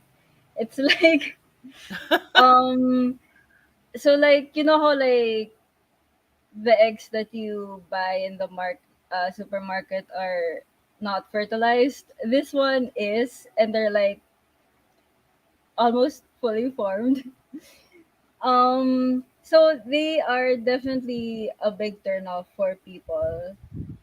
They taste very good, but like if you are squeamish, uh, you kind of either just full on stay away from it, or you eat around the actual duck because there is a duck there. Yes. So it tastes um it's sort of like an egg and sort of like a duck. yes, Yes. it is Yeah, it's a it duck. is a duck egg. Yeah, if you like both those things, then it should be nice, right? Well, I mean, you can see the duck. It's there already. You can feel Mentally, it. yeah, but like Yes. if you like the taste of duck, you should like it. Oh, Yeah, it tastes good. It's just that the whole experience is an experience. Yeah. I haven't tried balot because I get squeamish like in terms of food that I eat. But yeah, I have been told that it tastes good for some reason. And I think that's I don't know if I will. a good localizing of garlic bread. Yeah, It's canon now. The localized garlic bread for the Philippines is balot. fantastic. Okay, Jules, what's your number? Oh, I think I'll pick number 2. Number 2. What's your favorite ace-related object? Oh, definitely the black ring. It's so iconic for me. Yeah. Yeah, has one. And I don't have mine. Oh my goodness, for I me. don't have one. I don't wear Yeah. jewelry at all, but I wouldn't mind wearing like one of those. They're kind of silicone rings. Oh, that's so cool. Yeah. I mean, there are some ace people that I've seen in social media wherein they put their rings and then like put the black ring with the necklace on it. And I think it also looks good. And yeah, I guess it's like that's my main thing, like my favorite ace related object. What's yours made of, Leah? I think mine is like a titanium brand. I got it online. Yeah. It's But nice. it took me like 3 tries to get it because buying online you don't really know like the exact size of the thing that's gonna like arrive at your doorstep. I mean they provide like charts, but I tried Yeah. using the charts. It's not accurate, guys. So like it took me I don't know 3 tries to like actually find a ring that actually fits my like middle finger. But hey, it's here and I wear it every day. Yeah. Yeah, for sure. It takes. I always go to the same shops over and over for buying dresses and stuff because I know what size fits me, and so I just get it over and over again in the same sizes. Okay, we have had some questioning. Now, apparently, people are suggesting that we should play with Scribble, but I do not know how to do this. Ooh. Is What it is like it? the thing that we draw and then we have to guess the Oh, what the person is yes. drawing or something like that? Oh, okay, it's that one. Yes, but how do we Sure. stream it? That's the question. Hmm. Hmm. If somebody else would like to take over the discussion, I will work on the technical aspect. Sure. Sure. Um. Okay. I guess. Do you guys have anything you're doing for IAD, like personally? Um, well, I could start. Not real. I'm mostly like working on what we're ID. So, I think that's the very thing that I am doing right now to like celebrate this magnificent day that we have for ACEs. So yeah, I think that's pretty much it. Yeah, I guess a little bit of background. We have two activities for IAD. Tomorrow we will be having an online community hangout in our Discord. and it will be streamed in our Facebook group. And then next week, we will be having an in-person meetup.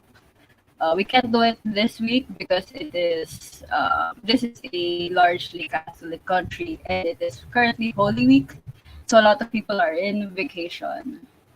So we can't really do a physical thing right now. But for me, personally, I just bought like a slice of cake. Also, Oh, nice. yes. Also partly because it is since it's Holy Week and I am a practicing Catholic, we are not allowed meat. So it's a little something for me to eat that I like.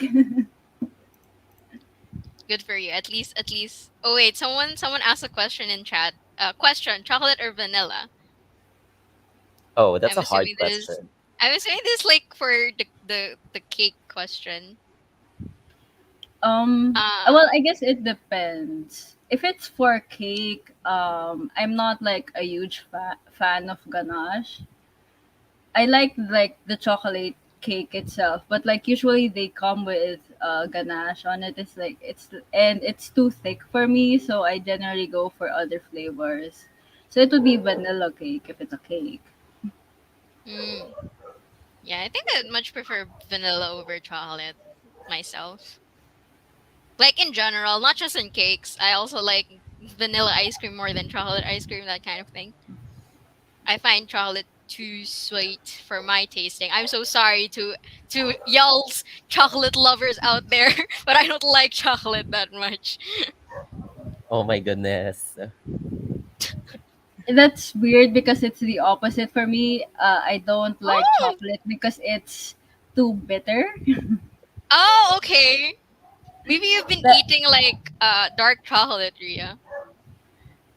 no, I think even for I guess I like milk chocolate, but that's it. And yeah, I generally like things that are sweeter. So like vanilla is can be sweeter. It's usually sweeter. Yeah, yeah, That's yeah. why I choose that. Um, I like. Well, I guess mocha isn't really. Well, I get it's a depend on the situation for a mocha, but like I don't like things that are bitter, Mm-hmm. and people who like chocolate tend to love dark chocolate. So,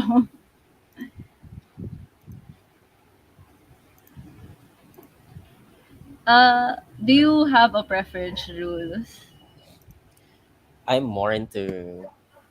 I'm actually. It depends. Like, as long as it's free, then. I mean, You know come what? on, Yeah, guys. you know what? Yeah, Let's having be things real that are here. free tastes way better. Yeah, if it's a free stuff, then I don't care if it's Yes, chocolate or vanilla. that's Just true. give It's me true. those free stuff. Yeah. Oh, I think someone has like a question here. Like from Lil Potato Soup. What's your favorite thing about being a Filipino asexual? Hmm. Who wants to answer first? Um, I guess I'd have to pick something that's uniquely from because of your because wait sorry something that's uniquely experienced by Filipino asexuals. Um, I guess it would have to be like the community. Yeah. Um, I've been in a bunch of different aspec spaces that are and there's definitely a lot of like stuff that I can relate to with them and stuff that we can talk about. But there's a certain level of familiarity that only comes from talking to people who live in the same country as you. Yes. Especially when we're talking about like the stuff that we go through. A lot of the stuff that I go through as an asexual is not necessarily unique to being Filipino, but it has a Filipino context that I think is hard Yeah. to explain to others. Yes. I agree. Can I just?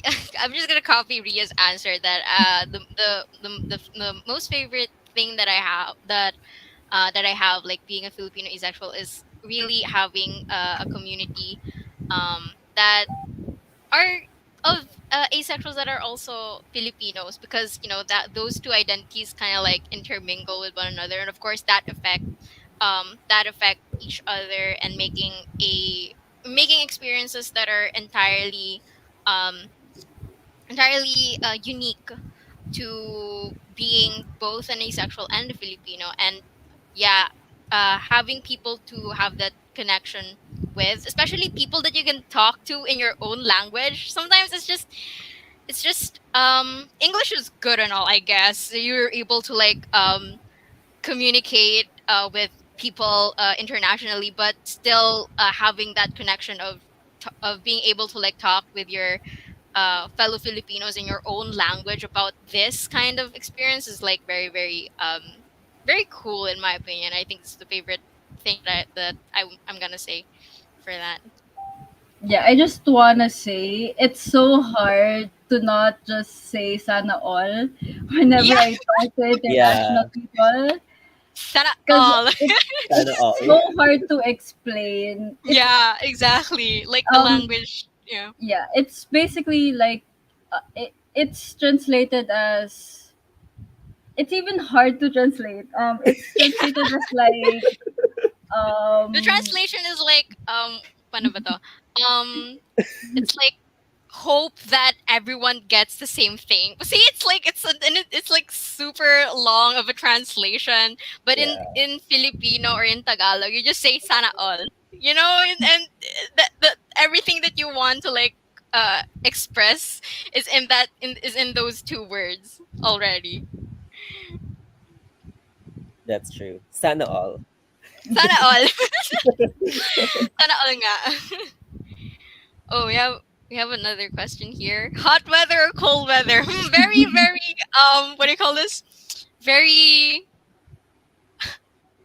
very relatable in this day and age. I just want to say, guys, it's so flipping hot here in the Philippines. Like Yeah, unimaginable hotness, my guys, and I just hate it so much. So I would definitely pick cold weather over everything else because it's just so hot here in the Philippines. Like you would think that it's currently like, I don't know, in other countries it's like spring season.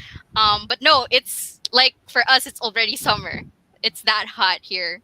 So yeah, yeah. It's like 40 cold weather. degrees Celsius, Yeah, 35 to 40 40. degrees, guys. My Yeah. gosh. well, Oh it's my not goodness. 40 exactly. It's the heat index is 40, which is not that much better, but um It's still I hot. guess It's still hot. So yes. I think for me it depends on who is categorizing if it's hot or cold. Because if it's like cold here in the Philippines, then yeah, I definitely pick that. But like I've been to the US during sana all. December. Go go. Sorry. Go ahead, Yeah, Ria. I've been to the US during December. So it's I've only experienced snow like a couple of times, but like I am asthmatic. Um, so I think the first time I went to the US, it was, I was still like super asthmatic. Well, not super asthmatic, but like because right now it's only like it's really mild, but like back then I had like a full on attack because it was so Oh my cold and it god. triggered my asthma. Uh so I guess it would depend on the category. I'd prefer That's like fair. a middle ground, A please. middle ground. Yes, yes. Yeah, that makes sense. That makes sense. How about you, Juju? Hot weather or Yeah. cold weather? Yeah, we're so deprived of cold weather. So definitely cold weather. Like, Yes. my goodness. I mean, we're the asexuals here in the Philippines. We're all fried here. So That's yeah, true. We're so right. Also like with cold weather, it's like perfect weather to have cuddles. You know, just cuddles, only that, but nothing more. yeah. Yeah. And it's also good if you're like if you want to portray yourself as the main character, like you will wear all those long sleeves that you're like inside your closet. I can see the closet, Leah. So yeah. Yeah, that's pretty much it. How do I unmute myself? Yeah. Um, I used to be like hot weather, need hot weather. But now I get seizures if I get too hot. So like cold weather, definitely. Because I can always just put more clothes on if I need them. But like Hmm. there comes a point where it's so hot and you can't really take any further clothes off. So Yeah. It's yeah, yeah. definitely I would rather have cold weather because it's easier to kind of deal with that than it is to deal with it being too hot. It's very true. Okay, And we have another question here. we do. You have local ace head cannons. Oh my god. I don't Ooh, watch Philippine media. I am so sorry. we're such a disgrace to our nation. Oh no. That is such a hard question since a lot of local stories have romance baked into it. Yeah. It's so bad. Oh my god.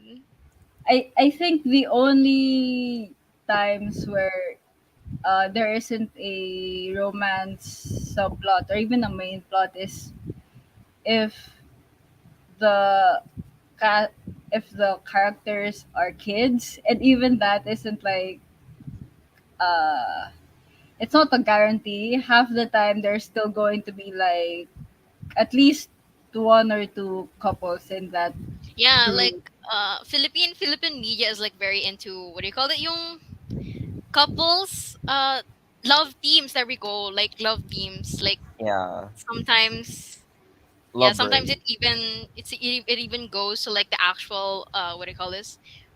Personal lives of the actors. It's very very very nasty. Yeah.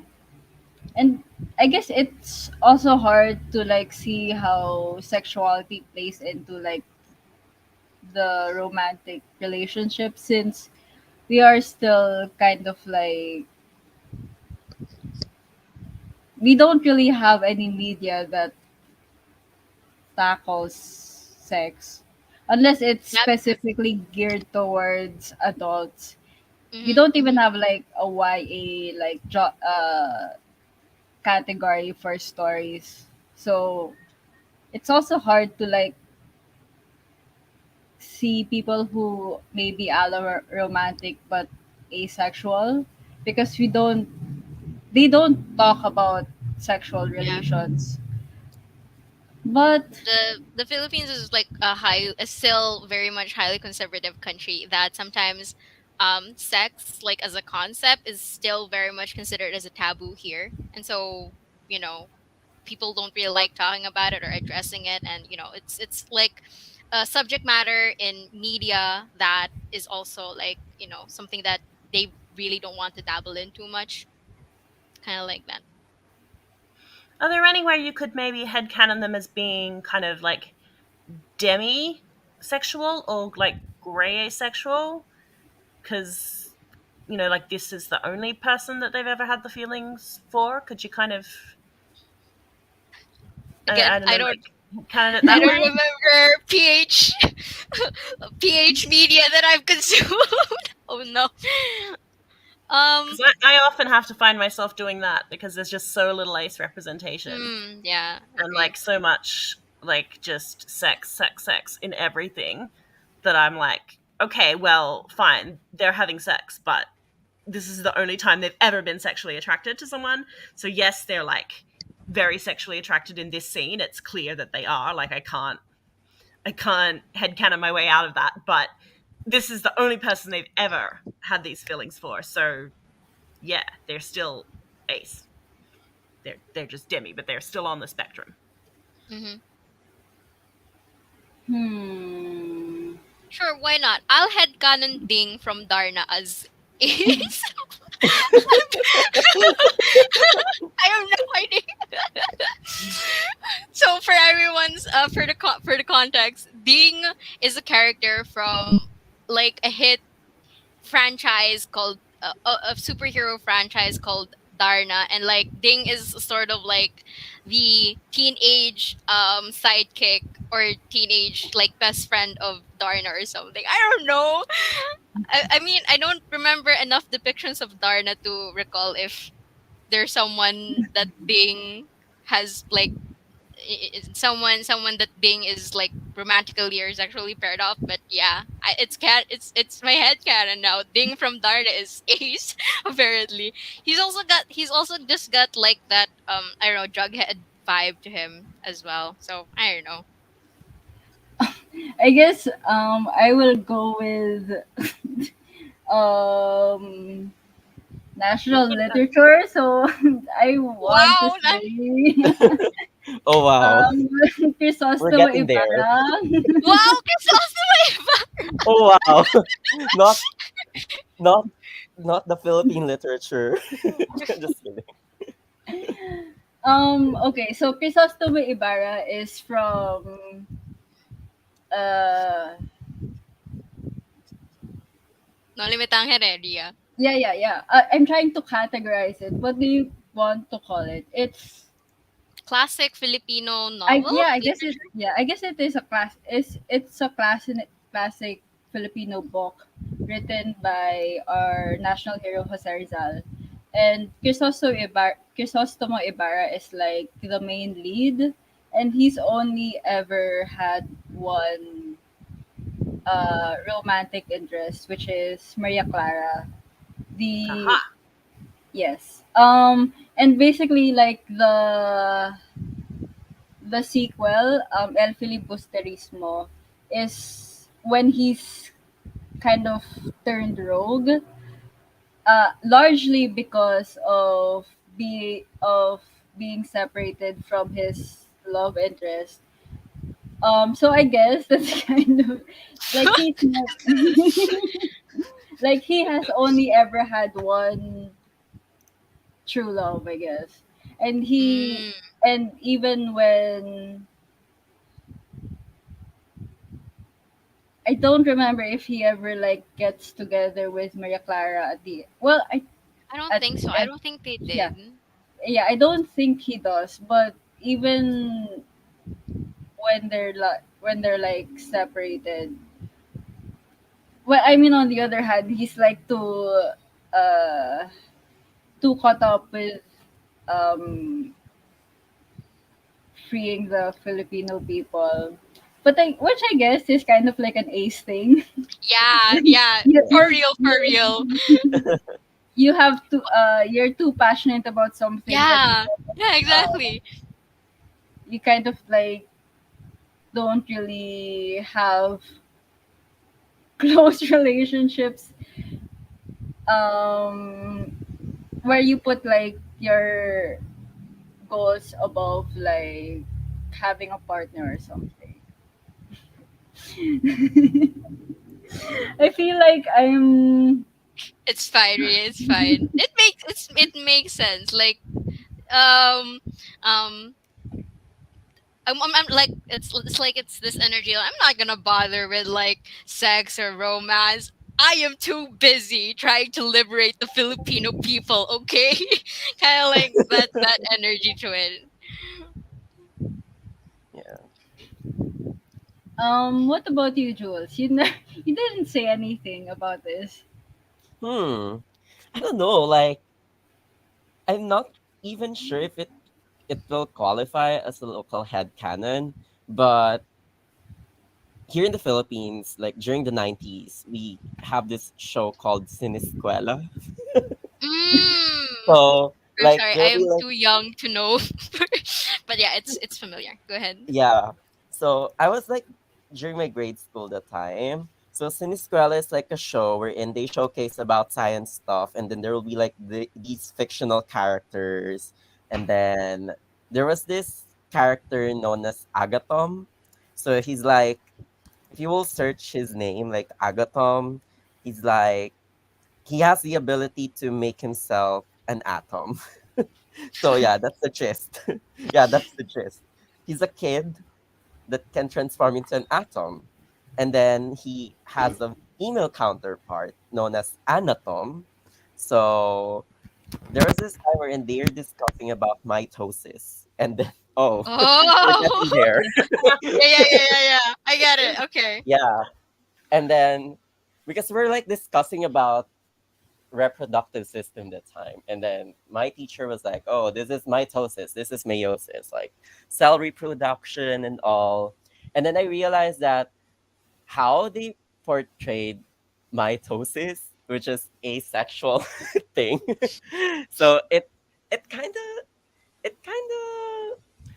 puts me in the spot that, oh, it's possible, like, because whenever we deal with reproduction, it has to deal with sexual all the time, like it has the sperm cell and the egg cell.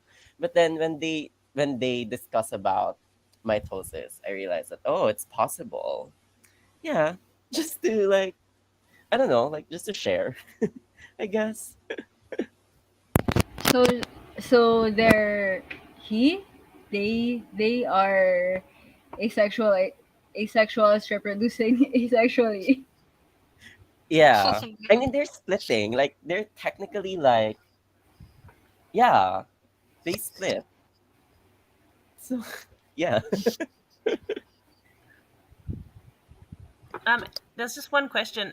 Ellie wanted to know um, if we have ace rings, and if so, when did we start wearing them? So Leah showed us hers earlier. Can you tell us about when you started wearing it? Okay. Sure. I'll go get So, mine. wow. Okay. So I Good, started really. wearing it.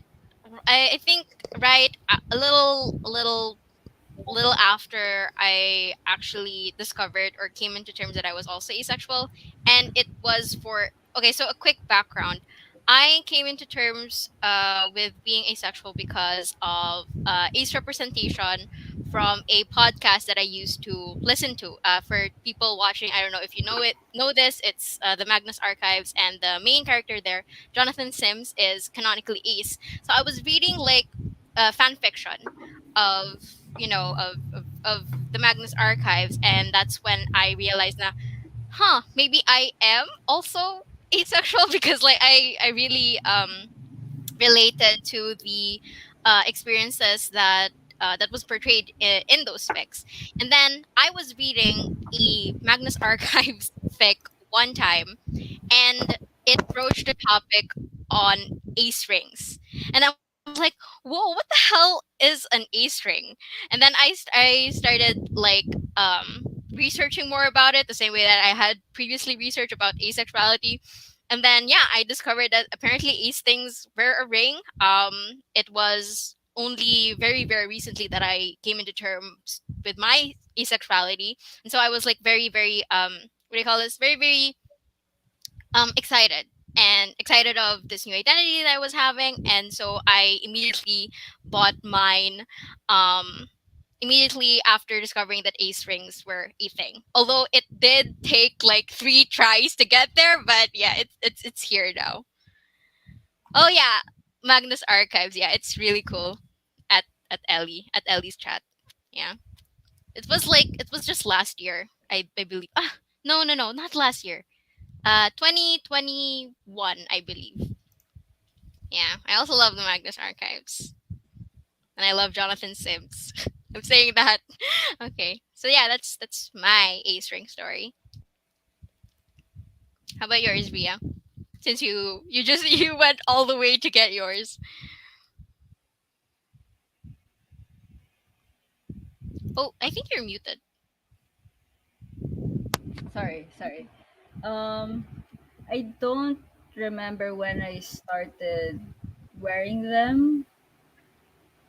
Um, it was probably like a few years before the start of the pandemic, so like 2018 or 2017. Um, I think it was around that time that I was starting to get therapy. So I was starting to look at myself and like what I who I actually am and what that means for me. So I started wanting to like broadcast my asexuality. So I bought an, a black ring off of like an online store. I think I bought like two different ones just to be sure that one of them would fit me. Um, but I stopped wearing shortly before the pandemic because I kept losing them. um, I have a habit of like forgetting things. So I've had I think this is my fourth ring. Oh my god. So I've lost the other three Oh from no. 2017 to now. But I really love this one because if you see, I don't know if you'll be able to see it, but like in it is like it's the rainbow flag. Ooh. So it's a very cute ring. And I got one that is not white, but since it's metal, I got the equivalent of that, which is silver, so that it all so I also have like an arrow ring. So yeah. Awesome. Okay. Now what? I am. Hmm. S has been gone a lot longer than I expected, and now now Right. I'm like, oh, it is 10:41, and I still haven't packed to travel up the coast tomorrow. Okay, it's okay. I'll be fine. I'll. Yep. Um. Yeah. So. Yes. My brain has started to turn to cabbage. Um, Oh it's no. It's mostly okay. cabbage in the first place, to be honest, because I have a neurological disorder. So it's not running like at 100%, just at the best of times. But now it's like I've been talking for 4.5 hours. So now it's like, but like, yeah, if you ask me a question, then I can answer it. But like to have to like move forward, yeah, that's the hard part. Uh, so Hmm. so yeah, like take initiative. That's where I'm struggling. Yeah. Hmm. Trying to think of a question. Um. Oh, you know what? I believe that we had like a bunch of questions for Christmas Oh, the question party. list. Yes, I can pick another number from the question list without looking at it. Okay, Um, sure. uh, Let me just find the list of questions. Hmm. um, Fortunately, my brain's cabbage, so I can't remember anything that's on the list. So let's just say number 8. Oh, okay. Sure. What is eight? What is your opinion that would get you fired from the AIDS community? Oh, what is my Interesting. what is Oh my no. getting fired? Hmm. Well, I like cake and I like garlic bread. So no, I'd be allowed to stay. I like dragons, so that's fine. um, hmm, Hmm. hmm. I used to have an opinion. Oh no, that's more of an Aero opinion. Hmm. I used to think I used to not like Elsa from Frozen being headcanoned as Ace. Oh yeah, yeah. Yeah, because I didn't like the like frozen, like icy kind of implication, because like Mm. in English, like frozen, like frigid, the word that like asexual people get called is literally is a what it like means frozen. It's the same. That's the translation of the word. So I was like, I don't like that implication. But then I was like, yeah, but if some asexual people identify with that, like that's good for them. Like that's their story. Why shouldn't they be allowed to identify with that? So now I have no problem with it. But yeah, I used to say that I didn't like Elsa being canoned as asexual. But now I would no longer be fired because now I am happy for people to have that headcanon. And I've kind of embraced it for them because I'm like, no, that's some people's story. That is how they identify, and they're happy with that, and they like having that kind of frozen, like implication around them, and like good for them. Like that, if that's what speaks to them. So yeah, now I'm like, no, yeah, some aces are frozen aces, and that's good for them. I support that. So yeah, that's an old opinion, but I can't think of a current one. I'm not wild about so many ace like icons and stuff being food related, but that's because I have an eating disorder. So it's not like really a fun opinion you can fire me for. um, yeah. I don't know. I like all the ace foods and I like all the ace icons. Yeah. I also like the ace foods and the ace icons. I don't like the colors of the ace flag. Why? Okay, now I'm gonna fire you. Just black, kidding. white, and gray. Black, white, and gray. Are you kidding me? How boring are they? Like, You know what? Okay, you know what? Fair, but I am just biased dull. with those colors. I like rainbows. I want the pan flag. Like bright pink, bright blue, bright yellow. Yes, that is a flag. That is a happy, cheerful flag. I love that flag. Yeah, the ace flag is a bit drab. Oh my god! And then everything else is a bit drab. But then I've had like other queer people say to me, they're like, "Oh, I love your flag. It's like it's a bit understated," whereas they feel like theirs is a bit too much. So So, it goes are both we ways. talking about flags? Because that's my opinion. I find it mediocre at best. Like Oh I my love god, the Ria! Oh my I'm gonna fire goodness. you as well. Kidding. Drab is what I said.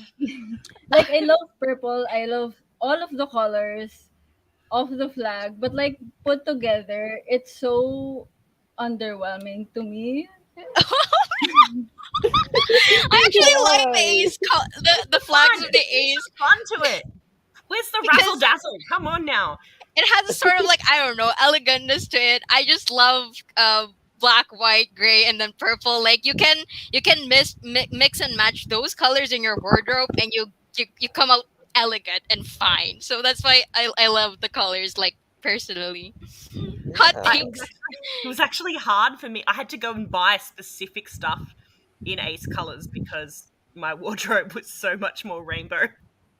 I had to go out and Oh, specifically okay. You that know that ace makes sense. But like I'm the opposite. Like I like I don't know, neutral colors, because like they're so easy to match with other colors, and like you get, I don't know, you get purple in it, and it's like it's great. It's good. It looks good.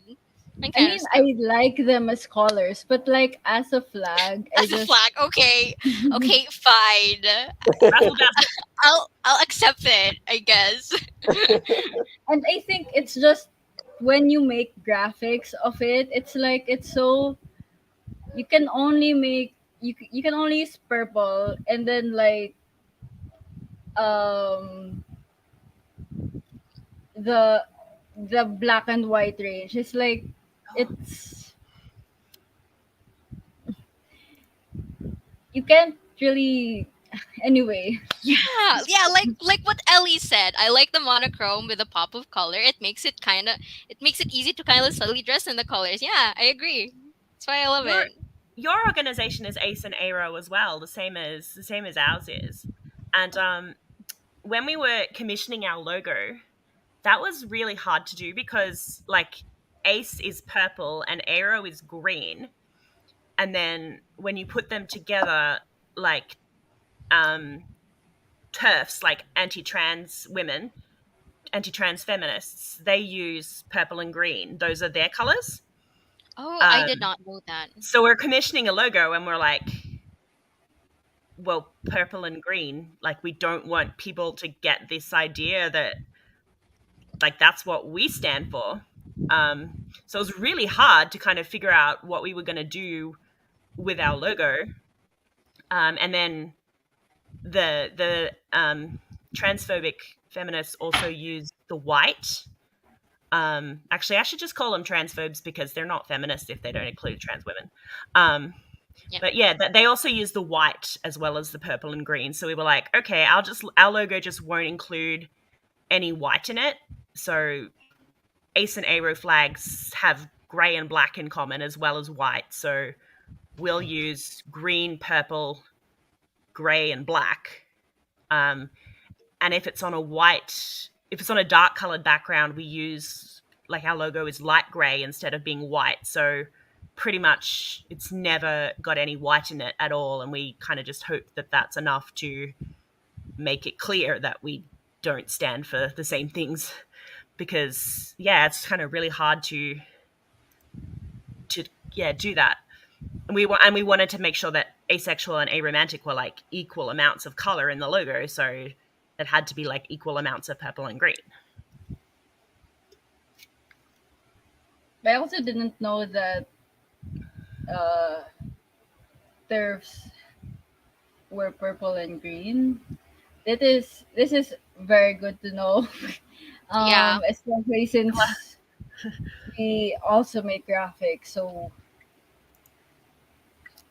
we will have to make. No, but Yeah. then again, I don't know. But then again, shouldn't turfs are irrelevant? So they're what do you call it? So their claiming of the purple and the green colors are also irrelevant. Something like, I don't I mean, know. that's fair, that's true, but we just didn't want to like. Yeah, I get that. And there's another organization in Australia as well, so we didn't want it to be like. Well, I mean that one's only asexuals, and we're ace and aro, so they've got no green in their logo. But we didn't want it to seem like, oh, we're the one that doesn't include trans people. Like, you know, people will think what they think, and so we wanted to be really clear that. But yeah, there's our logo, which you can't see very well.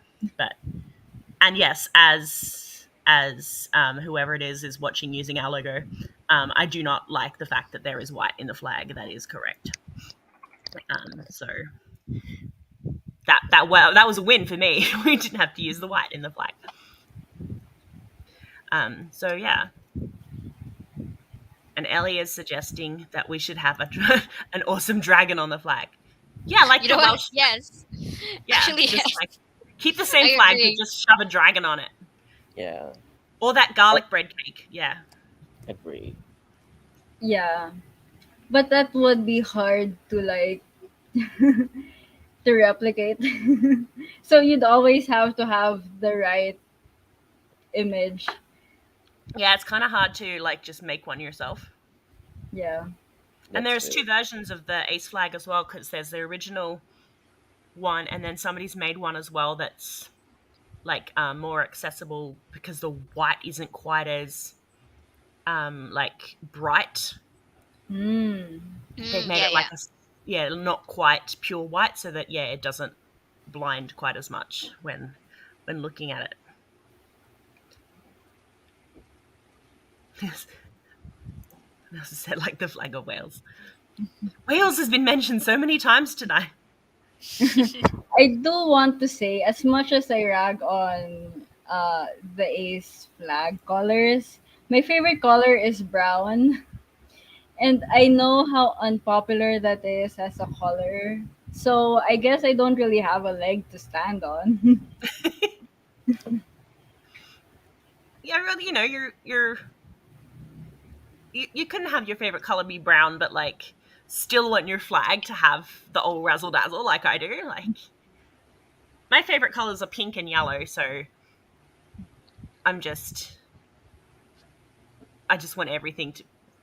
Yeah, there's a lot of people that just yeah no they wouldn't want to live in a home decorated by me. No. Because they were asking, like, someone was asking what games I play before, and I was saying I play The Sims and House Flipper. There's a lot of decorating homes involved, and like, yeah, no one's buying the homes that are decorated. Oh No no. one wants to live in a home with yellow and pink walls.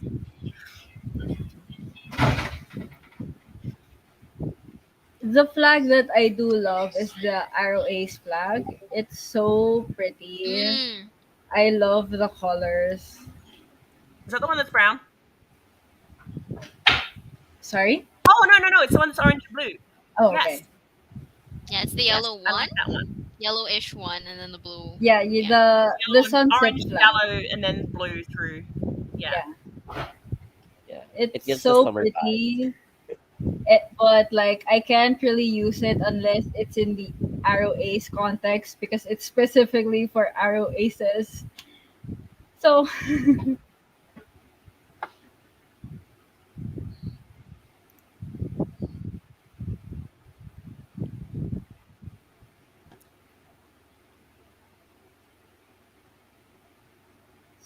so yeah.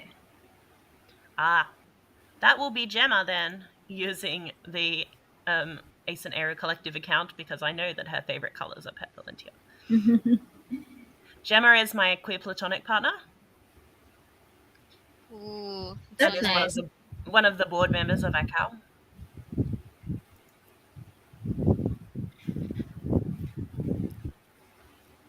So I identify as um, apothesexual and queer-romantic. Does anyone else use micro labels, or do you prefer just like asexual or aromantic? I Or use I use micro labels because they're so nifty. Even like trying to what do you call this in pinpointing like specific experiences. So I use ego sexual Mhm. as a micro label. I also use that's for the aspec ones. Then for the arrow ones, I use quaromantic because question romance question mark. Yeah, it's hard for me to like distinguish what is romantic attraction to platonic attraction, that kind of stuff. So yeah, it's just for me it's really nifty to like use micro labels to um pinpoint like specific experiences that aspecs have, kind of like that. So yeah. Yeah, I use queer-romantic because I'm the same as you. Like the only relationships, like romantic relationships I've ever had were, I mean, one was abusive. The and one of the others was like, if it had gone on for very long, it would have become abusive.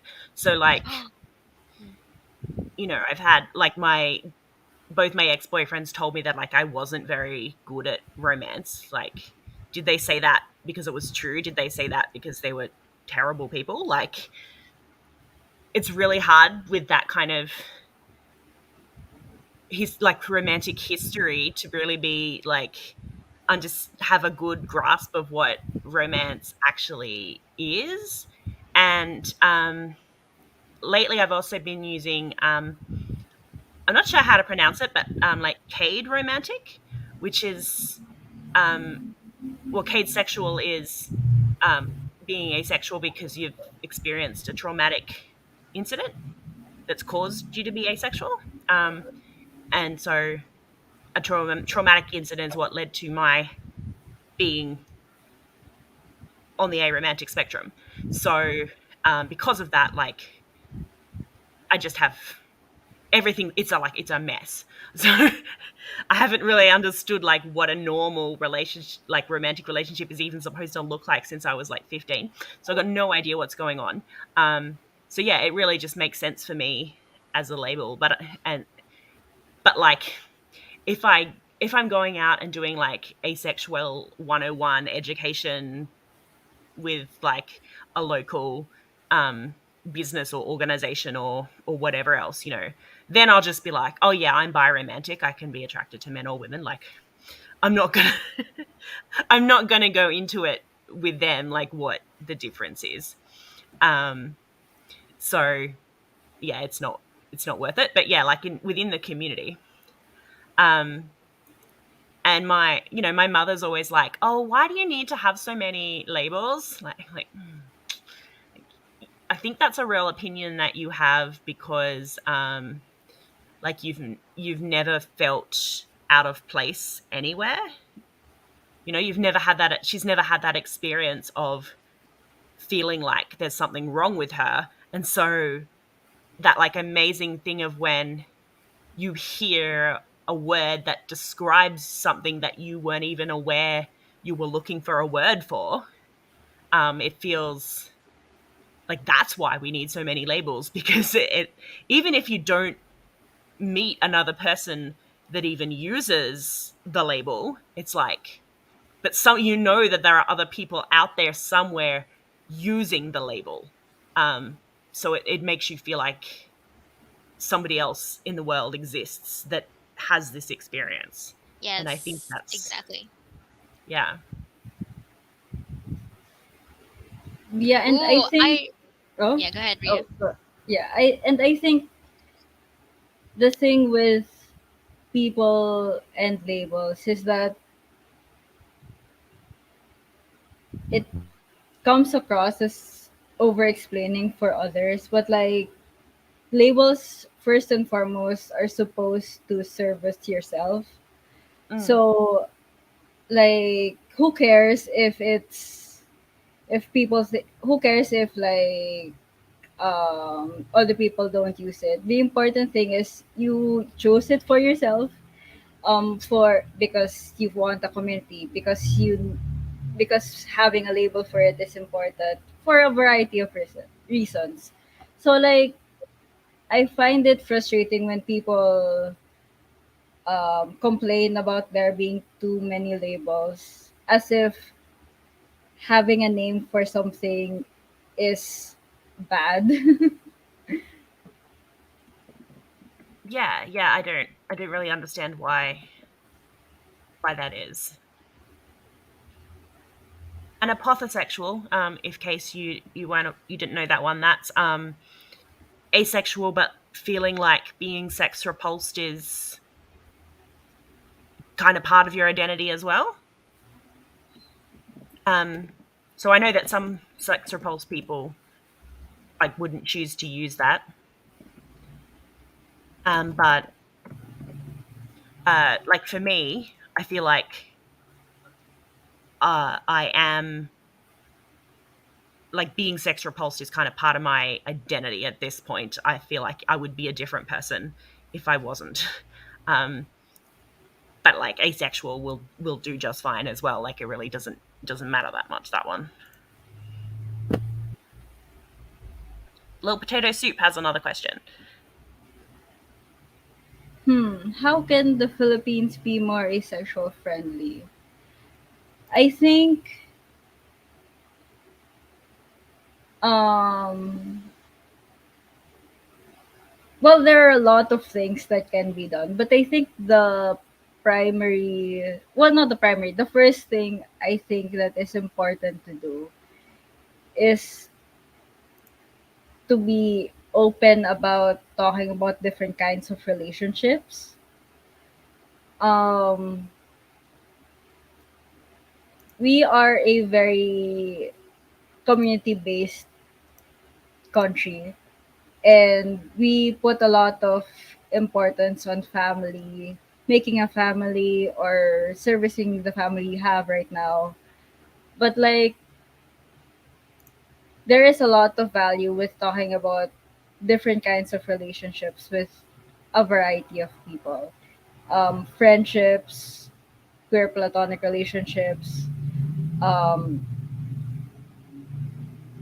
all kinds of like connections that you have that may or may not be important to you. Um, we've the Philippines has put too much value in like the family that kind of everything else kind of like falls in the wayside. Um, you're expected to put your family first, and so there's such a strong value on uh, having your own family in the way that it has to be traditional. Um, you can't just have make a family with your friends. You can't have a family with a partner without getting married. You have to have kids and all of that kind of restrictions. I think just allowing the conversation to start is already a step in the right place. I agree with what Bria said. I think the step that we need to take first and foremost is first and raising more visibility and awareness about asexuality in the Philippines, because I think that's like the very very very first step that we need to take. Because how can we make the environment safer if they don't even know this injustice, this form of injustice is happening in the first place. So I think that we need to raise more awareness in the general public, in the general Filipino masses, of what asexuality really is and how is it like affecting us as individuals. And from that working to ways and resolutions to make the very environment itself safer and much more inclusive. Something like, so it can be in the form of policies, it could be in the form of representation, but I don't think we will really get there without raising awareness and visibility. And I think that has been that's what we have been doing as an organization as well, to try and just build more visibility to the general Filipino audience, that kind of stuff. So yeah.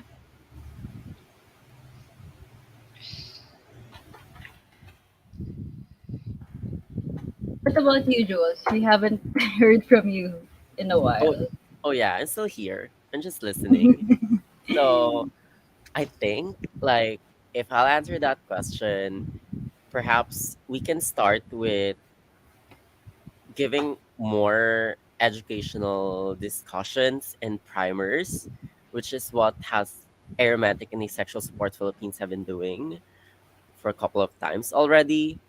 And I think it's like the thing with asexuality here in the Philippines. I don't know if you guys have experienced it, but like whenever people, well, based on my experience, when I've told people that I'm asexual, they were like cool about it, and then they were like, "Oh, I think I should ask you about like advice about relationships and stuff because you can give more objective advice since technically you don't have the attraction." Like I don't know, like while it's empowering, there are times when like I I sometimes feel like it's more of like when you're asexual and aromantic here in the Philippines, there's this connotation wherein you will be like someone's assistant or you will fulfill someone's narrative. I don't know how to put it into words. Like there's this term here in the Philippines known as matandang dalaga. I don't guys like tell me it's like how do I translate this in English? It's like a stereotypical character or in It's like It's a like a spinster spinster. character uh stereotype of like an old lady who uh it doesn't like get to marry a husband and does not have like kids, and in turn she becomes bitter, something like that. So Yeah. yeah. So it's like it's heavily stigmatized here in the Philippines. So like there's nothing wrong with it. It's just that aromanticism and asexuality, it's more than being that. Like you can pursue different relationship dynamics, you can pursue like all the relationship types that you want. And at the end of the day, it's all about empowering ourselves through the different narratives that we can have, like trying to be ourselves. Like we just have to be our, like, we just have to be ourselves at the end of the day. Yeah. Yeah, it's like the crazy cat lady trope.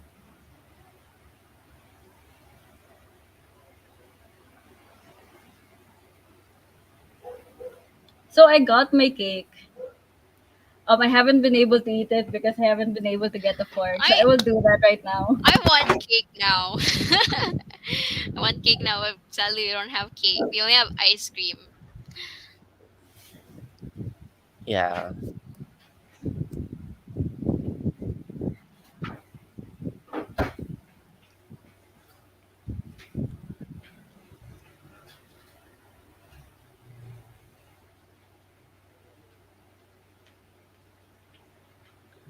I was just talking with the mic off, wasn't I? Yes, I was. Oh no, yeah. I think you were muted. Yeah, my cake was a random surprise cake that got delivered to my door. Um, like a whole quarter of a full cake, but I did my best to eat it all, but it didn't happen. Share it It's with getting us. didn't need dinner. Did not need dinner.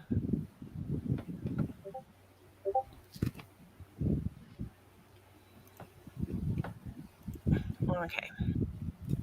Um, so if you guys wanna play Scriblio, I have it Hang on, we have a on. new friend arriving. Oh, hello. Oh, just in time. I think we can play Scribio with them. Nem. Hello. Hello. Hi. Hello. Hi. I did issues with my internet, so I switched to my boarding house internet, which I'm actually using for the first time now. Oh, Hello. hello, but no, that's not right because we want you to be the biggest, not me. How do we make you the biggest?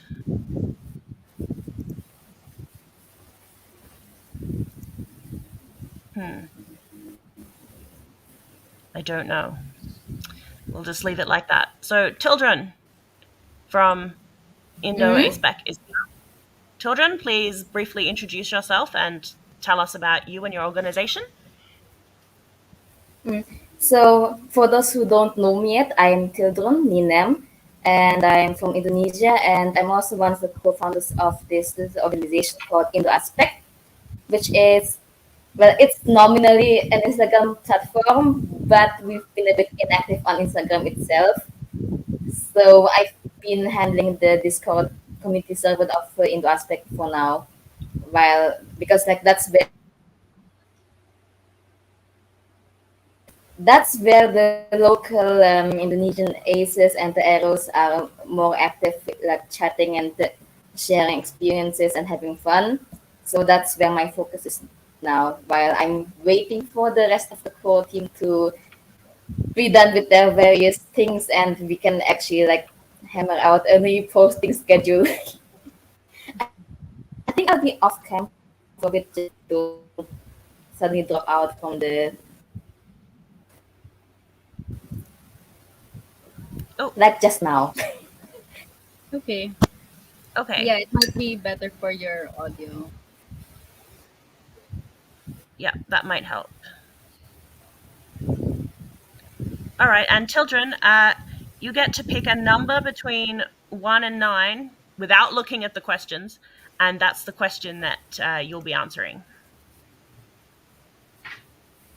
5, I guess.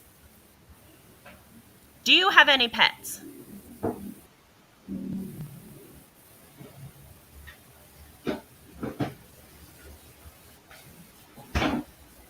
Yeah, I can't hear you on my end just now. Oh no. Does anybody else have any pets that they could show the live stream? Oh, well, I Sadly, have. we don't have don't have Well, My any I pet. my I dog have appeared before. I have a cat and two dogs, but it's hard. Well, I can get my dog. He doesn't move much, so There's I see. It's Gemma the pets asking me to bring cake question. with me when I go and see her tomorrow. I will bring the cake with me tomorrow. Yes.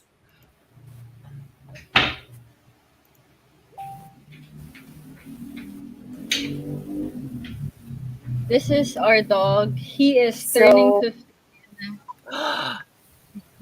How do we make you bigger so that we can see your dog? What's We his don't name, want him. Ria? that's His name cute. is Haha. Yay. His name is Winken. We did Winken. not name him. Our cousin named him. He looks as old as he is. He is 15 years old. Oh,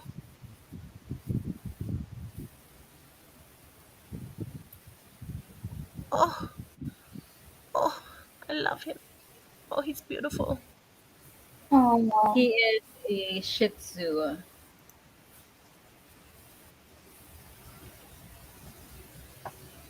I used to have a dog that was half Shih Tzu. Nice. He is turning 15 this month. We don't know the 15. exact date. Oh my So god. He is oh, so happy old. birthday! 15 years, 15 months. Wait, sorry. I don't know. 15 years. That's yeah, Oh, he is very oh old. my. That's why he looks old. Okay.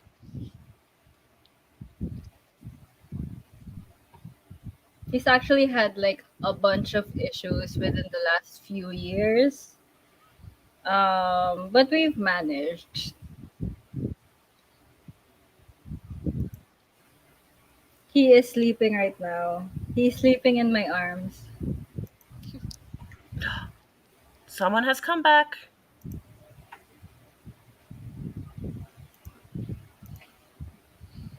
Hello. Oh, not so.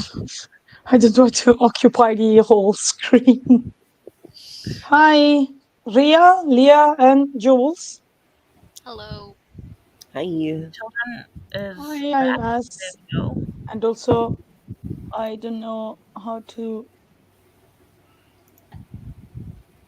Um, sorry, I don't know. I don't want to butcher your name. Tildrun?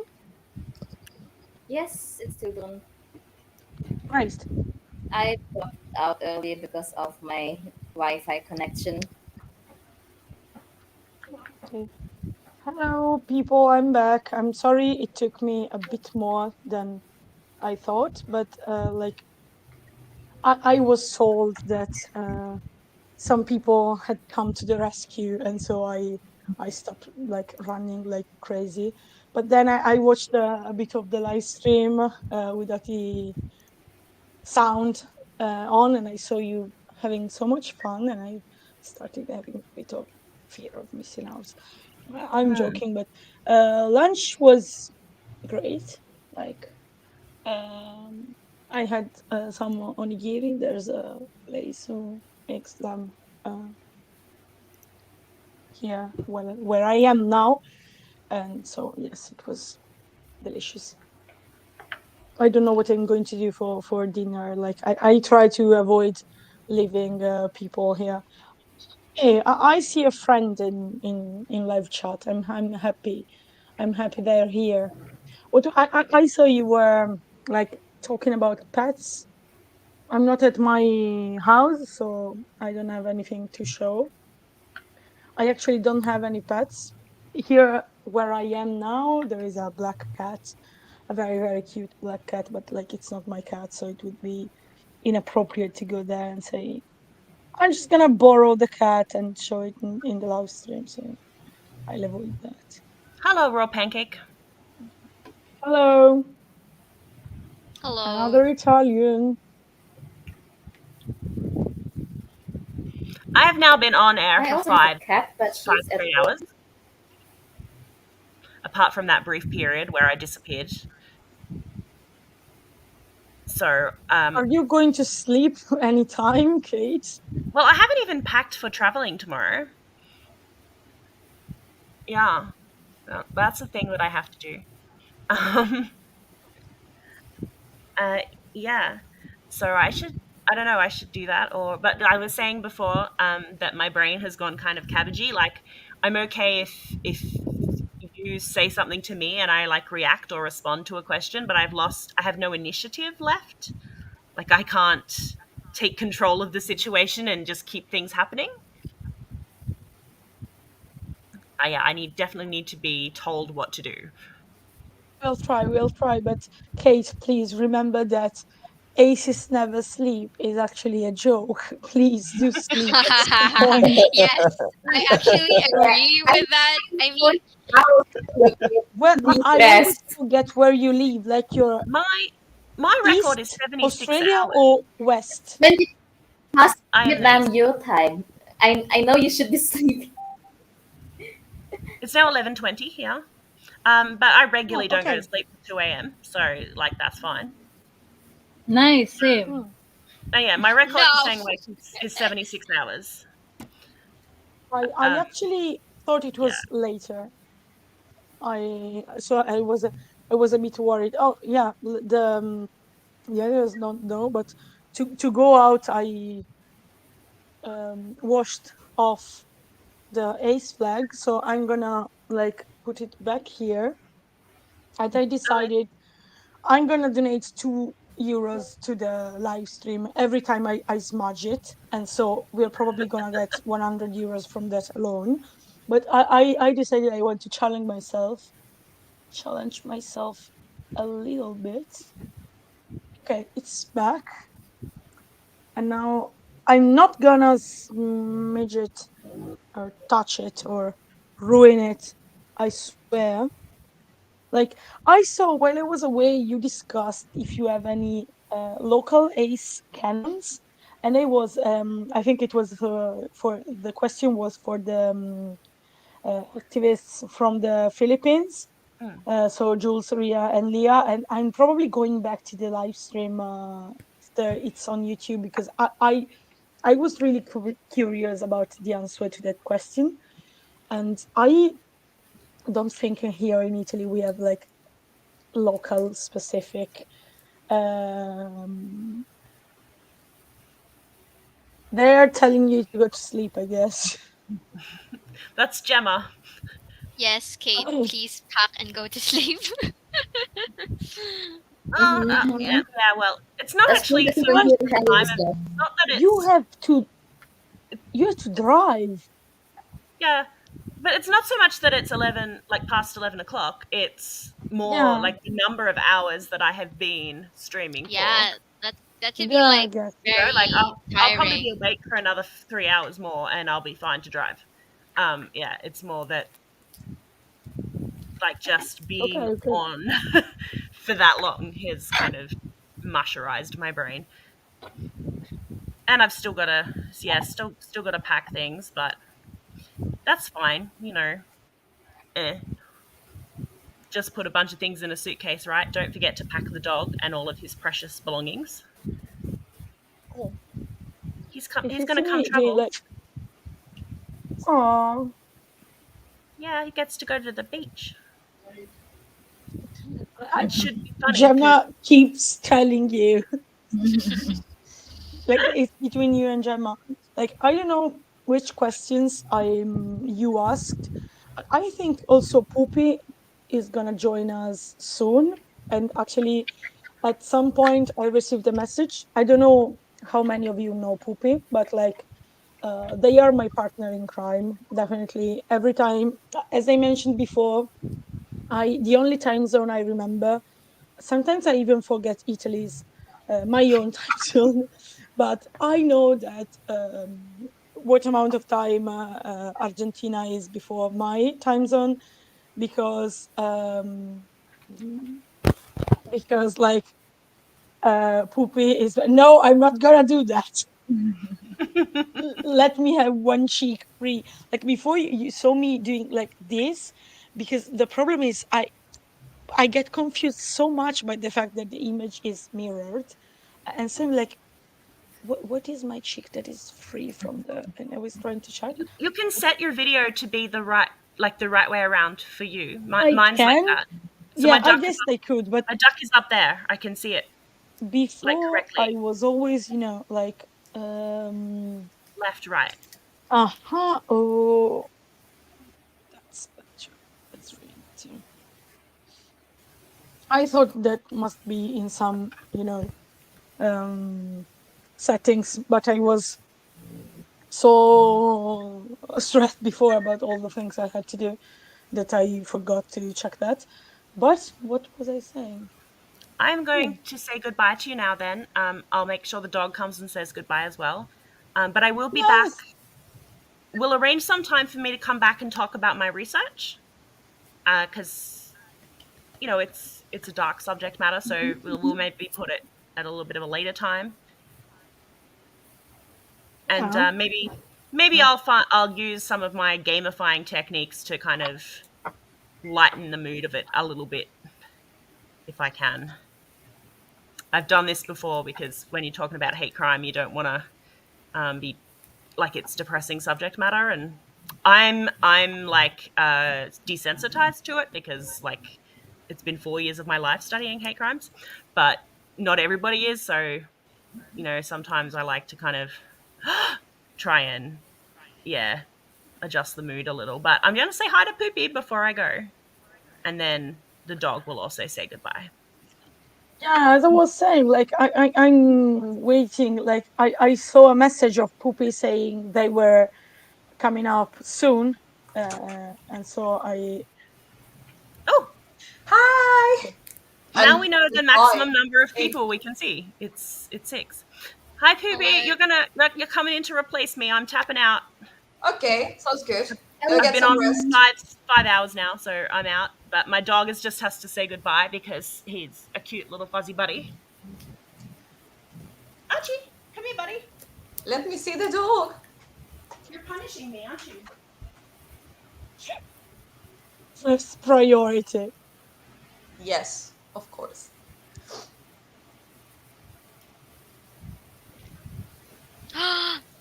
Hello, doggo. Aww. Look at the Always so cute. He's mad at me Like the because I real haven't star of the live gone stream. to bed. baby.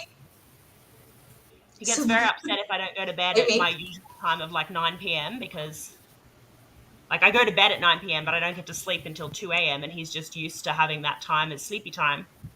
And it very much confuses him when I don't go to bed when I'm supposed to. Oh no. Oh, don't confuse the dog. Oh, so sleepy. So sleepy. Baby. Okay.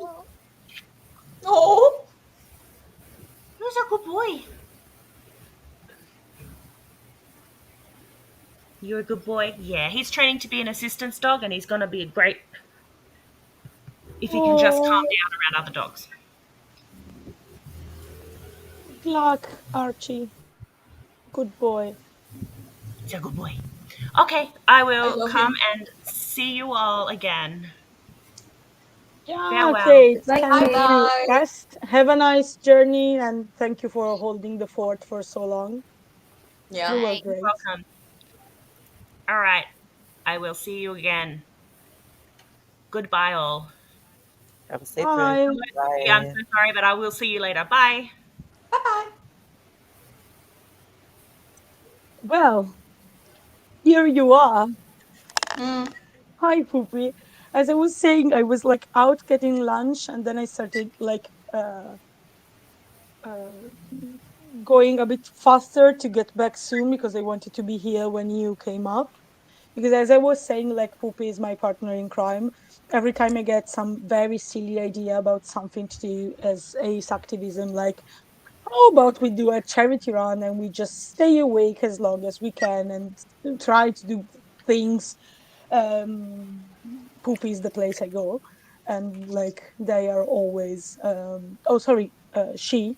L is. Oh, okay. Yeah, it's the I Spanish one. I I remember. forgot we're doing Yeah, yeah. English, and I was like, ah, yeah, Asian, Spanish. Okay, Never okay, mind. okay. And like uh, she helped me organize. Uh, she helped me organize this live stream, and it was amazing. And thank you very much. It's so nice to see you here. We are like the crazy person trying to do things like this.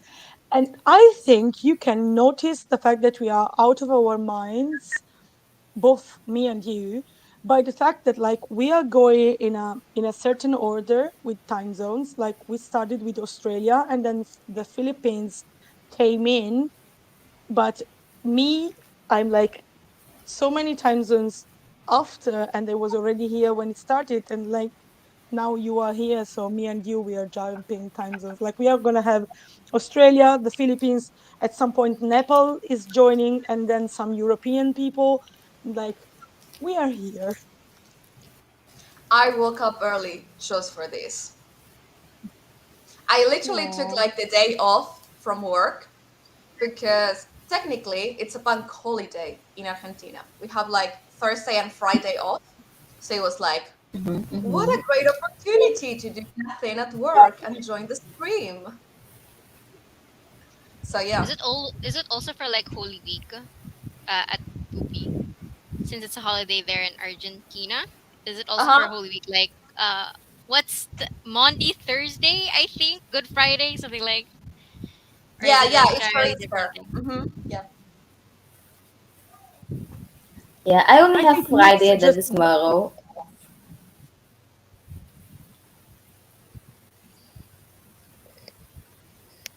I'm on vacation from today till Tuesday, and I'm like, it's a lot of days. I'm happy. Like I'm very happy about that. I think Mick suggested a possible good topic actually. Like uh, since we got there in some way, gender neutral pronouns in each language, like both my language and Pupi's language come from Latin, so I have some idea of the situation there, but I have no idea totally about the Philippines and children. You are from Indonesia. Indonesia. Indonesia. Okay. Indonesia is Do pretty you have simple any? actually. Like the fun thing is that regardless of gender, there's only one third person pronoun and it's dia. So Oh, technically, that's the gender neutral pronoun that comes standard in like the actual Indonesian language.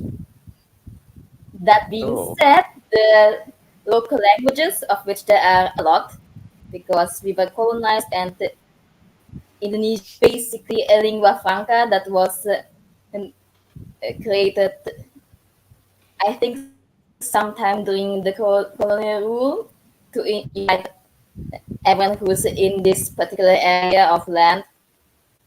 Which, when you think about it, it's a successful conlang. When you think about it, so we borrowed stuff from Arabic, we borrowed stuff from uh, Malaysian, I think, and then also I lots of Dutch influence. So it's a real hodgepodge. Like lots of things are in here, and somehow we end up with only a single third person pronoun. Yeah. It's actually the same. It's actually the same. What do you call this? Same case for the Philippines. For the third person singular pronoun that we have, we only have one. It's already gender neutral, so that is good. And it's siya or sha. Y- Most Filipinos call it sha, but it's pronounced as how I just had edited it on my like handle, so like SIYA. Yeah, it's already third person, so you can use it for both masculine and feminine.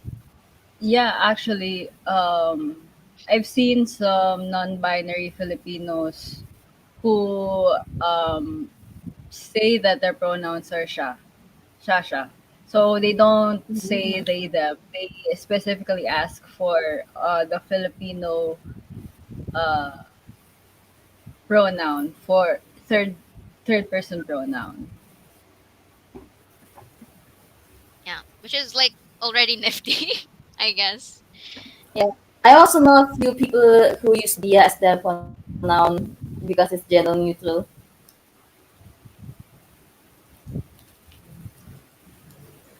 Yeah, I actually knew about Indonesia only using one pronoun because I work in esports and we have like a Discord server for the fans of the organization I work for. And there's a guy from Indonesia and he was like telling me how sometimes it's hard for him to like kind of use they with me. So they prefer to call me Pupi and like don't use any pronouns because in Indonesia it's only like one pronoun and he has like a very hard time understanding this whole thing. Mm-hmm. That's also why it's so common for students to mix up he and she because we only have one pronoun here. And a quirk of the language is that, especially if you're talking to someone who's older than you and who's someone you should respect, then especially in a family context, then generally you don't even use a pronoun. You just refer to yourself by name. And I grew up overseas in Europe, so I basically spoke Indonesian just in my family. So when I moved back here to Indonesia, like getting out of the habit of referring to myself by name when I'm talking with a teacher, it's a hard habit to break. It's a bit funny.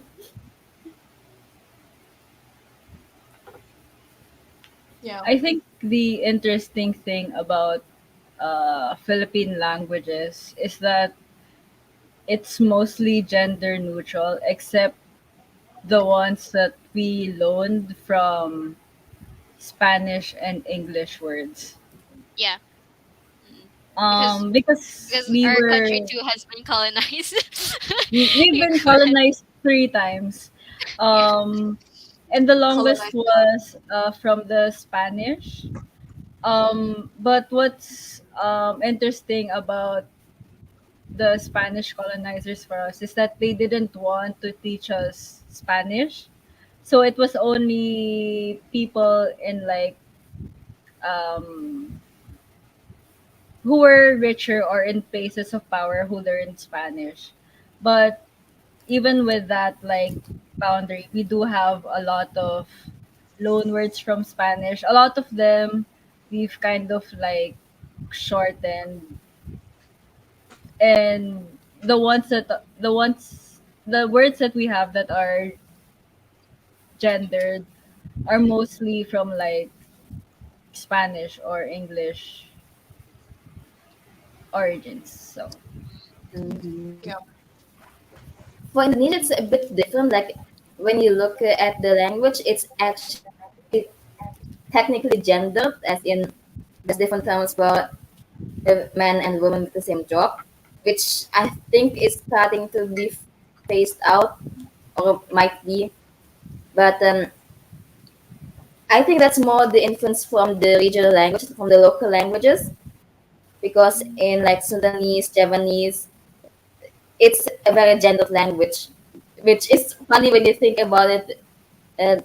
That standard Indonesian, which is like the official language, only has a single gender neutral third person pronoun. Yeah. Yeah, I think like English is more neutral in the sense that they do have pronouns, but their adjectives, for example, do not have a gender. And that's Yep. the problem with like Spanish, French, Italian, and all those Yeah, languages. Like yeah. all the words are gendered. Yes. And it's so random. Like why the chair is a she and I don't know, Exactly. Yeah, I am rice is a currently. he. Mhm. Makes no sense. It's so arbitrary. For context, I am also like It learning sounds French even right more now. insane because then you have a neutral. Sorry? With You're German, saying you're Spanish? Even German, more yeah. insane German because has a then there's a gender. neutral gender for objects. Yeah. For Ah, yeah. German. I was Yeah, gender. in Switzerland, so I learned German. Yeah. Children, I think we hear a bit glitchy, so I'm not sure I understood what you said. Hmm. So I used to live in Switzerland. I grew up there, so I learned German. That's why I know this stuff. Yeah. Yeah. Yeah. It, oh, wait. We have in Slovene there is no actual gender neutral pronoun, they write in the chat, but some people might use plural. But it is also a problem that our language is very gendered and almost all words change based on your gender. Like, yeah, Italian is like that as well. Like all or most languages coming from Latin have a similar structure as far as gender is concerned. And also other European languages have gender, like a German language like German. And I know it's frustrating for people learning the language as non-natives because, like, yeah, gender is a very arbitrary Yeah. type It's of linguistic feature so many times, and so it's difficult. Like we don't really get how difficult it can be to memorize all that stuff because like we were born with that. Like I was born knowing which article I have to use with the word for chair and which different article I have to use with the word for table, because table is masculine and chair is feminine. But like um it's not so easy for like, yeah, German is only three genders. Italian is actually only two. Like we lost the neutral gender that Latin actually had, so we only like divide all the nouns and corresponding adjectives as well in masculine or feminine. So like, yeah, some people also pointed out that actually it's a strange way. It sounds strange in Italian to say what are your pronouns, because yes, okay, it's an easy way to refer to which grammatical gender you use, but the English people say what are your pronouns because pronouns are like the only, or most of the time, the only gendered part of the speech. And so you just need to know someone's pronouns and you're fair to go. For us, it's not like that. And there's been a lot of experimenting in Italy recently about ways to create more themes for the neutral gender in singular and plural. And yeah, it's a hot topic. It's a hot topic in Italy sometimes. But also, I envy the Hispanophones because, Pupi, correct me if I'm wrong. Like for the neutral plural, I know at least in Spain, I don't know in other countries, Spanish speaking, they started using the E for the neutral plural. And that's so easy. Like we have the problem that we have almost finished the phonetic repertoire of um, vowels that are already commonly used in Italian. We only have the u left, and yeah. nobody wants to use the u for the neutral, except from me. I'm probably the only Italian person using the. No, I'm not the only one, but I'm like a proud defender of the u as a system for neutral plural in Italian. And I sometimes get made fun of because I'm so determined on that. But yeah. Yeah. Oh yeah. Diana, I'm not sure, but as I did before, it seems that your account has your name and maybe surname as a nickname. So before putting on your comments on screen, I'm gonna ask you if it's okay or if it's a problem or in any way. So Yeah. yes. Yeah, and the thing about Spanish is that, well, talking about gender neutral pronouns, there are some words, well, as you said, we use the E to make things gender neutral. So instead of ella, eshe for the neutral one. But there are some words which end in E already and are gendered. So sometimes what we do is we change the E for an I. Okay. So instead of saying like pibe, which is like a colloquial way of saying boy, we say pibi, for example. And it's cute, actually. Yeah, but there's like a lot of debate around it because, oh, the Real Academia Española doesn't allow this, and it's like, Yeah, it's the yeah, puritism, yeah.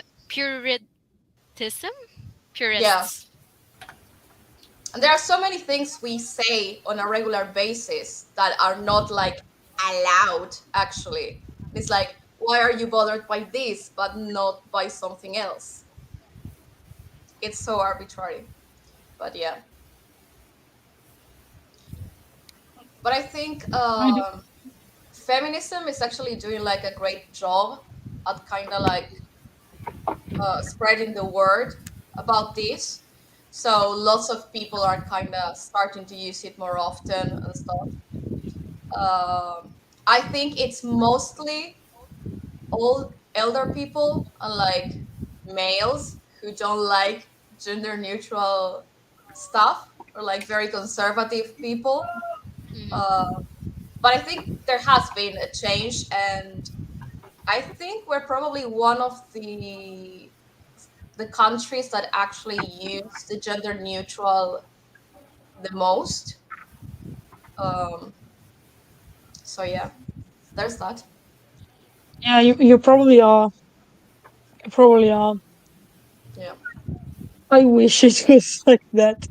Like Sana all. unfortunately, Wait, they weren't here when we explained All that. right.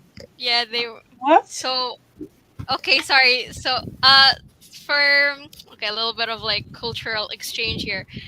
Sana all is like a term that we use in the Philippines to like say na oh, I hope that everyone, oh, I hope that like this particular thing applies for everyone.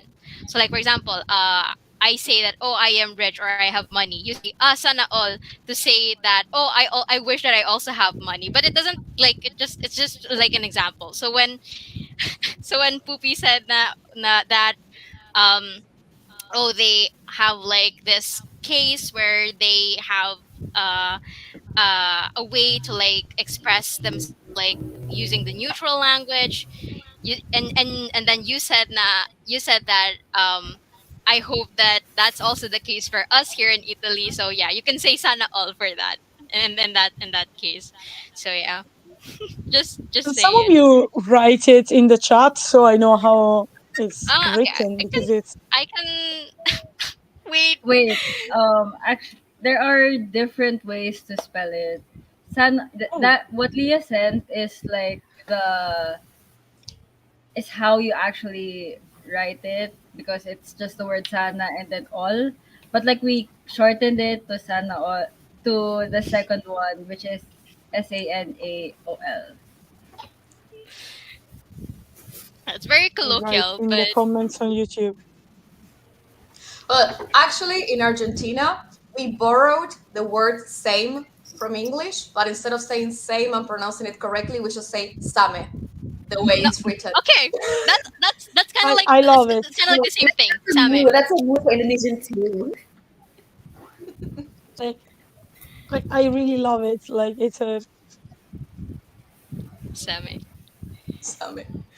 And it's is it funny just an because like Argentinian thing or like yeah, we actually have like an emergency service that's called SAME, So whenever we say same, we're like, oh, do you want me to call an ambulance, or are you saying like same? Like, and we joke around a lot Okay, that that's as fine. well. That's fine.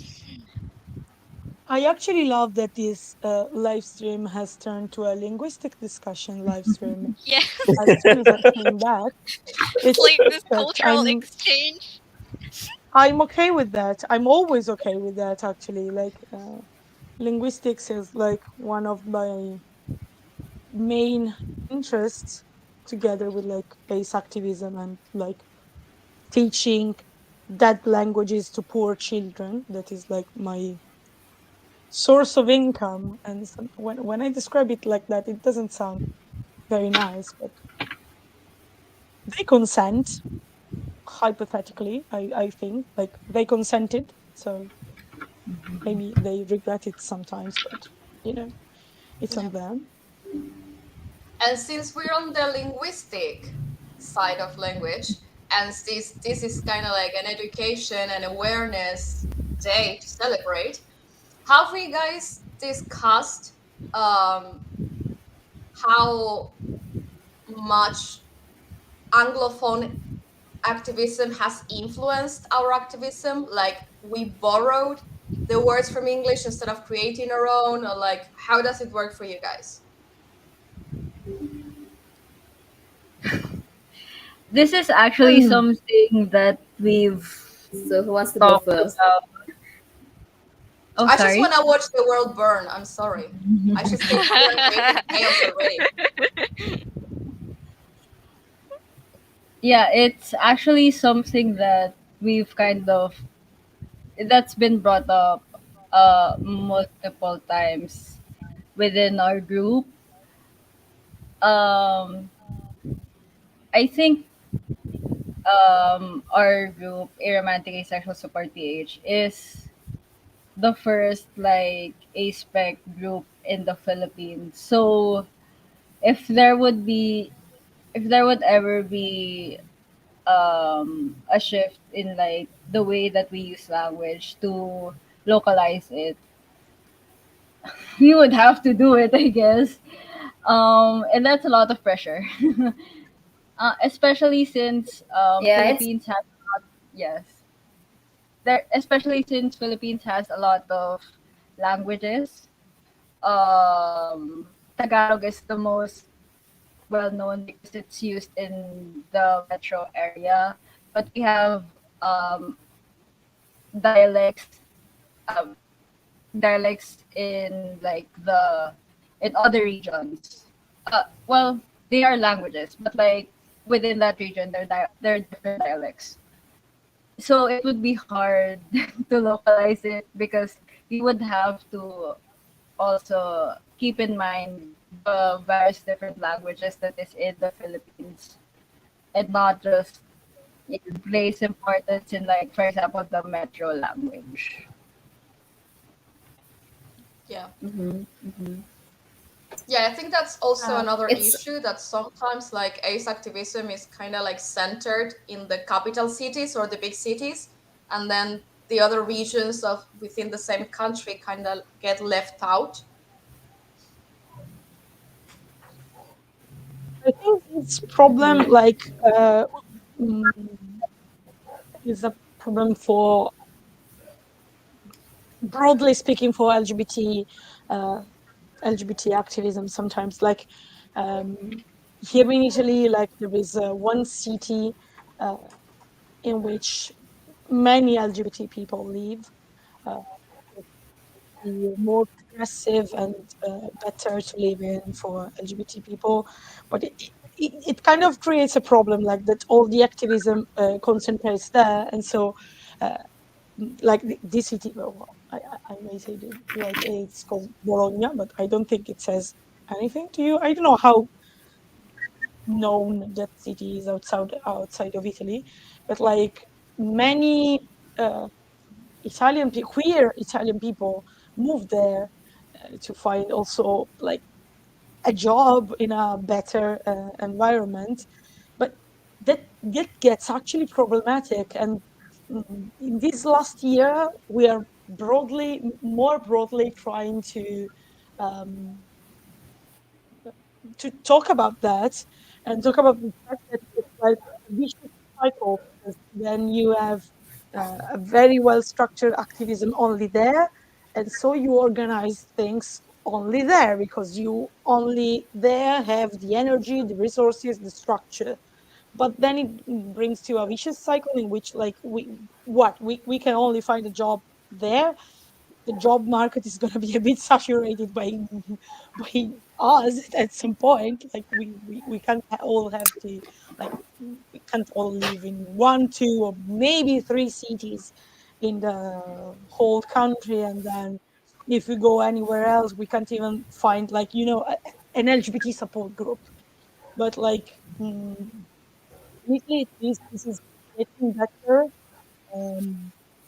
Like, I think we have, mm, there are no French people here, so they may correct me, but I hope I'm not saying something silly. When I went to France for a period of studying abroad, like, I met some feminist comrades there, and they were fascinated by the fact that the main feminist movement in Italy has like 70 subgroups in 70 different cities, because like the activism culture in other countries in Europe, I think also in other places, is often very, very focused on the capital city. While in Italy, we are used to having like small quarrels and hating each other between small cities. But this is actually good for the activism, because we are used to being like very centered and have a bond with our smaller, territory, like the region, the city, and so we tend to try and build even in small places. So like the feminist, this feminist group in France was like, okay, tell us more of how can you have 70 different groups all across the countries, and not all across the country, not just in Rome. It was like, we were like that. Like, we were, some years ago, we were like, we were different nations, and some people in the cities are still. It was better than, no, not really. I can do these kind of jokes with other Italians who know I'm joking, but I don't want to project a very bad idea of my country. There are so many reasons to project a bad idea of my country, but not this. But yeah, that helps. But going back on the, sorry, I'm probably, but going back on the topic of the English, like, I'm gonna shut up, because if I start talking about that, I talk about that a lot. Like, the need to uh, to promote, to showcase activism that is not only Anglophone is important. Like, it's very, very important, because like we owe a lot to like the first groups and activism that were born in the US, in the UK, but we have our own culture, and we have our own way to Yes. relate to asexuality, to relate also to aromanticism, because uh, like, this problem is an aspec problem, broadly speaking. We're talking about asexuality, but this is an aspec problem. And also, I just mentioned one thing. I like the abbreviation AROAs. It gets me crazy that allies, specifically in Italy, tend to always want to use that. And I'm like, can't you say asexual and aromantic people? Like, persone asessuali aromantiche. They always want to say persone aroes, like aroace people. And it makes me crazy. It's okay, also some asexual people, because English is pervasive, but I noticed that allies specifically who always want to use the aroace abbreviation. And the problem is that the sequence, like ACE, normally in Italy, is not pronounced, of course, ACE. It's pronounced ACE. Ache, And yeah. so many people want to use Aero A, so many people read that, and so many people we are convinced we are the Ace, no, not Ace, like the fruit juice with the vitamins A, C, and D. I don't know if it's a name used also in other countries. In Italy, ACE said Ace is the name of a fruit juice. And so it's like, could you please stop? Like, so many times people go, ah, quindi tu sei una persona ace. And like, no, I'm not. I'm not made by carrots and lemon and whatever the heck is in that juice. Stop using English words when you can use the Italian ones. I don't understand. I'm stopping the rant. Like, for all the Italians hearing and the allies, it's ace, not ace. But you can like solve the problem by saying asessuale, which is perfectly okay. Well, at least they're talking about it. In Argentina, people don't even know what asexuality is. Like, I remember the first time we joined the Pride Parade committee, I got someone that approached me, and I think they said something like, "Oh, you're the non-binaries, right?" And I'm like, "Yeah, I'm non-binary, but I'm not doing non-binary activism." Like, they think it's all the same, and it was like a very confusing cloud of things. Um, Dildren, I think you wanted to say something before I interrupted you before about like how Yeah, English has so influenced. Sorry. yeah, so circling back to the actual topic of language, it's a bit of a similar story with the Indonesian and like it is in the Philippines. We also have a lot of local languages that we treat as dialects, even though they're languages. And for introspective itself, we took the approach of, well, our main problem here is that there's a lack of access to any aspect resources. So, how about we make some educational posts about aspect identities? And because there is an actual like linguistic procedure for uh, making new loan words or translating words, we use that. So we use the English term, which we know is very easy to have to look up and have more resources if you want to look at it further. And we give the explanation of what labor means in Indonesian, and also we have this survey that I should probably promote again soon. And it's basically a survey in which people can write their experience with their macro labels, and we can use those tools to like illustrate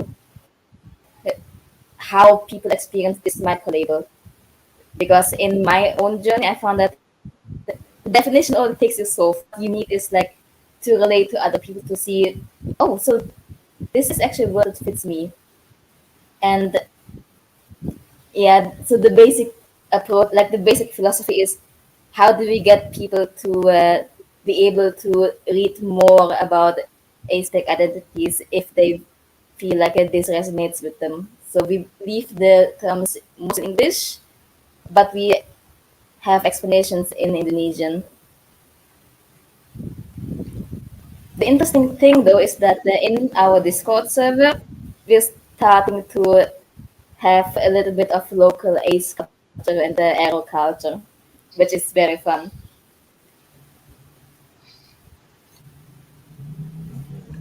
Yeah, I think that's something I've discussed with a girl I used to do activism with.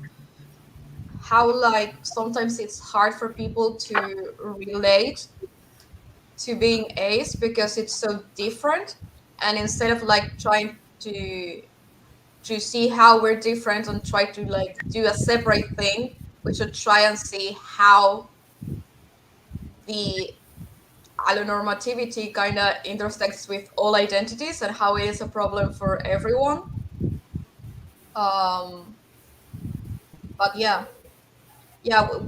Basically, what we did is just like take the words from English and translate them into Spanish the best we could. Um, and yeah, sometimes that is a problem. Like that is something we kind of like people sometimes complain about. Like, why are you taking things from Anglophone activists? And I'm like, didn't the whole community basically do that? Why is it a problem when we do it? But yeah, it is Also, like, a debate. if you're not taking it, like if you're not taking in terms of the Anglophone activism, like how are you able to connect your thing to the greater whole that we all are a part of, basically, right? Because language and culture is the thing that ties us together at the most fundamental level here. Like if there weren't the word asexual, none of us would be here. Yeah. Yeah, I think the thing is that most activism kind of like starts or originates in like Anglophone speaking countries. And then we get to the information because, well, I'm going to go off topic like I always do, and I'm going to start talking about privileges and stuff. But like the reason why we got to those labels is because we are privileged enough to have access to internet, to know English and stuff. Yes. So basically, I think it's necessarily a bad thing that we're taking things from the English activism, but I do think we need to think it in the context of our countries and Yep. not to try to extrapolate because their experiences are different from ours. So yeah, we can take the terms and then we should kind of like try to see how that fits into our culture. Yeah, I actually think that's key because, like, uh, so many times in history, this is not like only for aspec identities, but for so many queer identities, for so many gender identities. Like, I know I speak from a Western perspective, but I think it's like well recognized that oftentimes we tended to like of like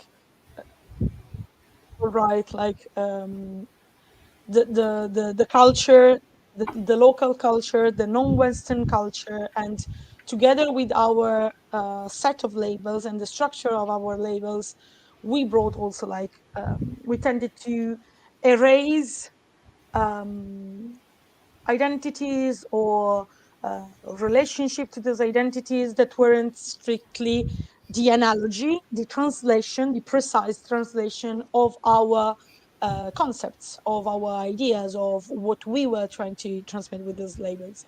And so I think we should be very, very careful because, like, with the ASPEC community, like we are structuring our we are in the making actually of structuring our activism, not because like there weren't asexual people before, but just before, because we were so systematically erased that it's difficult to find any trace of us. But yeah, okay, let's not be mad about that. Let's see the chance. Let's see the chance to already have all the instruments, already have internet in place, already be able to communicate simultaneously with people from the Philippines, Indonesia, Argentina, Italy, and pay attention to that. Pay attention to what it means when we translate and what it means when we are supposed, because the problem is when we are supposed to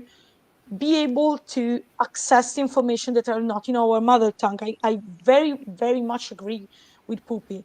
Like, I was writing, like, this is a horrible topic for me because I have been working for months on a chapter of a book, and before people asks me in private, that's amazing, when is the book coming out, no, my chapter was cut off because I was too slow. Ouch. But I did a lot of research for that, and uh, like, so many times I encountered the problem that researches, studies, data still focuses too much on the Anglophone population. And in part, it's because there are more out aspects. As I said at first, I'm talking about aspects now because in my research and in my activism, I use that perspective.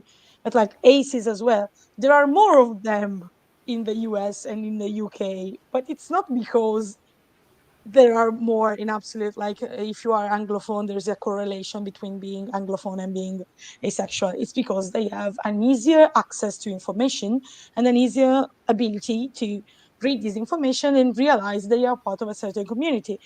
And we keep, again, it's a vicious cycle, because if we do all the research in English, like I think we tend to underestimate so much the amount of people who can't complete the survey in English.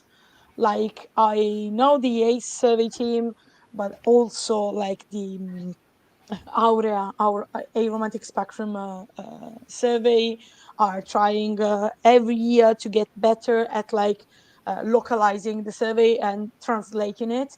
But and that's a good way to start. But yes, we need to work a lot on that, because I think we tend to really, really, really underestimate the number of people who can't complete such a long survey, you know, with specific question and deep questions in an English, in a language that is not our mother tongue.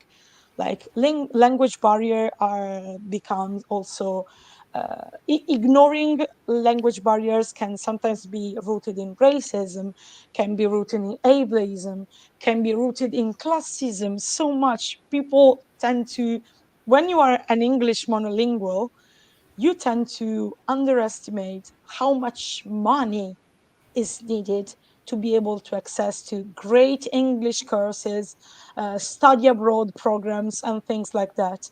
Like I have a pretty decent English. Uh, I mean, I mean, when compared with a lot of my peers, queer people tend to have a better English because we need that. But you know, I, even when I was younger, I tended to have better English than the middle of my peers, but that comes that comes from a lot of hours of online games, but that's beyond the point. But it also comes from the fact that I had the resources to pay for courses or go abroad or do a lot of things that not everyone can do. And when you already speak English as a native, you tend to forget that. That is something that's kind of like, I guess, an issue in the Philippines. Um, English is our second language, but at the same time, it's also a language that is most associated with people who are educated, who have the resources, or who live in urban areas. When you speak to someone who is of a low, who doesn't have the same means as you, and you speak them in English, there's already a sort of invisible wall between the two of you. Um, but at the same time, it's hard to speak locally because you, how do I say this? It's like every most people see the Philippines as a language with the as with the language of Tagalog or Filipino. Filipino is basically a mix of like various languages, but it's mostly Tagalog.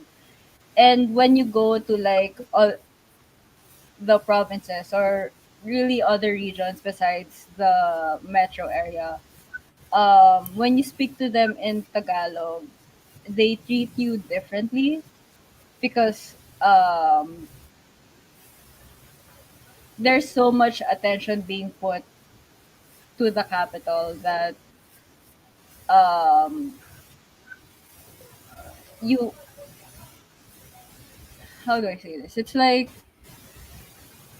you we are there's a different kind of experience from living in the metro area and versus in the provinces, and it's a hard thing to grapple with. That's why we call ourselves Aromatic and Asexual Support Philippines. It's the one language that is most understood by a variety of Filipinos, but at the same time we are post we kind of come across as someone who has more education, and I think that's why it's also something that has been brought up.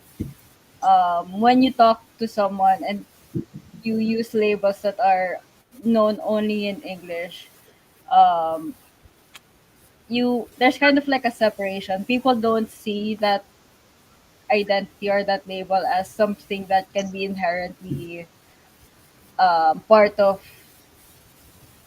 us Filipinos. So there's also definitely an importance to having resources that aren't just being used are just in the language of the West. Can I So add something to that? I just want to add, like, here in the Philippines, due to years and years of colonization, English is in fact our second language. Um, and it is true that it is sort of like a language of privilege here, that not a lot of people have access to resources that would allow them to access the language of English. So, in a way, as a result, Filipino or Tagalog, or any Filipino language is still very much the language of the masses. And I think part of the challenge for us here, Filipino ISAs, or for the case of like ASP, where we want to um, we want to reach more people in general. I think a it's like a challenge for us to at least come up with language that is much more accessible to the masses, so that they would also come to the understanding of what asexuality or and aromanticism actually are. And so I think we're not yet going there. We're not yet there, but we are definitely trying and coming up with better ways to make the language, or the language that we speak, much more accessible, because again, um English, again, it has its, I guess it has its like advantages. We can talk to y'all right now, but though, like how it's said, how that we need to contextualize um our experiences as Filipino ACEs to our own culture and country. I think it's part of the process of getting to reach out to more people, and finding better ways to actually reach them. And sometimes, yeah, you have to do the work for it. So I don't know. Sorry, I don't know if that made sense, but yeah, just something to. Oh, it makes total sense to me. Yes. Yeah, and like Like even I if you think second about it, everything that's been said. no, go on. I'm sorry. Okay. I second everything that's been said because it's basically the same situation in Indonesia. And regarding how to make more people understand about asexual and aromanticism, especially in a very normative culture here, what we found works very well is actually using food metaphors for like attraction, because attraction, it's a bit hard to imagine not having an attraction, but if you put it in the context of like food and being hungry and like being allergic to certain kinds of food and thus not eating them even though you're hungry, that kind of thing, that makes people understand more, which is it's easier for other people to understand, especially with how the major religion here is Islam. So you could equate, say, fasting with celibacy. Like you feel the hunger, attraction, but you don't act on it. But someone who's like asexual, they don't. They feel physically hungry, but they don't feel like eating anything. They don't crave a certain food, and like that, it's way easier for people to like understand. Oh, so libido and attraction are different, or you can have different types of attraction because like someone might like some kind of food, but someone else really hates that kind of food. So I guess just tangentially related, but like Philippine, there's not even a Filipino word for attraction. So like, how are you supposed to Pagkagusto. communicate the various different kinds of attraction when you don't even have a word for it? You can say you like something or you love something, but that's it. You don't have a word for the general feeling. oh no, oh that must be difficult to put into words at all. Like Indonesia is lucky enough to have a word for attraction, which is ketertarikan, which literally is it's literally translated as the state of being pulled to one another. With it might be particles of like different charged particles. It might be the humans, and then it's a very general word that we can contextualize for aspect issues.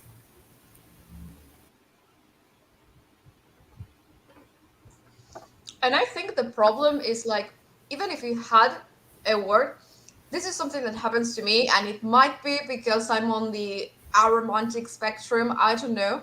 But for example, even if you translate, I don't know, romantic attraction, when you have to define it, what the heck is romantic attraction? Yeah. Can Yes. someone explain to me what the heck romantic attraction is? Again, I know. food Mood. metaphors. Food metaphors save the life then. And like going back to the topic of English, I think that even if you think about this stream, there's people from Italy, the Philippines, I'm in Argentina and stuff.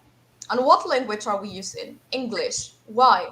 Because it's the most widespread language and people expect everyone to know English.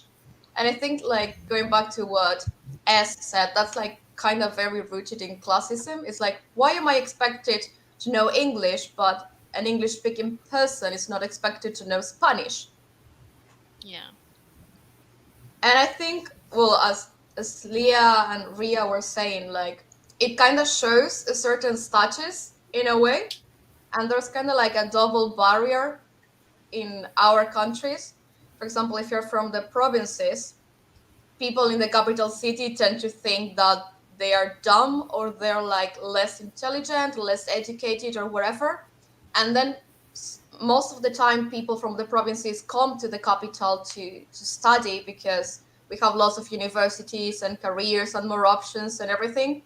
And then they also find, and in some careers, most of the text, or sometimes lots of like the text they have to read, are in English. So there's like the academic barrier.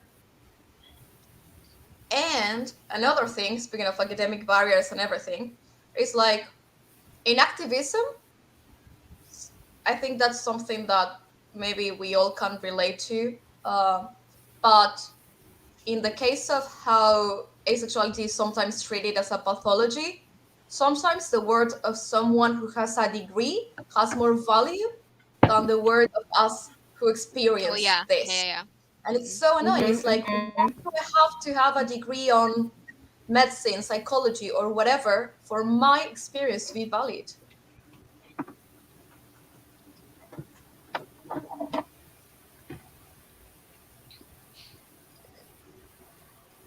I'm sorry, can I jump in on this? Like,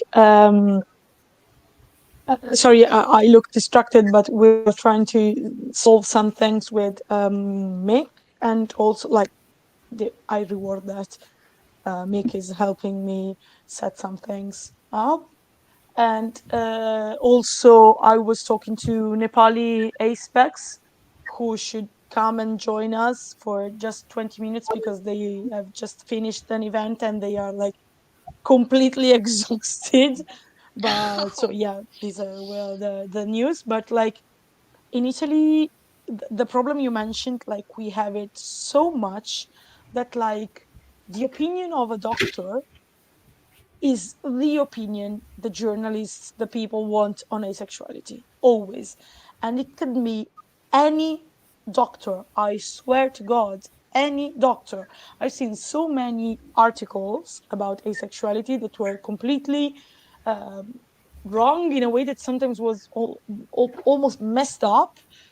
Like, and like, we interviewed a gynecologist, we interviewed a sexologist, we interviewed a psychologist, a psychiatrist, and so on. And the point is, uh, it makes no sense. But these four I mentioned, I can understand the thought, the wrong thought, but I can understand, the path in the brain of the journalist that thought I should talk to a sexologist. But I once saw, I don't remember if it was a radio transmission or an article in which a neurologist was interviewed. And there was like, what? What is a neurologist supposed to know about asexual? Why? Like, it has to be some kind of doctor or psychologist. Like, whatever. How about a podologist then? I don't know. Like, what do you that was crazy. I keep mentioning that to everyone every time the topic comes up. I say, they once called a neurologist to talk about asexuality before thinking of talking to some, like, flesh and bones ace people, like asexual people. I don't even mean, like, the only time, and this is something I hate, the only time they talk to asexual people, they never talk to asexual activists. They always just want to talk, like, uh, uh, Tina, asexual girl, age 22, or Michael, asexual boy, age 35, to collect, their stories and then showcase the stories inside their articles how they want, and then maybe also ask the opinion of an aphobic psychologist. I'm not absolutely referring to any recently happened events in Italy. Um, and I hate that. Like, they don't want, um, there's a power dynamic in that. Like, what they fear the most, like, we work also together with psychologists and doctors and whatever, but so many times, also when relating to the institution, let's say, like the institution of the profession, you feel like that there's a power dynamic in which they don't want to the risk of losing power. You are the object studied, and they are the one carrying the research. And uh, the role of the activists actually disrupts this order, because we are people that, uh, in the name of the fact that we have a specific life experience, we decided to do research on our own, to work on that, to build something. And so we built our own knowledge and know-how on that topic. And that is never acknowledged, never. Even when they do talk to asexual people, if they can, they try to avoid talking to asexual activists, because with they, I say, a lot of the times it psychologists, a lot of the time is journalists. They don't want to treat us as, you know they don't want to give us agency over our stories. I'm not generalizing so many of them, but I think there's also like a systemical problem, because throughout the history, like medicine and media representation has always tried to approach to LGBT people only as a topic to be analyzed medically, in journalism, in writings, in research, a topic to analyze, and recognizing that we as asexuals can have not only like our experience to share, like my adolescence was like this because I didn't understand why I didn't feel what my friend felt. We have this, but we also have the knowledge we got working together with our peers and helping them and supporting them. And they don't want to acknowledge that. They don't want to acknowledge that we have some specific competence that they may not have. Yeah, and I actually have a funny story about that. So, you know how sometimes they would ask ace people to kind of like go do an interview or go on a TV show or whatever, and then they take a doctor as well. So when I was doing activism with like a proper organization and everything, I'm kind of like doing independent now. So basically, they called us to go to a TV show to talk about asexuality and stuff, and they also took a psychologist. So we were there talking about our experiences, and then the woman who like led the TV show asked the psychologist for like their input on that, and they literally said, no, the problem is that they are in a late bloom period. And I'm like, excuse me, what you just said is straight up pathologizing us. And like, we literally, the second I said that and I started talking about asexuality and why what he said was wrong, we kind of like got caught, and then like we didn't keep discussing.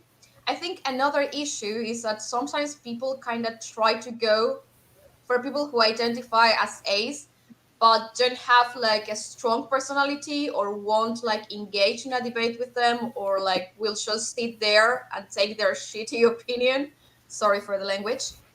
um and it's so annoying because like you go there, you do activism, you have the knowledge, you can explain why they're wrong, and all they do is kind of like try to shut you down or try to turn your words around so it fits their narrative. And it's so annoying. It's like, don't pretend you care about asexuality or to showcase our experiences if you're just gonna use me to, I don't know. It's annoying.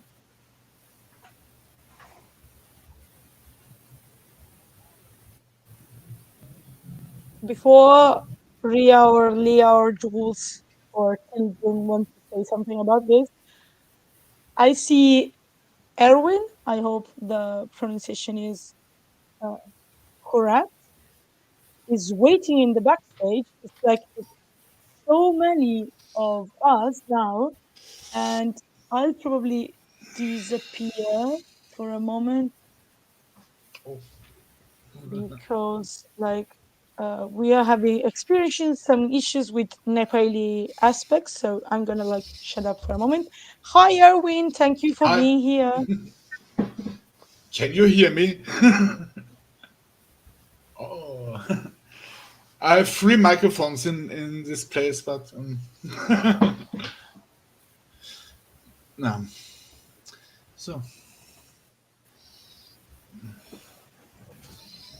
All good. I'm just gonna take the lead on like burning the place down to the ground if you want, S, and like you can go fix the technical issues. so Anything you want to add to like this topic of how like English intersects our experiences, or like how our experiences are looked down on because we're not academic and stuff? no, not really, but we also have problems in Austria because of how the doctors and stuff treat us and stuff. But Well, we can go into that next. but I'm a little distracted by the technical difficulties I have at the moment, and I could come back later when I solve it. Okay, no worries. So, well, going back to the topic he brought up, and how ace people are kind of like not treated very well by professional medical staff. I don't know if it's the same for you guys, but while I was doing activism, we encountered several ace people who said they were afraid of going to the doctor because the second they said they were asexual, they got lots of horrible comments that told them they were sick or told them they didn't believe them or, like very disrespectful things. And sometimes people even lie to doctors and they say, oh, yeah, like, I don't know, if you go to the gynecologist and you have to do a study, and they're like, okay, when was the last time you had sex or whatever? And people lie because they know if they say they're asexual or whatever, they're gonna be treated differently. I know of people who got denied certain treatments because they were asexual, even. Or like people, like doctors told them, okay, go find someone, have sex, and then come back when you're not a virgin anymore, or something like that. And I understand that sometimes, depending on the procedure, it's because certain procedures are kind of invasive. But dude, you can find a better way of saying that.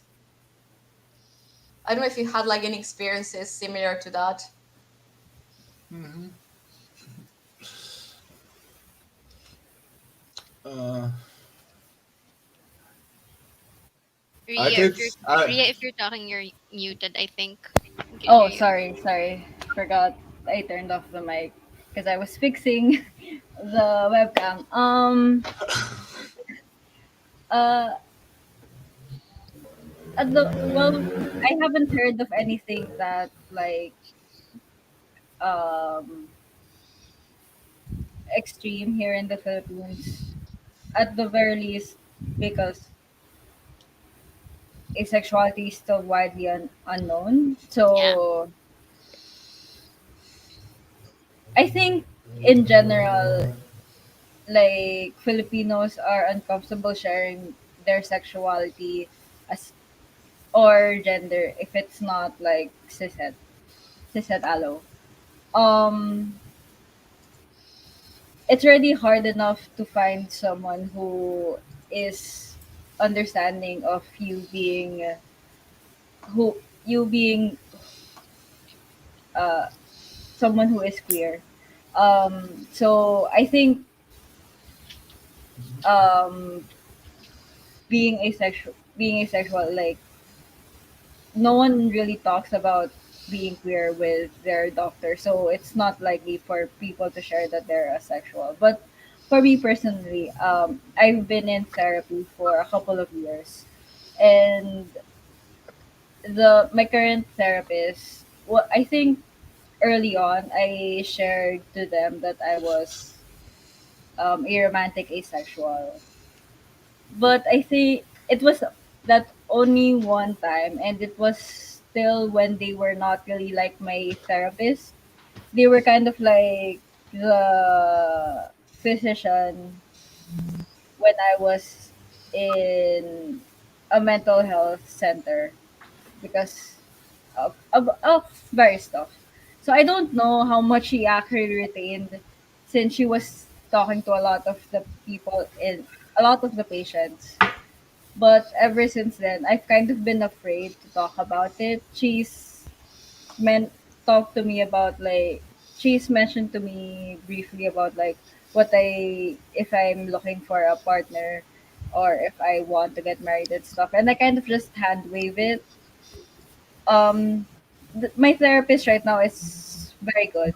She's pretty well known within people in my area. So it's not even a matter of like um one of those like bad psychiatrists, but like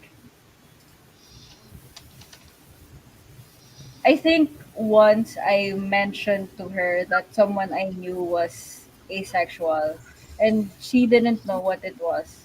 And then after that she also forgot about it. So it's like I don't want to keep talking about this. I'm not going to mention it again because I feel like I would have to explain it every time I talk about it. Yeah. It's a matter of people not knowing in the collective reality, like in our current society here in the Philippines. It's just not that well known in like the society and culture's like collective psyche. So yeah, it's not that well known to the fact that what it's not known, and it doesn't, yeah, the knowledge also doesn't stick, kind of like that, which is honestly very saddening.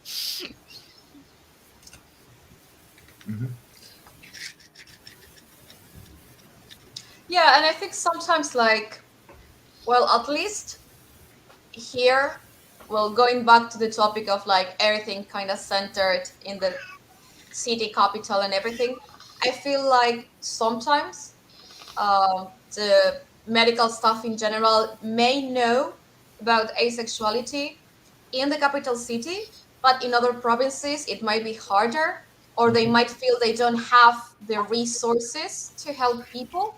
I know the case of a girl who went to a gynecologist in one of her provinces, and well, while she had heard of the term demisexual, she felt like she wasn't knowledgeable enough to help her.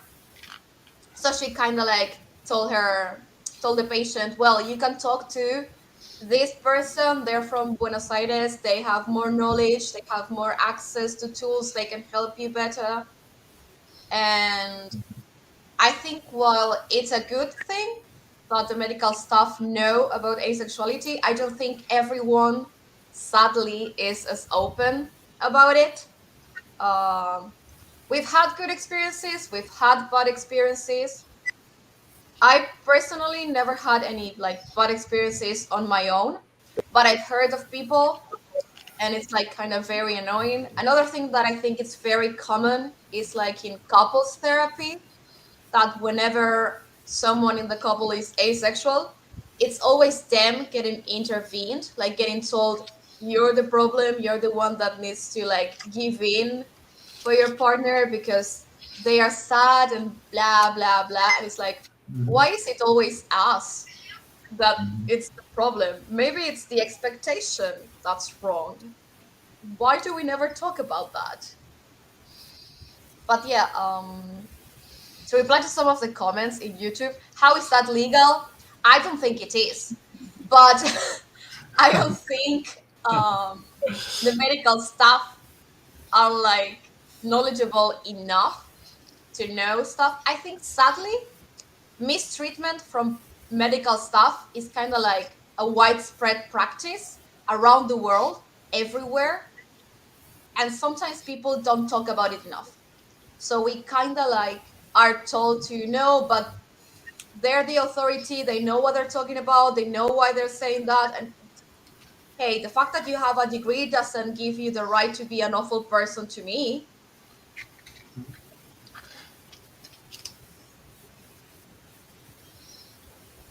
You want to jump on the topic, or like, no, you're just clapping? Oh, I'm just clapping. Like, thank you for being here. Really, like, I couldn't do this without you. I couldn't have done this without you. And I'm having a blast. Like, we're talking about harsh topic, but like, I love every word you say. I just wanted to say that. May, may I share a little story with you? Um, in our country, it was prohibited for people who were queer enough so gay people and trans people to donate blood and stuff. And one of my friends is ace but non-binary and gay, and he has a very, very special blood type of blood group and blood type, and he was not allowed to donate blood officially. So in a back office,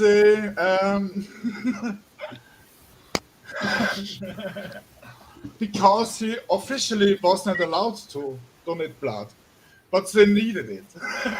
Oh my god. Oh no. Yeah. But it changed and it gets better even in my country. Yeah. Can I, like, since I'm not sure, like, my other people from a group are gonna be able to join, can I answer to a comment by Amarantha, and you do a little bit of self-promotion, like at some point we need to do that in some way, since this is technically a charity event. Is it okay if I do some self-promotion? Is it okay with you?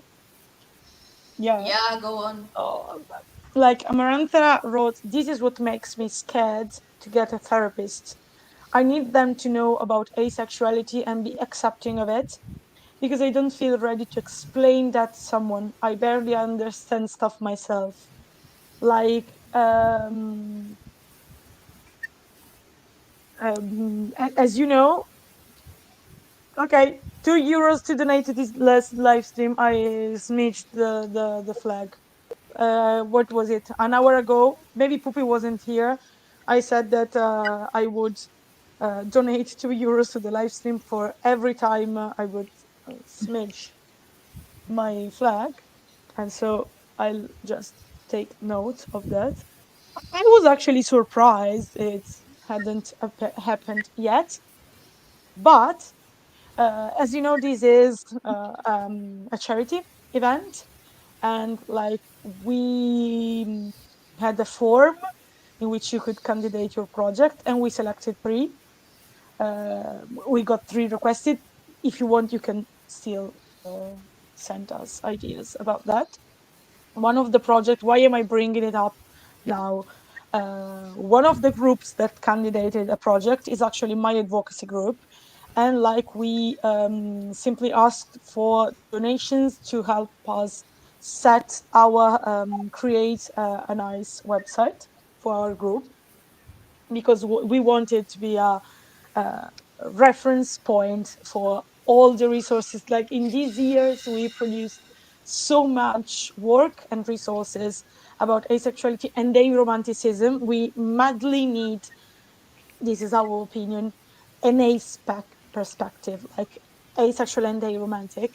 And we'd like to have a website to like transform that in stable resources. Like we had the dreams of also trying to make people understand that activists have specific knowledge to do some guides and programs for education and such things. But sorry, the cat entered the room, so I got distracted for a moment. Come here, baby. But also, I mentioned it now because one of the projects we are really trying to work on is a map with which collects the experiences and recommendations of aspec people about therapists, doctors, support groups, and anything you could need. We think that be extremely useful because, like, also for the specificity of our community, how also small it is, and how difficult it is to find a therapist, for example, or a doctor or anything else that is aspec friendly. In Italy, but not only in Italy, I know that many lists exist. Also, a great activist, La Versione Migliore in Italy, has compiled a list of friendly, ACE-friendly therapists. But in that, they can put their name and say, I am ACE-friendly. What we'd really like to build is a place to collect the voices of the ACE people, recommending, or let's say not recommending, therapists, doctors, and so on, because we think it's not only about the reviews. It can be a useful tool to know, as Amaranta said, where you can go without being scared, because you already have your fellow aces telling you this is gonna be fine. It can be a powerful tool for that, but also we really need a place for the voices of people to share our experiences, because like we are fed up with people saying there's not a problem with us being erased from all the services and protocols and so on. And so like that's a double function, and having a website would be great help to make this attempt at a map more stable and make it work better. And so yes, that's why we candidated asking for donations for the website. So I wanted to mention it now, and we actually got a bit of donations on the European, two on the euros GoFundMe, and 3 on the dollar GoFundMe. Please donate to the ACEs Never Sleep so that they can eventually sleep, I guess. Yeah, and while we're at it, since you brought up your project, let's remind people of the other projects we're trying to fund as well. We're trying to help the ACEs in Hungary. They will be going to ACE Pride in Budapest, and they're gonna hold an ACE march to raise awareness of people on the asexual spectrum. And the other project we're also gonna fund is called Experiences. This one is led by Nepali aspects, and what they're going to do is they're gonna put together a book with stories in the form of art, poems, sketches, etc.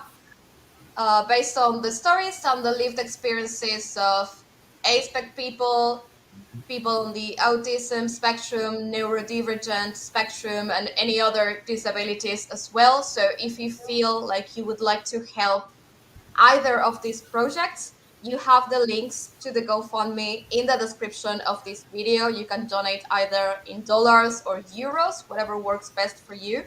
And if you can't donate, it's okay, don't worry. If you can spread the word about this, it also helps. You just being here and listening to us talking about nonsense and talking about our frustrations and everything also helps. So don't feel pressured to donate or anything. We really appreciate you being here.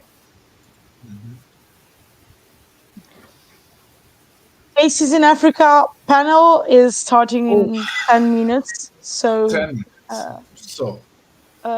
this is the first break we're gonna do that is compiles with the rules we gave ourselves for the live stream. We didn't want to overlap. And so like we are probably gonna come back to this link still, because this link is should be fine for 12 hours, but we're gonna be 10 here just to be sure, but we still have plenty of time, I think. So yes, I think maybe, I don't know, let me remove next comment.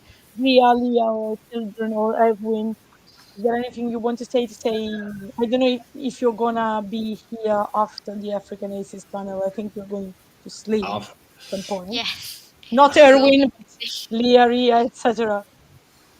So the floor is yours for these last 10 minutes, and we'll drop the link to the African Aces panel in the live chat. So you can move there if any of you wants. this link is going to be active, just like sleeping. If you want to hang in the chat with other people you met in live chat, you can do that. We'll drop the link to African ACEs panel. And as I said, Ria, dear children, the floor is especially yours since you held the fort for so long, and you're leaving now.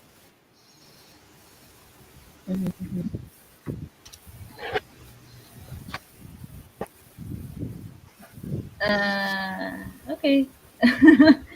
I don't know Don't what. want to say goodbye. Do we just say okay? We're just gonna say some final words. Okay, that works for me. You want to start, Ria, or Um. Yeah, sure. Uh,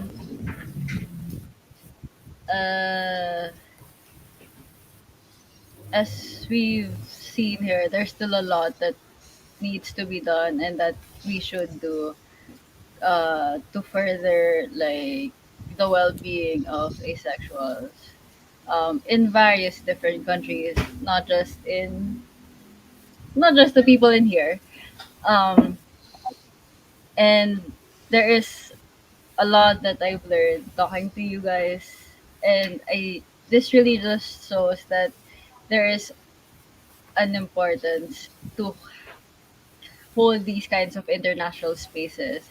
So I hope that we can continue these kinds of um, events, conversations outside of just Aces Never Sleep. I am once again Ria from Aromantic and Asexual Support PH. If you want to join us or follow us, we are at AeroAcePH in Facebook, Twitter, and Instagram. Mhm.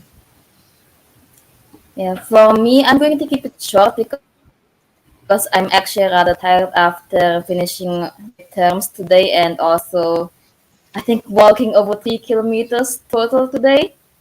So I'll just say that if you want to know more about Indo Aspect and what we are doing here in Indonesia, you can head over to the Instagram, which is at Indon period aspect case. And if you go to the link tree in our bio, you can also join the Discord server where I'm much more active. Or if you feel like it, you can also fill out the micro label survey we have in the same link tree link to help us like have narratives to illustrate our labels on our Instagram page.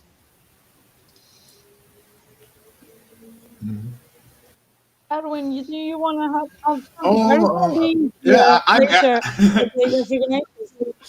later? I'm Erwin from Ace Aro Wien. That's the Austrian Aces, the biggest Austrian Ace group, and Arrow Group, Ace and Arrows. And we have a homepage, and we have a Discord with 150 members. So if you are from Austria or speak German, come join us. So, thank you. Okay, I'm gonna drop, as I said, sorry, the link to the panel. Oh, it's me who has to put the banner here. Well, so African Aces live now. Here is the link for anyone who wants to go see that. And I have to find the. I'm the only person here who can put on the image saying we're coming back later, but I can't understand how to do that. But I'm gonna do that. I forgot it was me who had to do that, but I'll manage. See you in African Aces panel if someone wants to come there, and after African Aces, we're back here, probably. Well, surely with me, Upi, I guess. Yeah. Yes. Yes, And yes. if everything goes well, Nepali aspects, who will talk to us a bit more about their project and what they did today, because I think their event today was amazing. So I can't wait to know more about that. See you. See you later. See you in a while, guys.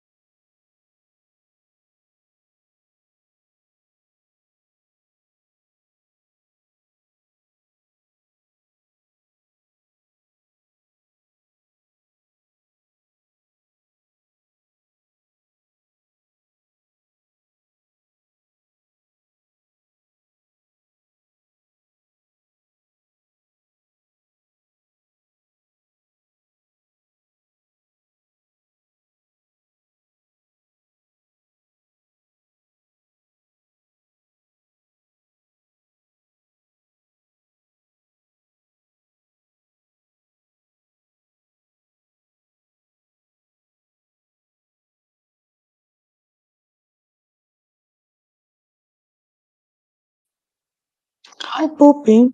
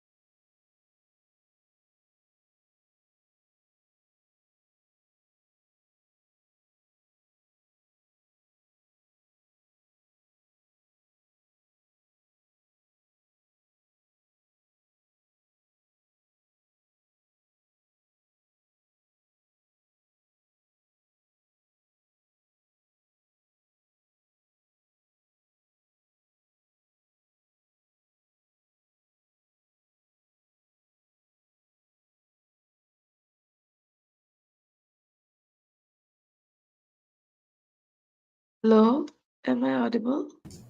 Yes. Yes, yes, all good.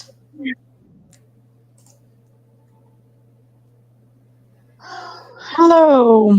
Here we are back. I see some people are coming back. I guess it's because the African ACEs panel advertised us.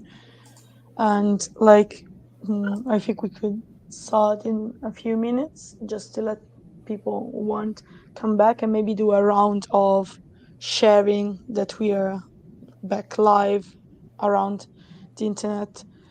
And sorry, I'm coming back from a bit of a scare that happened during the break. Now I'm alive and well, but still a bit shook. So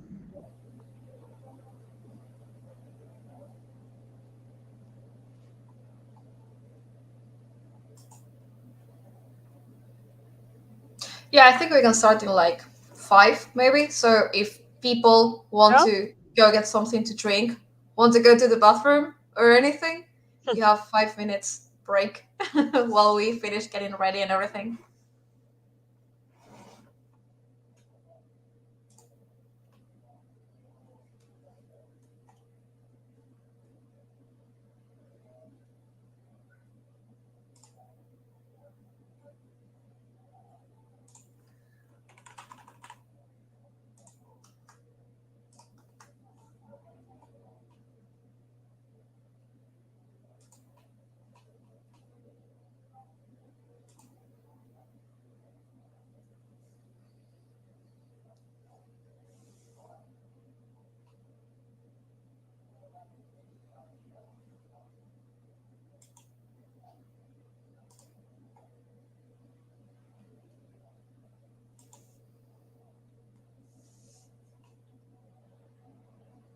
I forgot to wish Happy International Asexuality Day. Feel so drained. I'm like, okay, we're living in a different world.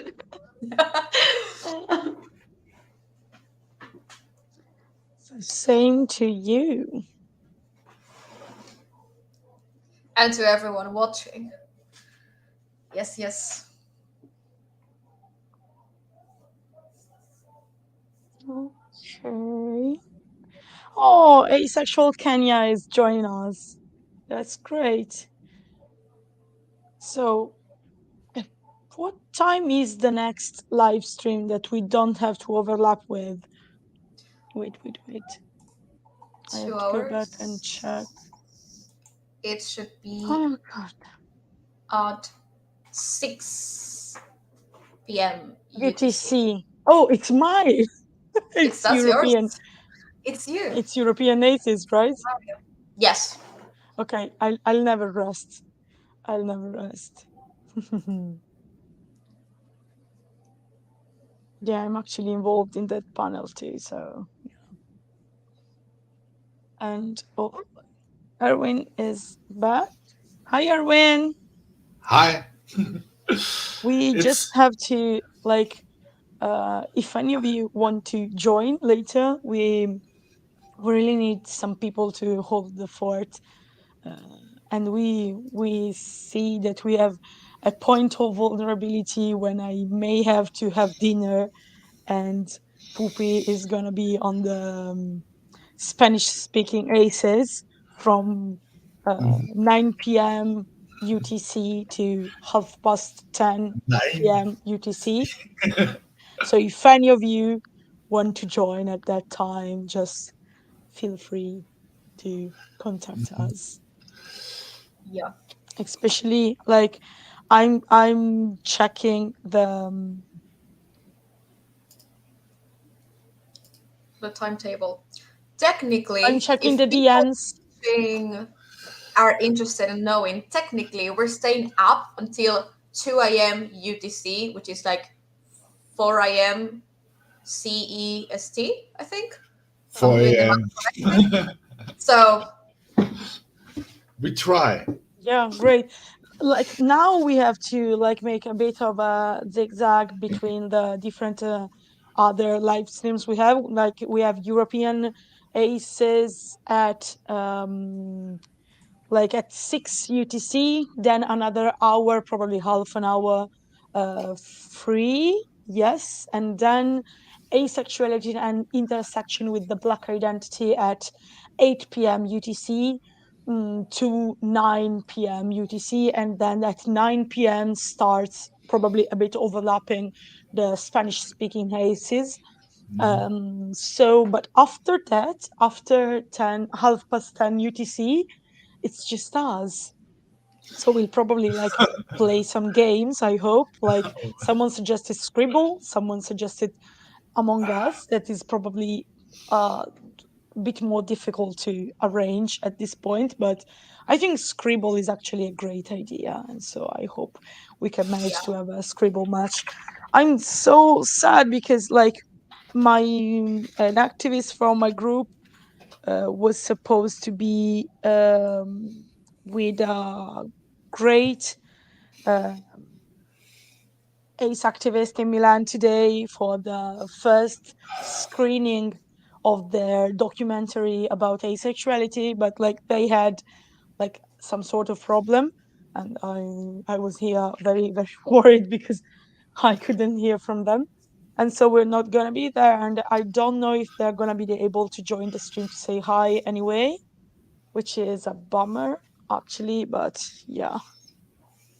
Well, hi Monita, I think we can start, and thank you for holding up because people rejoining or joining now don't know the backstage of it, but Manita and Nepali Aspects had a lot of to do today for IAD, and actually she's exhausted probably, but she really wanted to come and say hi on the live stream, on the craziest live stream we are holding today. And do you want to introduce yourself and introduce maybe Nepali Aspects first? Okay, hello everybody. Yeah, I did say that I would come a little bit earlier, but today was the first public event that Nepali Aspects has done since it's existed. And it started from 8 a.m. in the morning and we ended it at 7 p.m. So the whole day we were in a very public World Heritage site. and where we displayed a lot of the work that we've done, all of the posters and stories of Nepali aspects. And it was a very taxing situation, as a lot of public people as well as people from the media were coming and asking, because the word asexual in a society like Nepal's is something that's very new.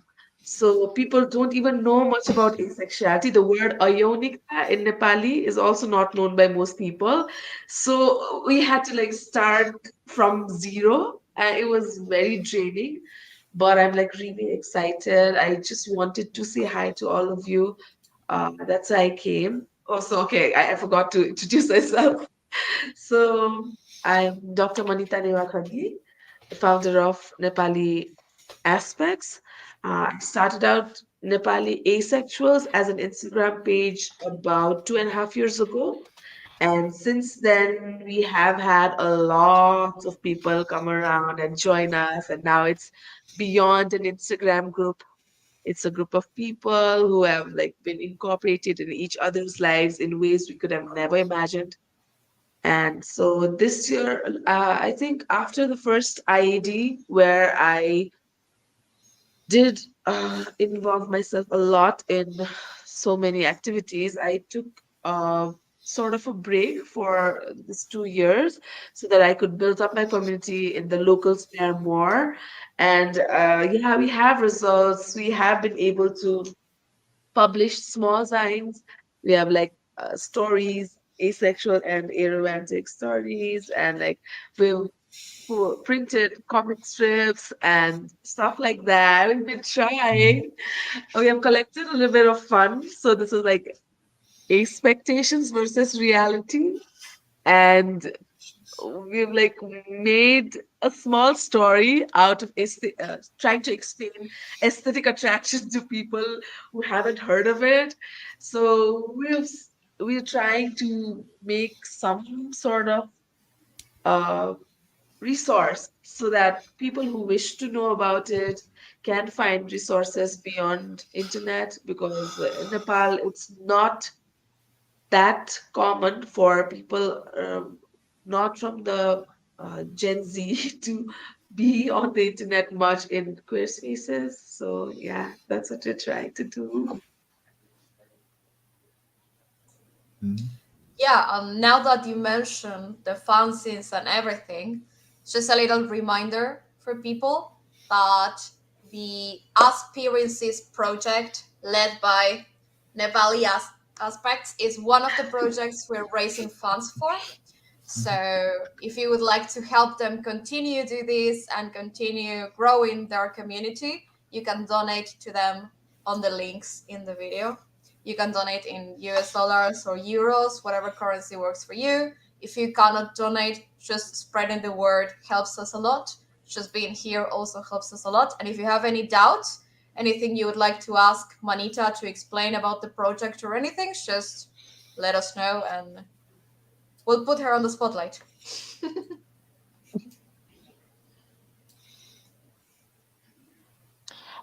Manita, do you maybe want to tell us a bit more about how today was, about the event today, how it went? Like, because I'm kind of curious. I saw something about the event you were holding today, and so like, of course, tell me if you're like drained, because I know Manita also had to wait to join because we were on break for the African ACEs panel. So I know you're tired, and just tell me whenever you want to jump in, jump out. But like, if you want to tell us something more about what you did today, what happened today. Yeah, so I just share something in short and then probably I leave because yeah, I am exhausted a lot, but I did really want to join, so I waited. So Kathmandu Darbar Square area is one of the World Heritage Sites where a lot of people move in and out from morning to night. So that's one of the busiest places, and we did a public event there in a way that there's a temple. It's called Dash Avatar Temple, and there's a space that's called Doubly in Nepali language. Doubly is a place where people convene. It's an old word. So in the doubly, we did make a mandala. Mandala means we use powdered color to make designs that kind of sort of remind us that life is not permanent. Everything ends. So the ephemerality of things, we remind each other of that. So regarding making a mandala, we made the logo of Nepali aspects for the world to see and the public to see. And on from the temple, we had a poster exhibition. We made posters of all of the stickers and all of the materials we have made, and then we put the pride flag there so that since it's our first event here, people don't really know the ace flag, arrow flag, or even the term asexuality or aromanticism. I mean, 99.9% of people here do not know or even understand or comprehend the term asexuality or aromanticism. So what we could do was like to gain traction and to make people understand, we had to chime in into the queer space thing. So we displayed the pride flag in a way that was impossible for people to ignore. So I'll show you a picture. I hope it comes out clearly, the video. So we had this giant pride flag that draped the whole temple. Uh, it's a it's a huge temple, and the whole temple, half of it was draped with the pride flag, and then we had all the asexual and aromantic posters and signs, and then our flags. And so we all stayed there so that people could come, and so many people came in and asked. So many people said that this was the first time they heard it and all. And it was a very, very big events that we did, because all of the events we did before this used to be very close group, safer circle, since all of us were in quite a vulnerable position in our lives as well. So we had closed group programs up till now. But finally, we decided that we have to go big this year, and we wanted to celebrate International Asexuality Day in a grand manner. So we just did the biggest thing we could.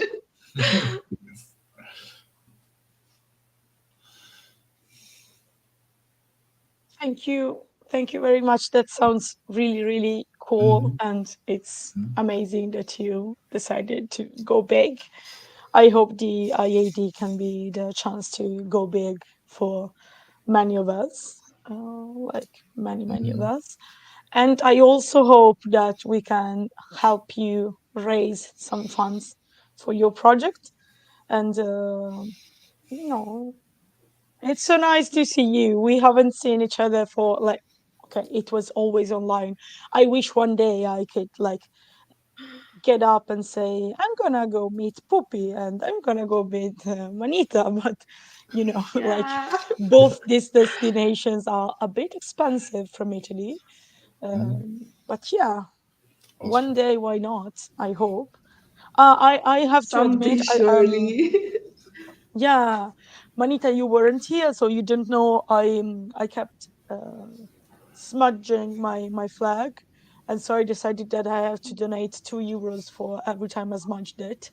And I have to admit that off camera, I accidentally did it again during the African ACES panel, and so I'll be a big girl, admit that, and confess that I am now at €4 because I smudged it twice. So,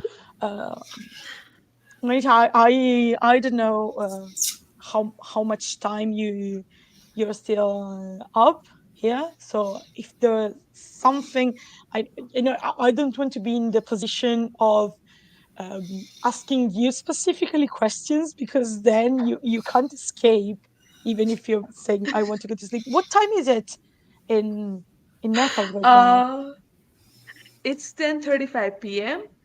And other days it would have been fine. I would have been awake till 1. But today we worked from 7 a.m. to uh, so from 8 a.m. to 7 p.m. and it was like all in the public and I had to interact so much and it took a lot from me to mask. And so that's why I think I should take my leave also because I have a hospital shift tomorrow, 24-hour hospital shift. So I have to leave for that too. So thank you all for welcoming me and like this is also wonderful. And one thing I wanted to add was that we as Nepali aspects have always found so much comfort and home in this international community.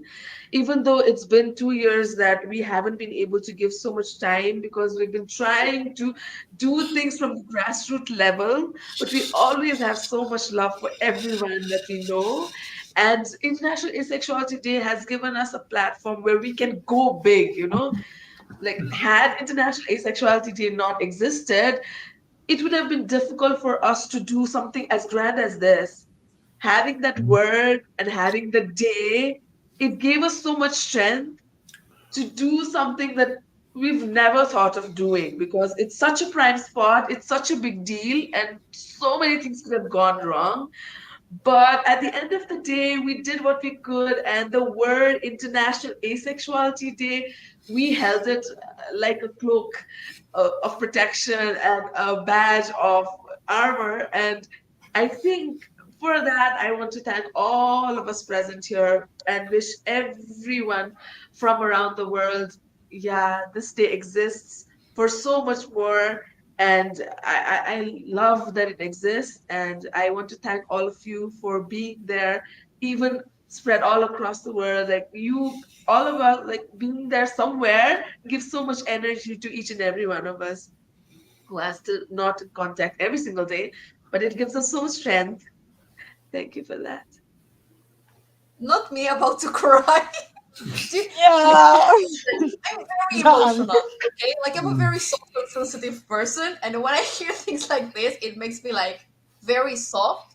Like even when someone from Argentina says like, "Oh, thanks to you, like because you've been talking so much about asexuality, I could find myself and resonate with that and stuff." It's like, man, that's the reason why I'm doing this, and like I get so emotional. I think being part of this initiative allowed me to meet great people such as you guys. Um, and yeah, I don't know. I'm gonna start crying. I don't want to talk anymore. Sorry for Thank you, doing this. Manisa. I'm teary-eyed too. Thank you. Thank you so much. It was so sweet. It was so nice to see you again. I hope we can do this sometimes again.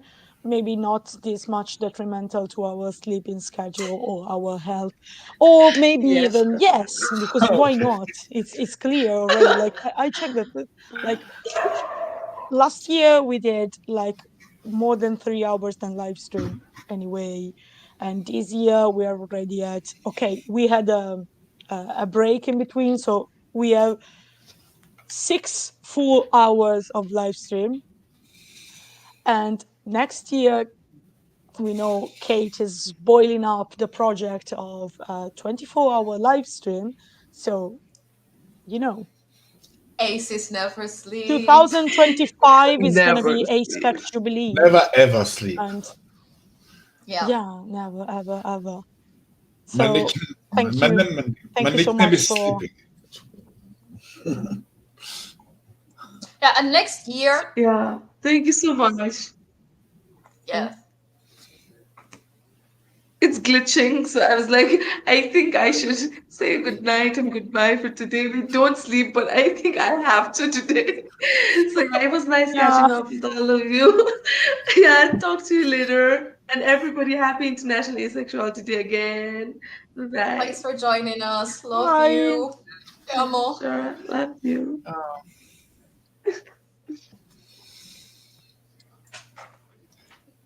Oh. Cute. They got me all emo I'm, and happy. Dude, I'm so happy and sad now.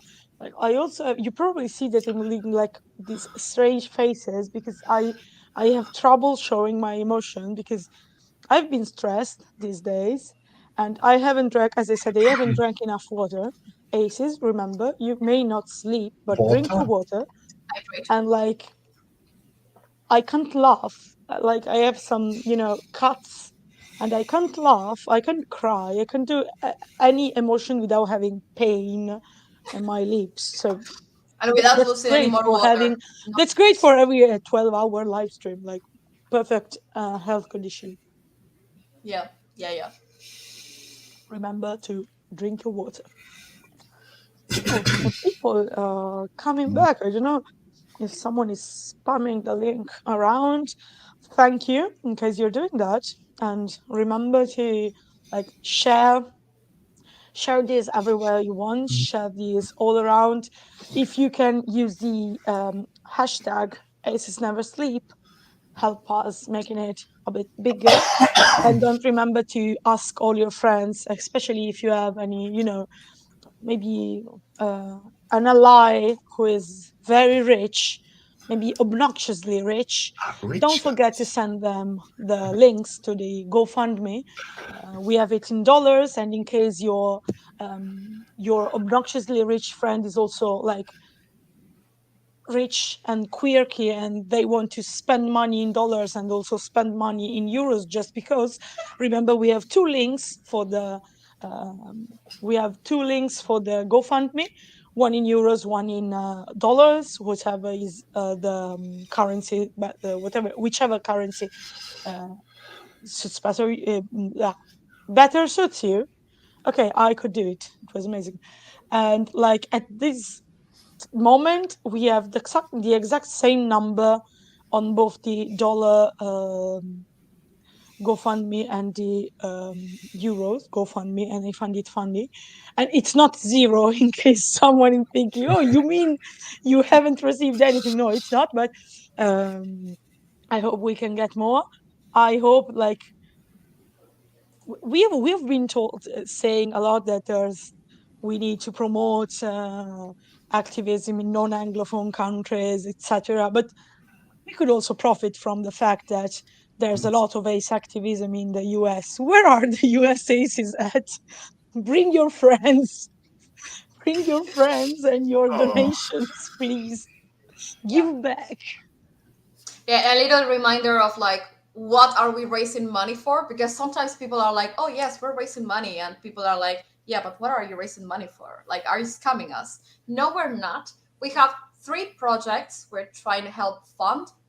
The first one is ACES in Hungary. They will be attending Pride Parade in Budapest, and they would like to raise awareness of people on the ACE spectrum. I have to correct you there. What They're do not they do? attending that. They like specifically organizing the first Ace Pride March. So like it's it's really cool actually. It's very, very bigger, cool. bigger than what I said. Yeah, it's very, very big. I have It's to like hide very, now very big. because they invited us too. And You have to go Vienna and take and Budapest are not so far away apart. Yeah, I'll admit I've been looking into joining the march in Budapest, but it's a bit expensive at the time because like 1 week before. But I don't know, maybe I find some last minute flight, there's a decent price, I may say, okay, let's go. I would really like to be there actually. Like it's the first Ace March in Budapest, and I think the first Ace March specifically in Europe. And it's so yeah, so homophobic and acephobic country like Hungary, it's very important to do such things. Please support them. Yeah. Yes, please support them. I'm also not attending the march in Budapest because I'm co-organizing the march in our city, and I'm marching in Vienna. I'm not actually from Vienna, I represent Vienna today, but I'm from St. Pölten. This is Saint Pölten. This is a small city. It's a capital city of Lower Austria. And we have our third pride in our town, and we're expecting at least 1,000 people this year. For a small town, it's not so less, but it's so much work to do, so much sponsors you have to acquire, so much.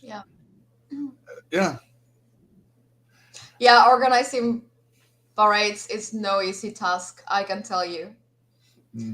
Yeah. Yeah, and that's why we're trying to help our friends from Budapest, because when you are organizing, if you can find like sponsorships, it's tiring. But Very if you tiring. can't, you just need also, the resources. And so we are trying to give a little bit of help. I see there's a Heo American Aces represent. Where are you from? Like your nickname sounds strangely Italian. What were you saying? Yes, Firenze is a city in Italy. So I was like, is that an Italian or not? Wait, Asexual Kenya asks, and then sorry, Poppy, I interrupted you. You were talking about the project, but are there ways to support grassroots AIDS organization, because it's challenging, especially in Kenya, where LGBTIQA plus isn't recognized, and plus also the inclusivity in queer spaces back there? Well, that's a heck of a question, and I think the answer is specific to. It's extremely specific to each country, but I don't know if there is something that we think is, common for supporting grassroots ACEs groups all over the world. Yeah, I think it also depends on like whether it is like a small organization that's just getting started, or if it's like a bigger, more established organization that has projects and stuff. So I would say that if it's an organization that's just getting started, I feel like spreading the word about the organization and helping them grow in that sense is great.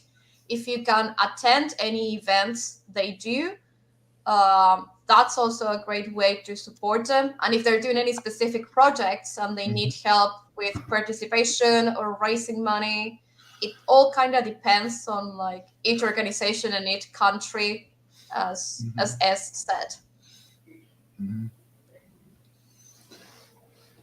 Yeah. You want to say something, Erwin? Attending stuff like prides and stuff is very important. If there are prides in Kenya, I don't know. But we learned that our group exists since 2016, and we all just started to grow. Last year was the first year we went on Vienna Pride. It's a big one with 250,000 people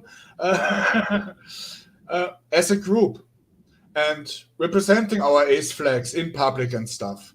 And for our Pride in my town, we made the first info booth, or ACE info booth in a Pride village. And the people all came and, what's this flag and what's that flag? What does that mean? Yeah, it's very important to be out there and you have to see yourself inside the LGBTQIA plus community and reach out to the people. I think I know 5 aces in my town. What can we do? So I joined the club who organizes the Pride in this town, and it's much more people. Yeah, I think, well, for example, in my experience, the ACE activism group I was part of actually got founded because we all met for Pride Parade in Buenos Aires, And then sharing our stories, we were like, hey, we need ACE representation in Buenos Aires. We have to do something. And then we kind of like started growing from there. But I also know that sometimes it's not easy to go out there and put like your face or your time or your energy. If you want to participate in the Pride Parade committee, if there's any like Pride Parade organization on any or anything similar, I know sometimes it's not hard. The first time we went there was a little bit of resistance from some people, and not everyone is emotionally ready to face that. So I think going out there is great as long as you have the energy and the emotional kind of like ability to do so, and not put yourself in a bad spot. Like if you know it's going to give you anxiety or you're not going to feel comfortable or anything, don't do it. Because yes, raising awareness is great, but not at the expense of your mental health. You can even start just like small, doing online, and then grow a community, and then from there you can start like attending parades or doing events, get-togethers. Our ACE activism group was born because first we were a group of ACE people who wanted to get together with other ACEs. So maybe you can like start that way. And if you need help spreading the word of like the meetings or whatever activities you do, you can always reach out to us in the International Sexuality Day accounts, and we will help you spread the word about it. But yeah, if you feel like you can go out there and put the body to the fight, do it. If you feel it's going to be detrimental for you, absolutely don't. I do not want to advise you to risk your own mental health for race activism. Please don't. I wanted to say something about this, but first I wanted to put on screen this comment from like it reminded me of a video. Like it says, straight people insist that I can't know that I don't like sex if I've never had it. I don't have to be lit on fire to know it will be excruciating. It reminds me of the video by David J. Bradley, in which he did a similar analogy, but with I think it was like sticking a cactus up your arse. I'm not sure about that, but I should go and check it back. I think like an activist from my group like made subtitles in Italian for that video specifically, and so she had to translate that sentence. But again, on the question about asexual Kenya, I think what is needed by grassroots ACE organizations in Kenya is something only people in Kenya can know. And the same is for Argentinian ACEs and Italian ACEs and French ACEs and Australian and Indonesian ACEs and so on. Like, because our countries, our struggles, the situation, the context we're in is very specific. Sometimes there are also cultural differences we have to account for, and also like specifically the political and sociological situation we're dealing with is different from other countries. But when looking for support, I think that networks like the IAD could be good resources. Like, this is what we're trying to do. I hope we can like raise some funds tonight, because like oh god, we just did. Meek did a donation. It's not fair. Come on. Well, okay, thank you, Mick, thank you a lot. But like networks like IAD can really help, because then you can know what your needs are, what you need to do in your country, and you can use like the loudspeaker that is an international network to do to receive resources, to receive help, to receive material you can use if you need, but you are the only one who knows what you specifically need. I think that networks like these are good for like solidarity, help, technical support, because why not?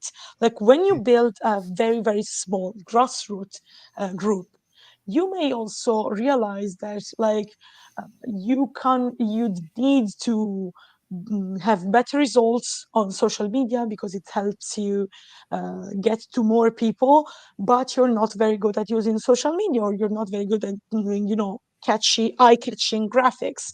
That can sound silly, but sometimes it's very useful when you're using the internet to reach more people. And maybe you don't have a person that can help you with that because you're just a few people in your group and you've just started. Why don't you ask to bigger groups that maybe don't know anything about what ACEs in Kenya need, but they can give you a hand with resources, with technical stuff, and you can direct that. I think that is like one of the most important thing we could do with IAD, like showcasing and promoting activism in the non-Western and or non-Anglophone countries simply mean taking a step back and realizing that, as we mentioned before the African ACEs panel, there's a vicious cycle, like the Anglophone countries have a bigger, longer history of ACE activism, but that means they always have more resources, and so they have an easier time when starting new projects. Like networks like IAD are meant to share these, to share spotlight, to share resources, to share technical. Why not? We never know what we need, and sometimes, like I think of like here in Italy, like a lot of what we do is networking with ACE friendly, aspec friendly and safe LGBT groups and associations. And sometimes they help us, even though, in, I don't know, bureaucracy stuff. Like we don't know what it's like to set up an association. We don't know what it's like to like call the police to say you're going to have a demonstration and you have to tell them before time. Maybe you don't know anything about that, and you can like share the knowledge, but you point to the goals. Only you can point to the goals and know what your goals are. Angel, I don't know how I should pronounce that, because for me it's Angel Firenze, is writing a lot in the chat. Yes, I want to it's writing a read. lot, and I've been having to testing for the past year almost. Ooh. Oh, it was talking again about the.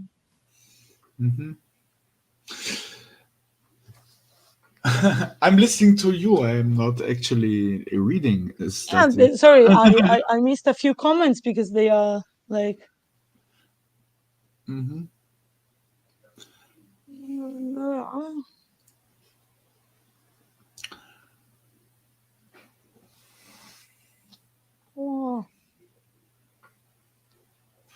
Oh, autocorrect is not a good word.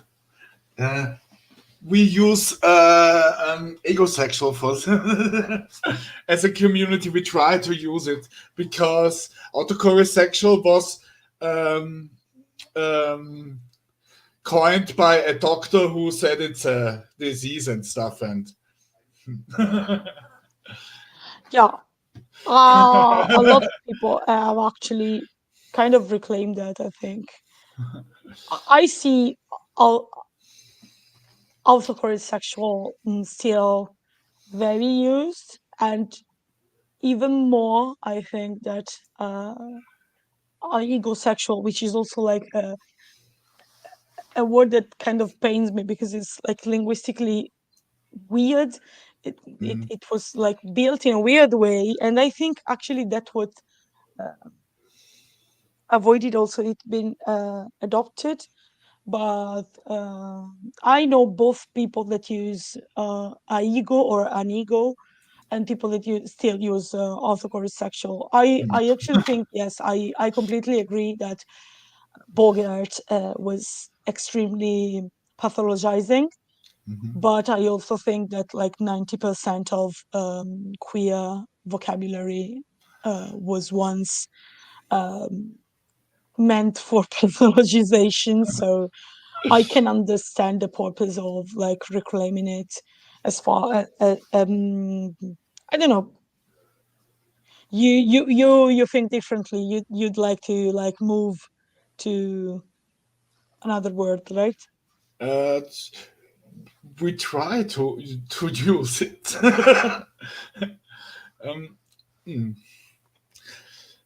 Okay.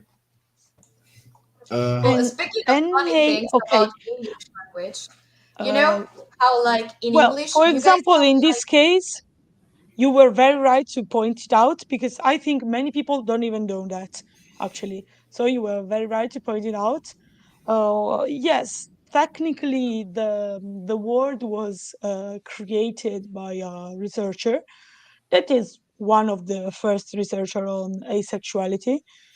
So some of his work is even quite useful, to cite some deeper history in research, but he had quite a, let's say, pathologizing approach.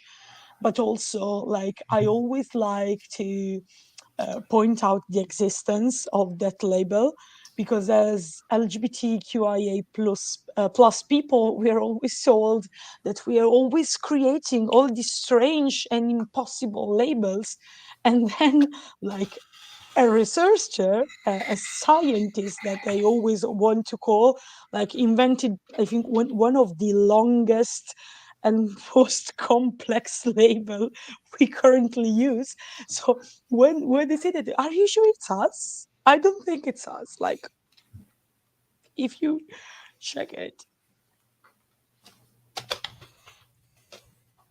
Yeah, I mean, I'm not aro, but same for asexual. Like, I use gray sexual in specific context, but like politically, as a political stance, I use asexual. Oh, and then that made me think. We have someone who uses aigo, for example. This is me. I do. I forgot. Okay, no problem. Yeah. I've tried to read the chat and talk to you guys at the same time, but I'm male and can't do it. Multitasking. Don't you worry. Don't you worry. I'll try to have a look at the chat, and if there are comments that are useful to discuss, I'll just put them on screen and we can reread them all together, so you don't need to like do both. I'll try to do that. I'll try to keep an eye on the chat. And the problem is I also have to keep an eye on whatever is happening at the event in Milan at the same time, because I'm so sorry, because we left Erono, this activist, alone, because we had some kind of emergencies. But so, I'd like to be sure that they can join the live stream to say hi as they wanted, and not like be left alone there. So I try to multitasking a lot, and that's probably not gonna end well. Oh God. The idea that in 40 minutes I'm gonna be on the European panel is gonna like it's starting to be detrimental for me. It's okay. You're gonna get through that. What I was gonna say earlier is that I think it's funny you two are discussing that, because, for example, in Argentina we don't even use that label. Like, there are so many debates happening in other parts of the world that didn't even reach us yet, or I don't know if they will ever reach us. Like, I think we use asexual, gray sexual, demisexual, and I think, well, there was a guy that used to do activism with us that was frisexual, And that's like, that's the most, you know, like there are so many labels that English has, so many specific things that haven't even reached this side of the world. And I think it's kind of half funny, half interesting to see these debates happening, you know, because it's like, oh, we never thought about it because we never had the need to do it, you know.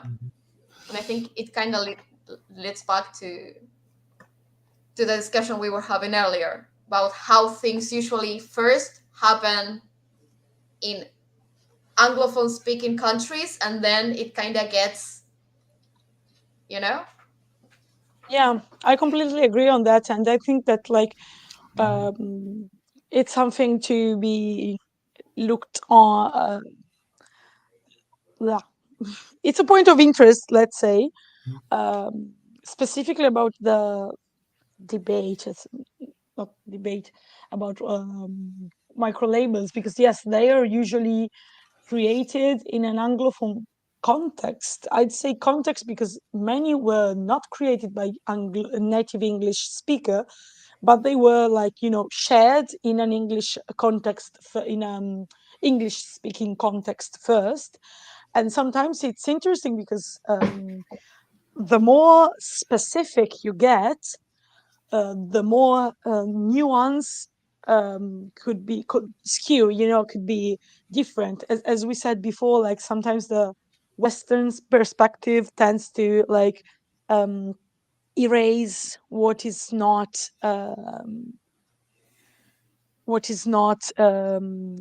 exactly the precise translation of what the Western decided to give structure to. And so that gets interesting. And I know that in many countries, some words that are used in other are not used at all, or they are used in a different way and such. And I think it's something we often forget when we interact in international spaces. I also think it's very interesting, and I think it's important to, like, you know,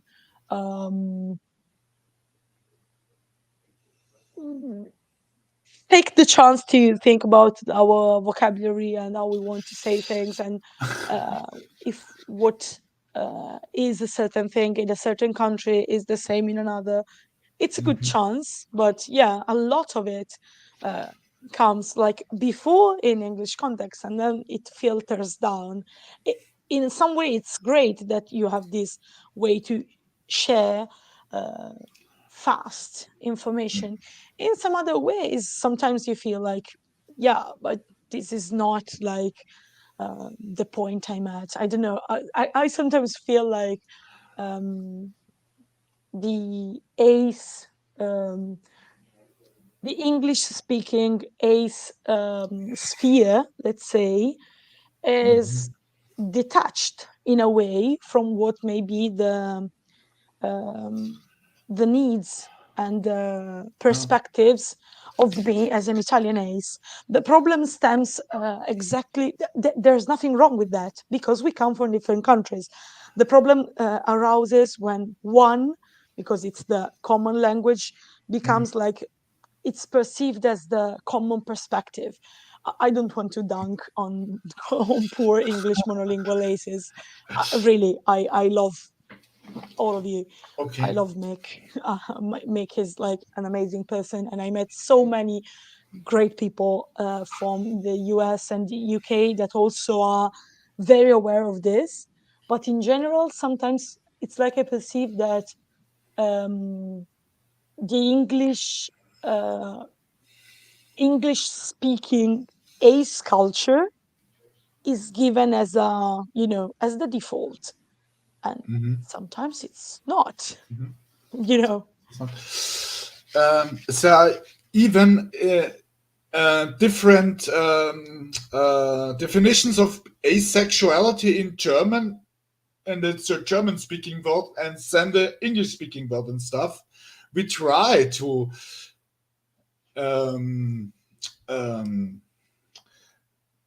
get our German neighbors to accepting that it's I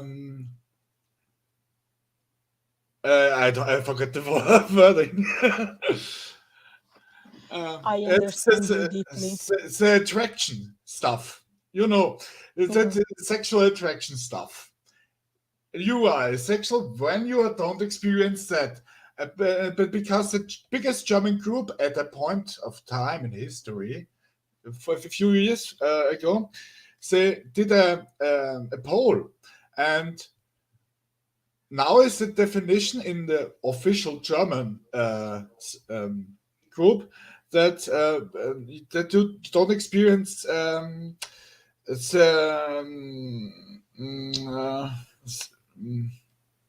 not the attraction, but not engaging in sexual activity, and we try to erase that and bring them on the right, on the light side of the force. Because they are alone in the world, the German aces. From AVEN, the Aces Visibility and Education Network in Germany, with this opinion on what makes you ace, and it's a little bit sad. And I was smirking because I know I don't want to go there. I'll admit I don't want to go there, but I know that the debate on the definition of ace made some, let's say, some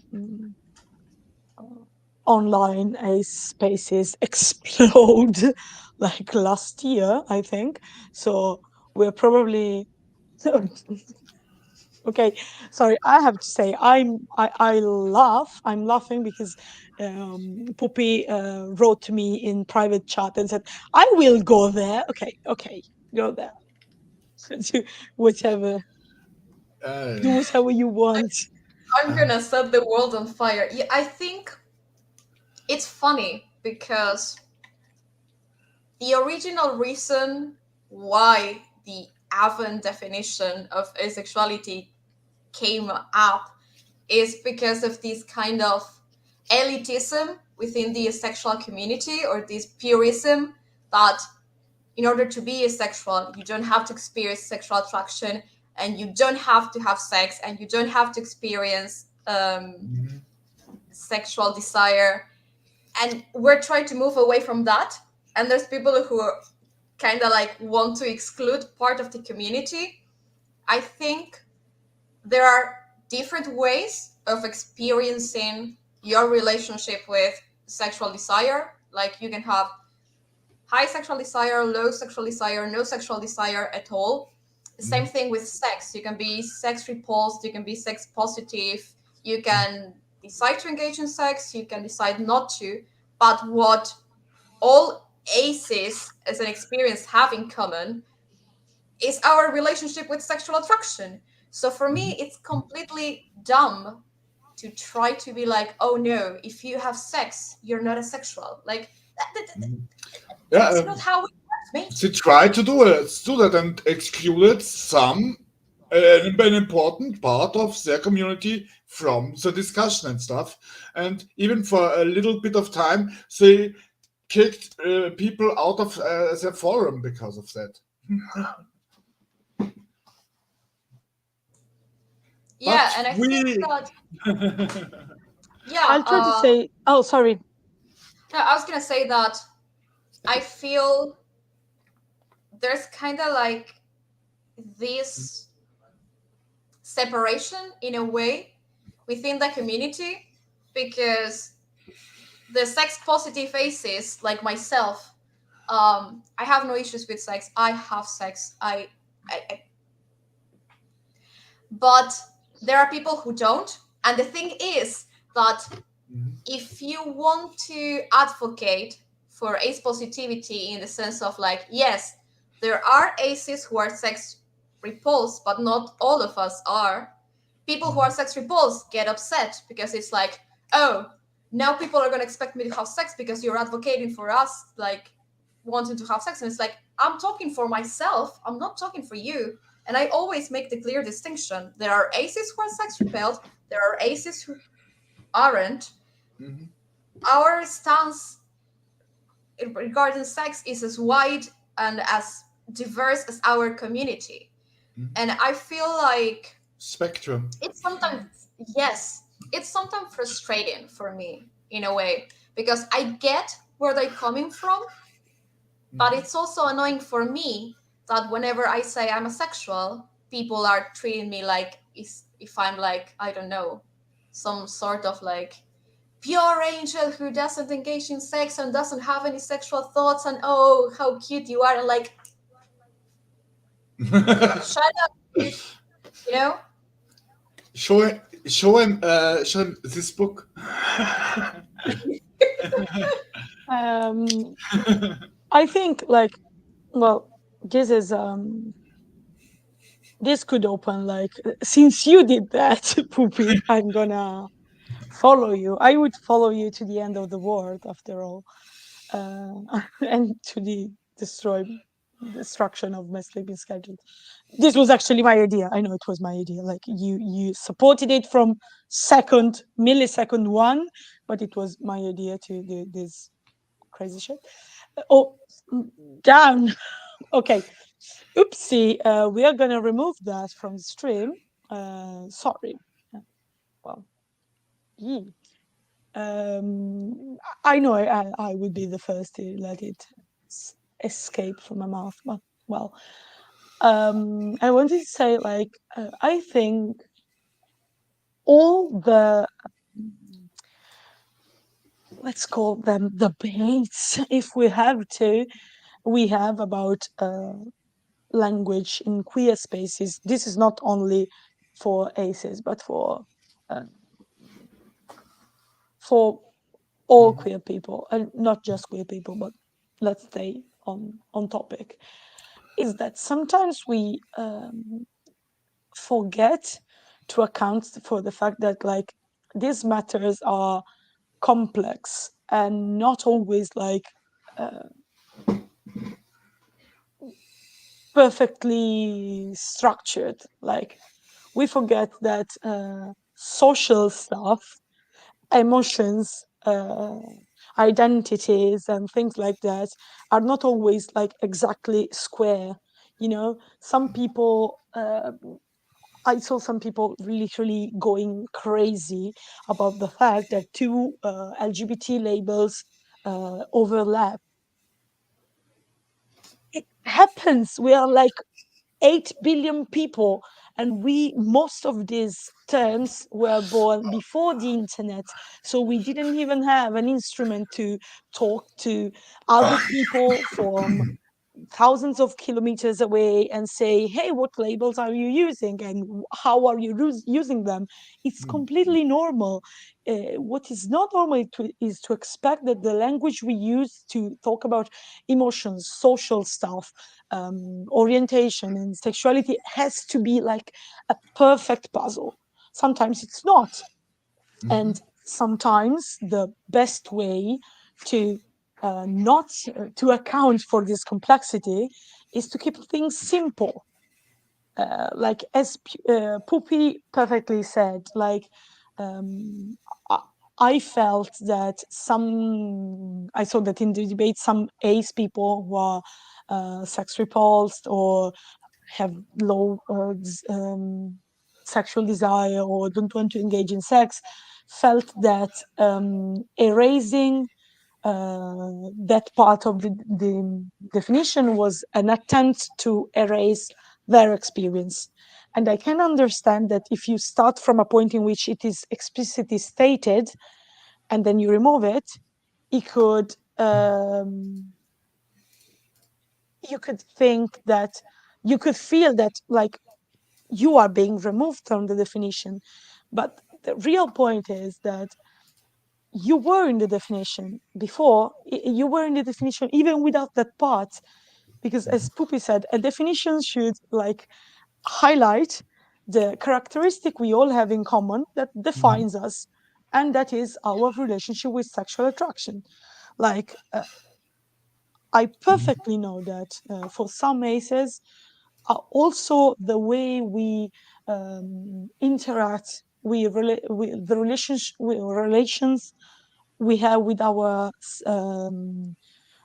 sexual behavior and desire is something we feel as part of our identity, and that's perfectly okay. But it isn't erased by a simple definition of asexuality. A simple definition of asexuality takes the one thing we all have in common and accounts for all the possible differences, which still keep this as the main point, the main point we all share. Moreover, I really like to focus that I know some people, I know it can be challenging to like account for all the differences, because some people could say, so okay, so yeah, we're all so different, so which kind of activism should I do? People who don't want to have sex have different experiences that people who want to have sex, and that's perfectly true. But we can try to do an activism that accounts for specificity without losing the bigger picture. And also, something I'd really like to point out is that I heard a lot of allosexual people saying, so if you're a sex favorable ace, you don't receive aphobic discrimination because you have sex. So I'd really like we talked in much more depth about what the ACE experience is. I think that as sex favorable ACE, the way I experience my relation to sexuality is something extremely different, extremely specific. Like I always try to promote chats and events about speaking about asexual sexuality, let's say, because like we are so focused on the fact that not having sex is like I think sometimes allonormativity and compulsory sexuality wants to tell us that the reason they discriminate against us is because we don't want to have sex. Sometimes it's also that, but it's mostly because we are asexual. They want to tell us that we are discriminated against because we don't want to have sex, because they think that this way we will accept having sex, not to be discriminated. But we will still be discriminated against because we are asexual. And so I think a wonderful word, a wonderful world of activism, of possibilities, and on keeping all the specificity we have opens up when we take into account this thing. We're not discriminated against because we don't have sex. Maybe sometimes also it can happen, but at the core, we are discriminated against because we live in an aphobic society. And so asexual and aromantic people are discriminated against inherently because of that.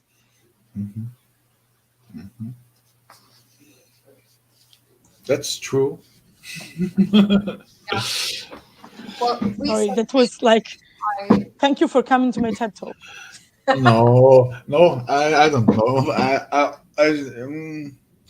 As a person who is not sex favorable, I can't even pronounce the word correctly, I guess.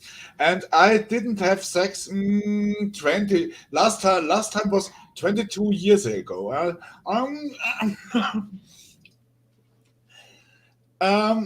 I'm also arrow, but so point of even have a relationship is not even there. I'm just reading Cody's thoughts about being in a QPR and stuff,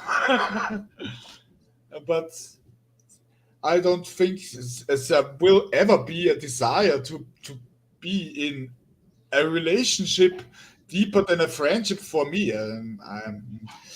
So I don't really feel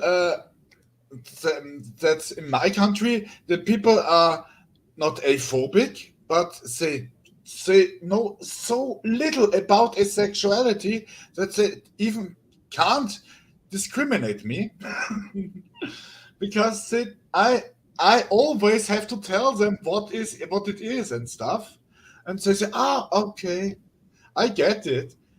Mostly, some don't get it, and I don't have to be friends with everyone, but most of them get it, and I don't have the problem, or I don't see the problem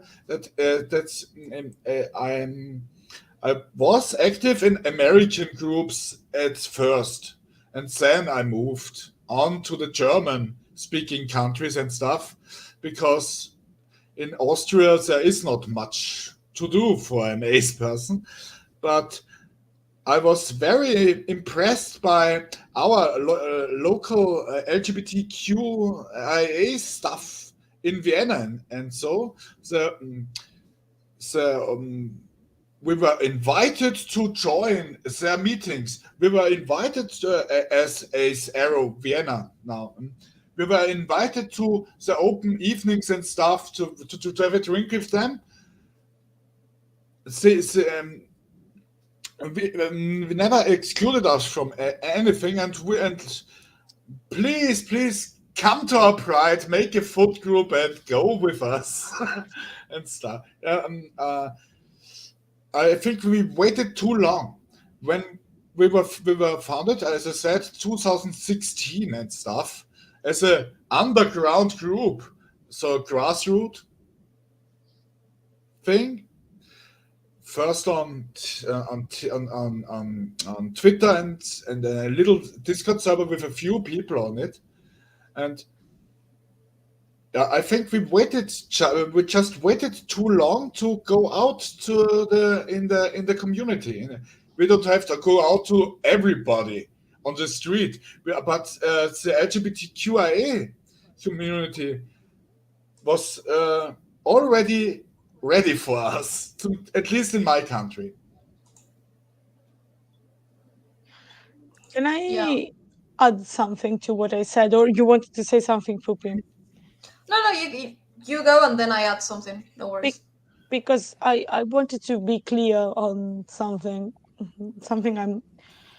I've paid, let's say, a lot of attention these days in my research, and also Angela Chen, or Angela, maybe it is in English. I have no idea. In Italian, it's Angela, but the sound J is usually not in English language. But well, I'm sorry, whatever it was, the pronunciation. I hope I haven't done it wrong. She did a wonderful chapter on this that actually inspired me to go deeper on that, because before I said that we are not discriminated against because we don't have sex. I want to be clear that I didn't mean that's not something that is not discriminated against in the society we live in specific context. I just wanted to say that we are discriminated against at the core because we are ace. If we are ace, we are discriminated against because we are ace. But also, there are so many problematic points and specificity to the challenges that people who don't have sex or have a low sexual desire, the challenges they encounter if they the pathologization they encounter, like the statistical manual for mental disorders that is still used prominently, like states hypothetically that apart from those altering, as it said, the perception of reality, a disorder is a disorder if you feel if you feel it as such, like if it pains you, if it hurts you.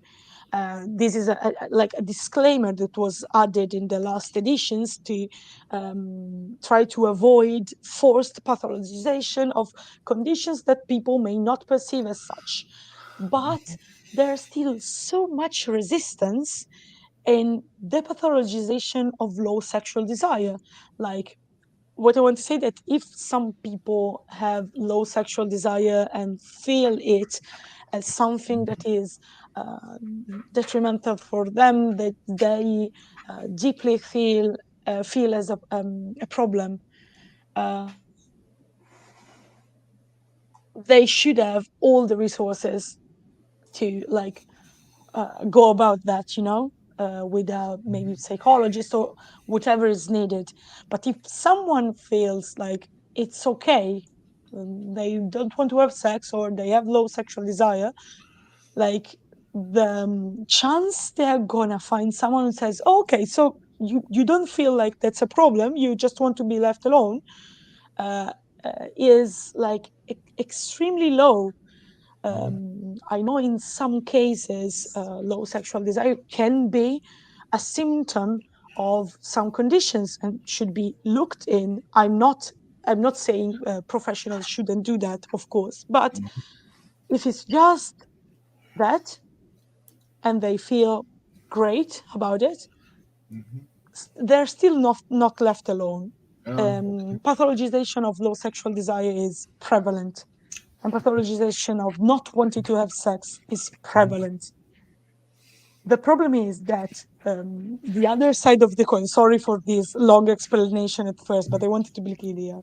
The other side of the coin, of what we said before about the definition of asexuality, is that sometimes sex favorable aces, or in general ace people doing activism, are very kind of scared of talking about discrimination faced specifically by people who don't have sex, because, like they say, we fear that that is gonna legitimize the idea that asexuality and not having sex is the same thing. And I think that if we accept a definition like what we said, we can also go beyond this, for example, and like talk more about the challenges that these people face, because a global rethinking of the pathologization of not wanting sex, the idea that not having sex is inherently unhealthy, is something that has a lot to do with our activism. Without it meaning, when we are at peace of mind and we accept that not having sex and being asexual are not the same thing, then we can look into both things safely and with peace of mind and realize that it's also I think up to us aces, like we as aces, sex favorable or not, can do a lot to challenge the pathologization of low sexual desire and disinterest in sex. And it's not unusual that allosexual people with low sexual desire who don't want to engage in sex find a safe space in asexual places.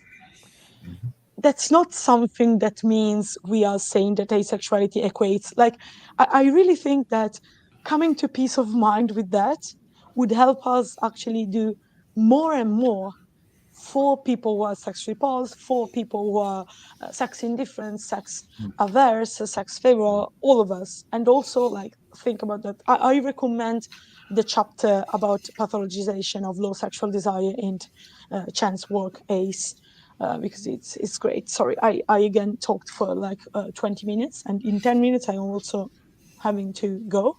So I'm going to shut up. Yeah. You don't have to shut up.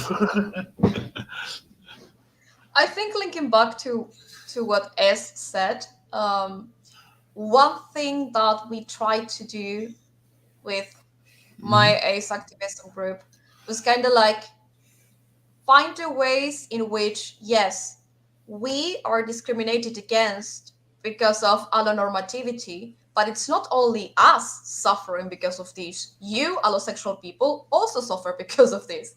Like trying to, to make people realize.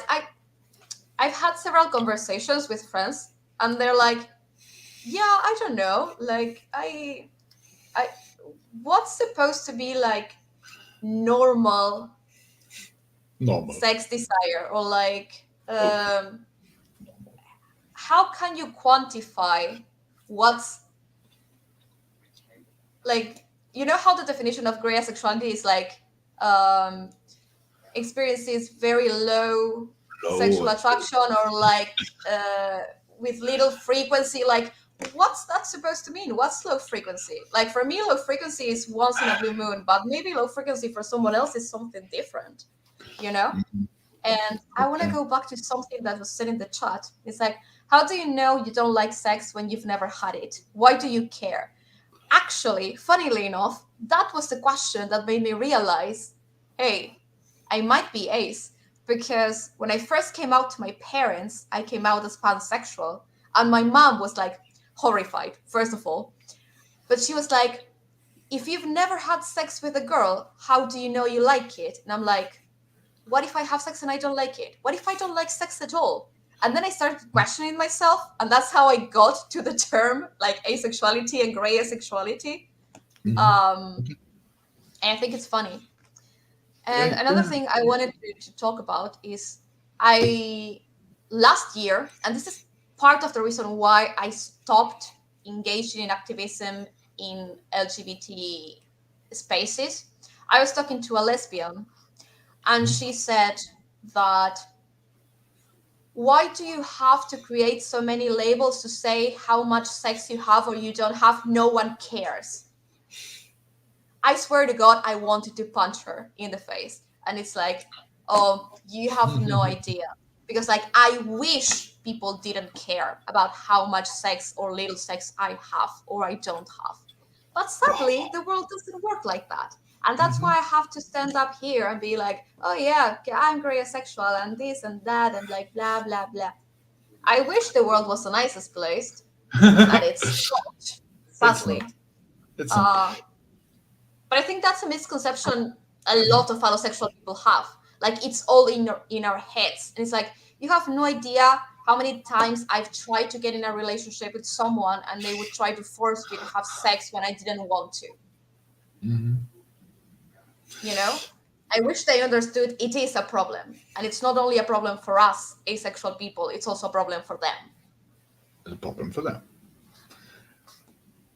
For us, it's no problem to have no sex. For them, it's more a problem to have no sex. I wanted to add on this that, like, as I have said so many times, as an asexual woman, like, I have never felt the morbosity and obsession of the patriarchal eye scrutinizing me about and my feminine body, on how much sex I have, how much sex I don't have, as much as after I came out as ace. Nobody cared before, or nobody seemed to care, but as soon as I came out as asexual, I had to like put up a disclaimer: you don't have to put up with this.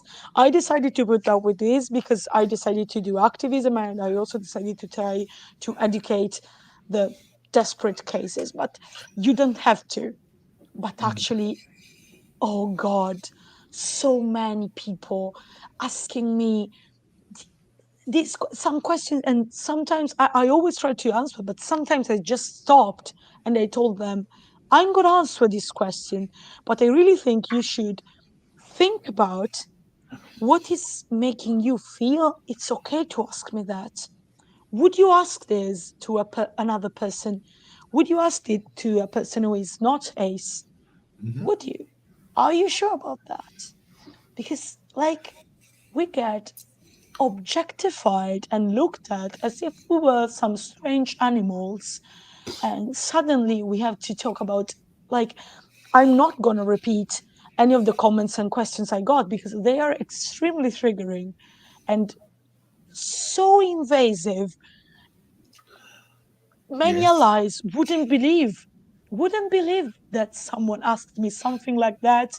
An acquaintance, a person I knew from Facebook, over in my DMs, like, I just wanted to know more about asexuality. How about? And then like extremely invasive questions. But that's how it happens. So when they say we don't care if you have sex or not, I just want to ask, really? Since when? That's amazing. Because also the fact that kills me, and it goes back to the what I was saying before, we are discriminated against because we are asexual. If you don't have sex, why don't you have sex? If you are ace and you have sex, you never hear the end of it. Like the You're not absolute really asexual. You crazy can't have sex if stuff. you're asexual. Bite me. Like I've been told that I'm abusive, that I'm opportunistic, that I'm objectifying people. I was like it was perfectly consensual. Yeah, but like okay. And as I said, I sometimes say, like, this is the what I call the Schrodinger's ace. Like, if we want to have sex and have sex with people, we are either at the same time, some aphobes say we are opportunistic and manipulating them for our own good and using them as objects, and at the same time other aphobes say we are poor little meek and stupid children who can't understand we are actually being abused and manipulated. And like, boy, pick one. Like, pick one. It can be both at the same time.